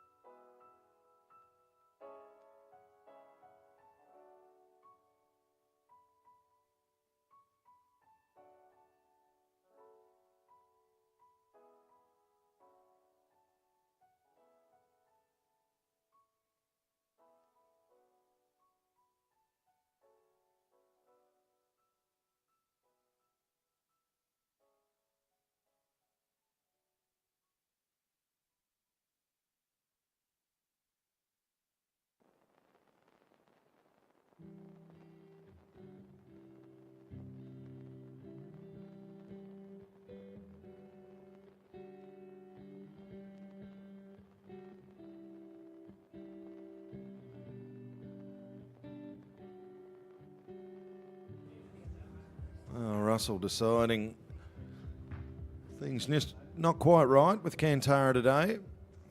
Jumping offence. He previously jumped and retiring.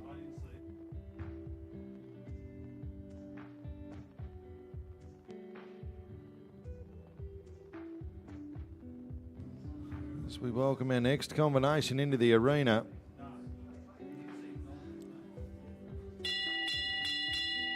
In the saddle, Jess Stalling. And this time, Jess riding Chatina.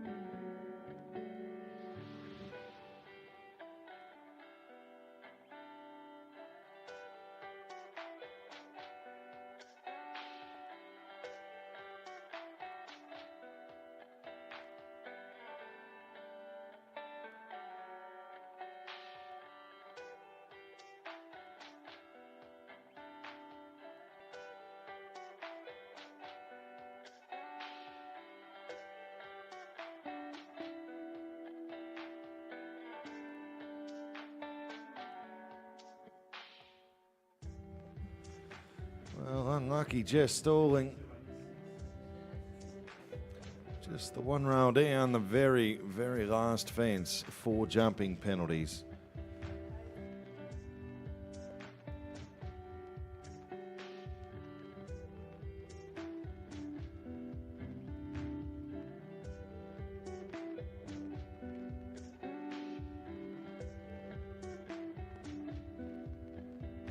So, Tilly Fair, can you hear me?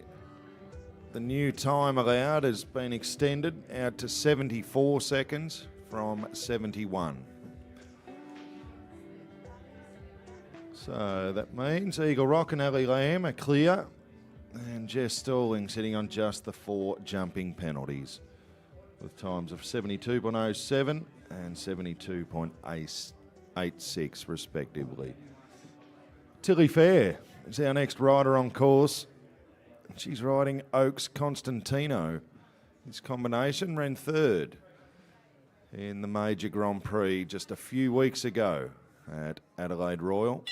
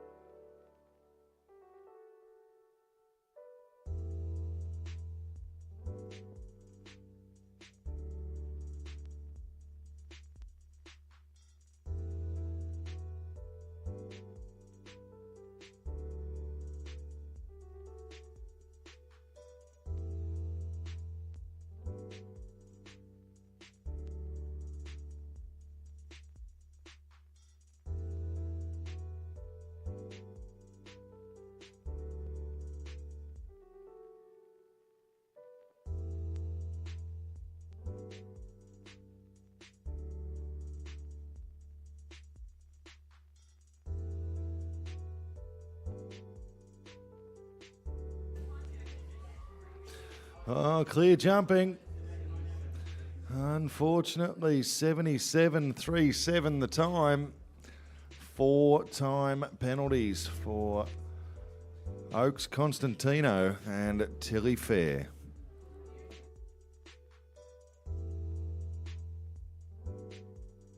Well, the next combination making their way into the arena. Victoria Stuckey is in the saddle. JB Ballon d'Or is the horse. Had a great show at Adelaide Royal just a few weeks ago, winning the Grand Prix on the last day.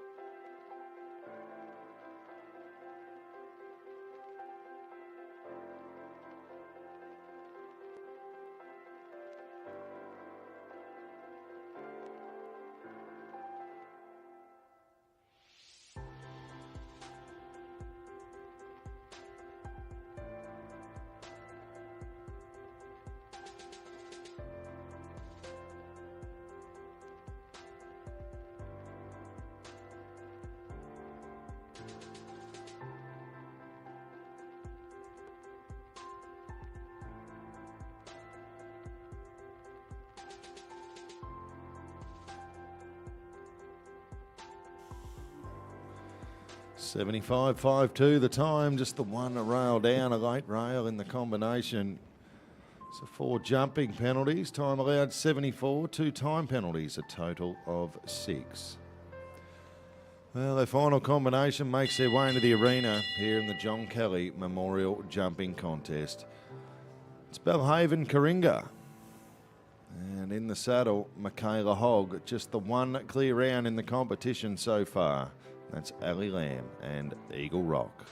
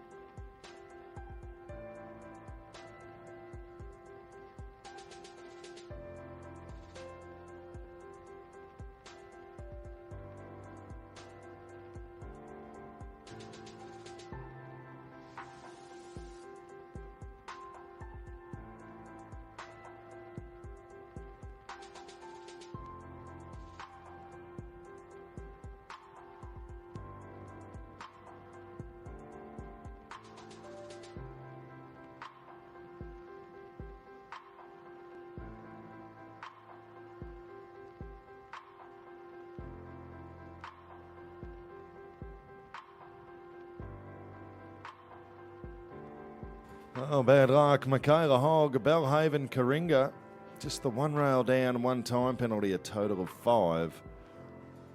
And a time of 74.63 seconds. So official results, we'll need these horses and riders for the presentation. Ellie Lamb, Eagle Rock, first. Jess Stalling, Chatina in second. Tilly Fair Oaks, Constantino in third. Belhaven Coringa, Michaela Hogg, fourth. JB Ballon d'Or, Tori Stuckey in fifth. And Lazetta, Sue Coman in sixth.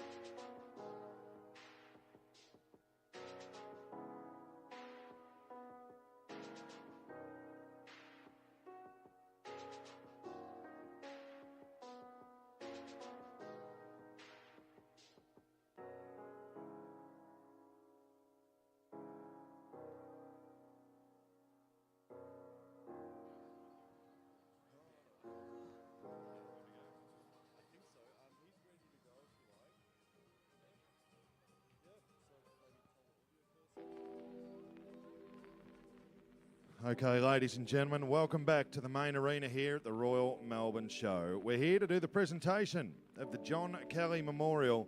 And to do that presentation, the great man himself, Mr. Stan Fear, is with us again. With our judge, Mrs. Ann Garner, and our penciler, also in Annie Harding. But no, a great effort by all riders in this big class. It's the Group A, the big dogs. And Ali Lamb, once again, I think if she was in the wood chop, she'd win that as well this year at the Royal Melbourne Show. There's not much she hasn't won. But Stan Fear, great to have you here again, mate. We had you early out for the Colin Kelly Memorial. But John Kelly, the brother of Colin, you weren't so much involved with John, but he was an unbelievable man and went to the Olympics way back in Tokyo in the 60s, and he was reserve again for Rome. That's right. Yep, he was a good man. Great committee man and a great counsellor. And he was a life counsellor here also at Melbourne Royal, wasn't he? That's what I mean, life counsellor, yeah. And mate, the Kelly family, they're what built, those sort of families are what built the Melbourne Royal Show. That's correct, yep. And yourself, and you're still here. You look younger every year, I reckon. Thanks very much. Oh, good on you, Stan. Great to have you here. So we'll do the presentation now. Ladies and gentlemen, please put your hands together for the 2024 John Kelly Memorial Champion, Ali Lamb, Eagle Rock.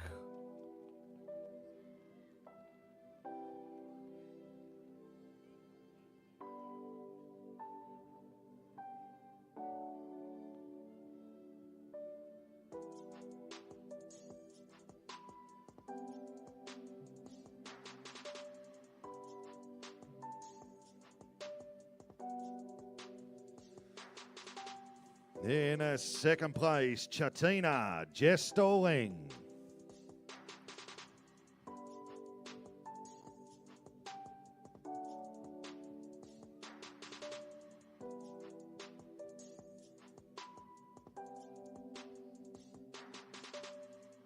In third place, Oaks Constantino, Tilly Fair.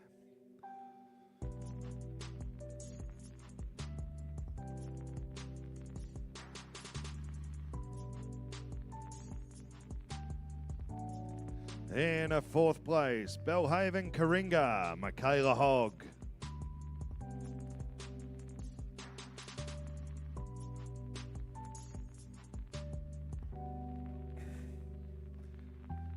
In fifth place, JB Bellandior, Victoria Stuckey.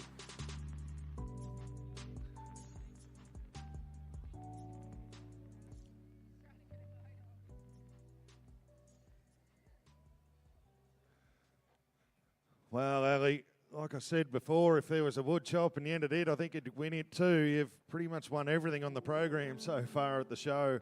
Can you bake cakes? I think there's cake competitions and everything else here as well. But this little horse, what a champion. He's no newcomer to Melbourne Royal. He's won a lot here in the past, and he's looking a bit older, but he's still evergreen and he's still doing pretty well.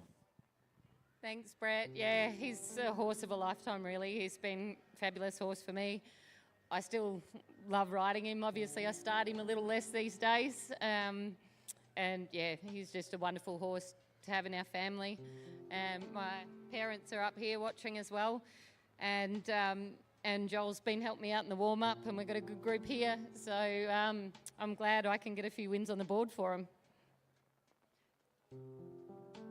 Good on you, Al. Fantastic effort. Jess Stalling, you won the Gary Owen last year, which is a bit of a pretty comp. This is a bit harder, the show jumping, but you're sick of running second already this year at the show. You got a few of these red ribbons. Yeah, I definitely feel like being the bridesmaid this show, but that's okay. Second's better than a kick in the teeth. Ali's, all her horses have been performing outstandingly, so kudos to her and her team. A big congratulations to everyone else, and a huge thank you to everyone in the committee that put in all the hard work to bring such a spectacular event together, as well as a big thanks to my team behind the scenes who this wouldn't be possible without, and my horse, she's pretty cool. I love her to pieces and she owes me nothing.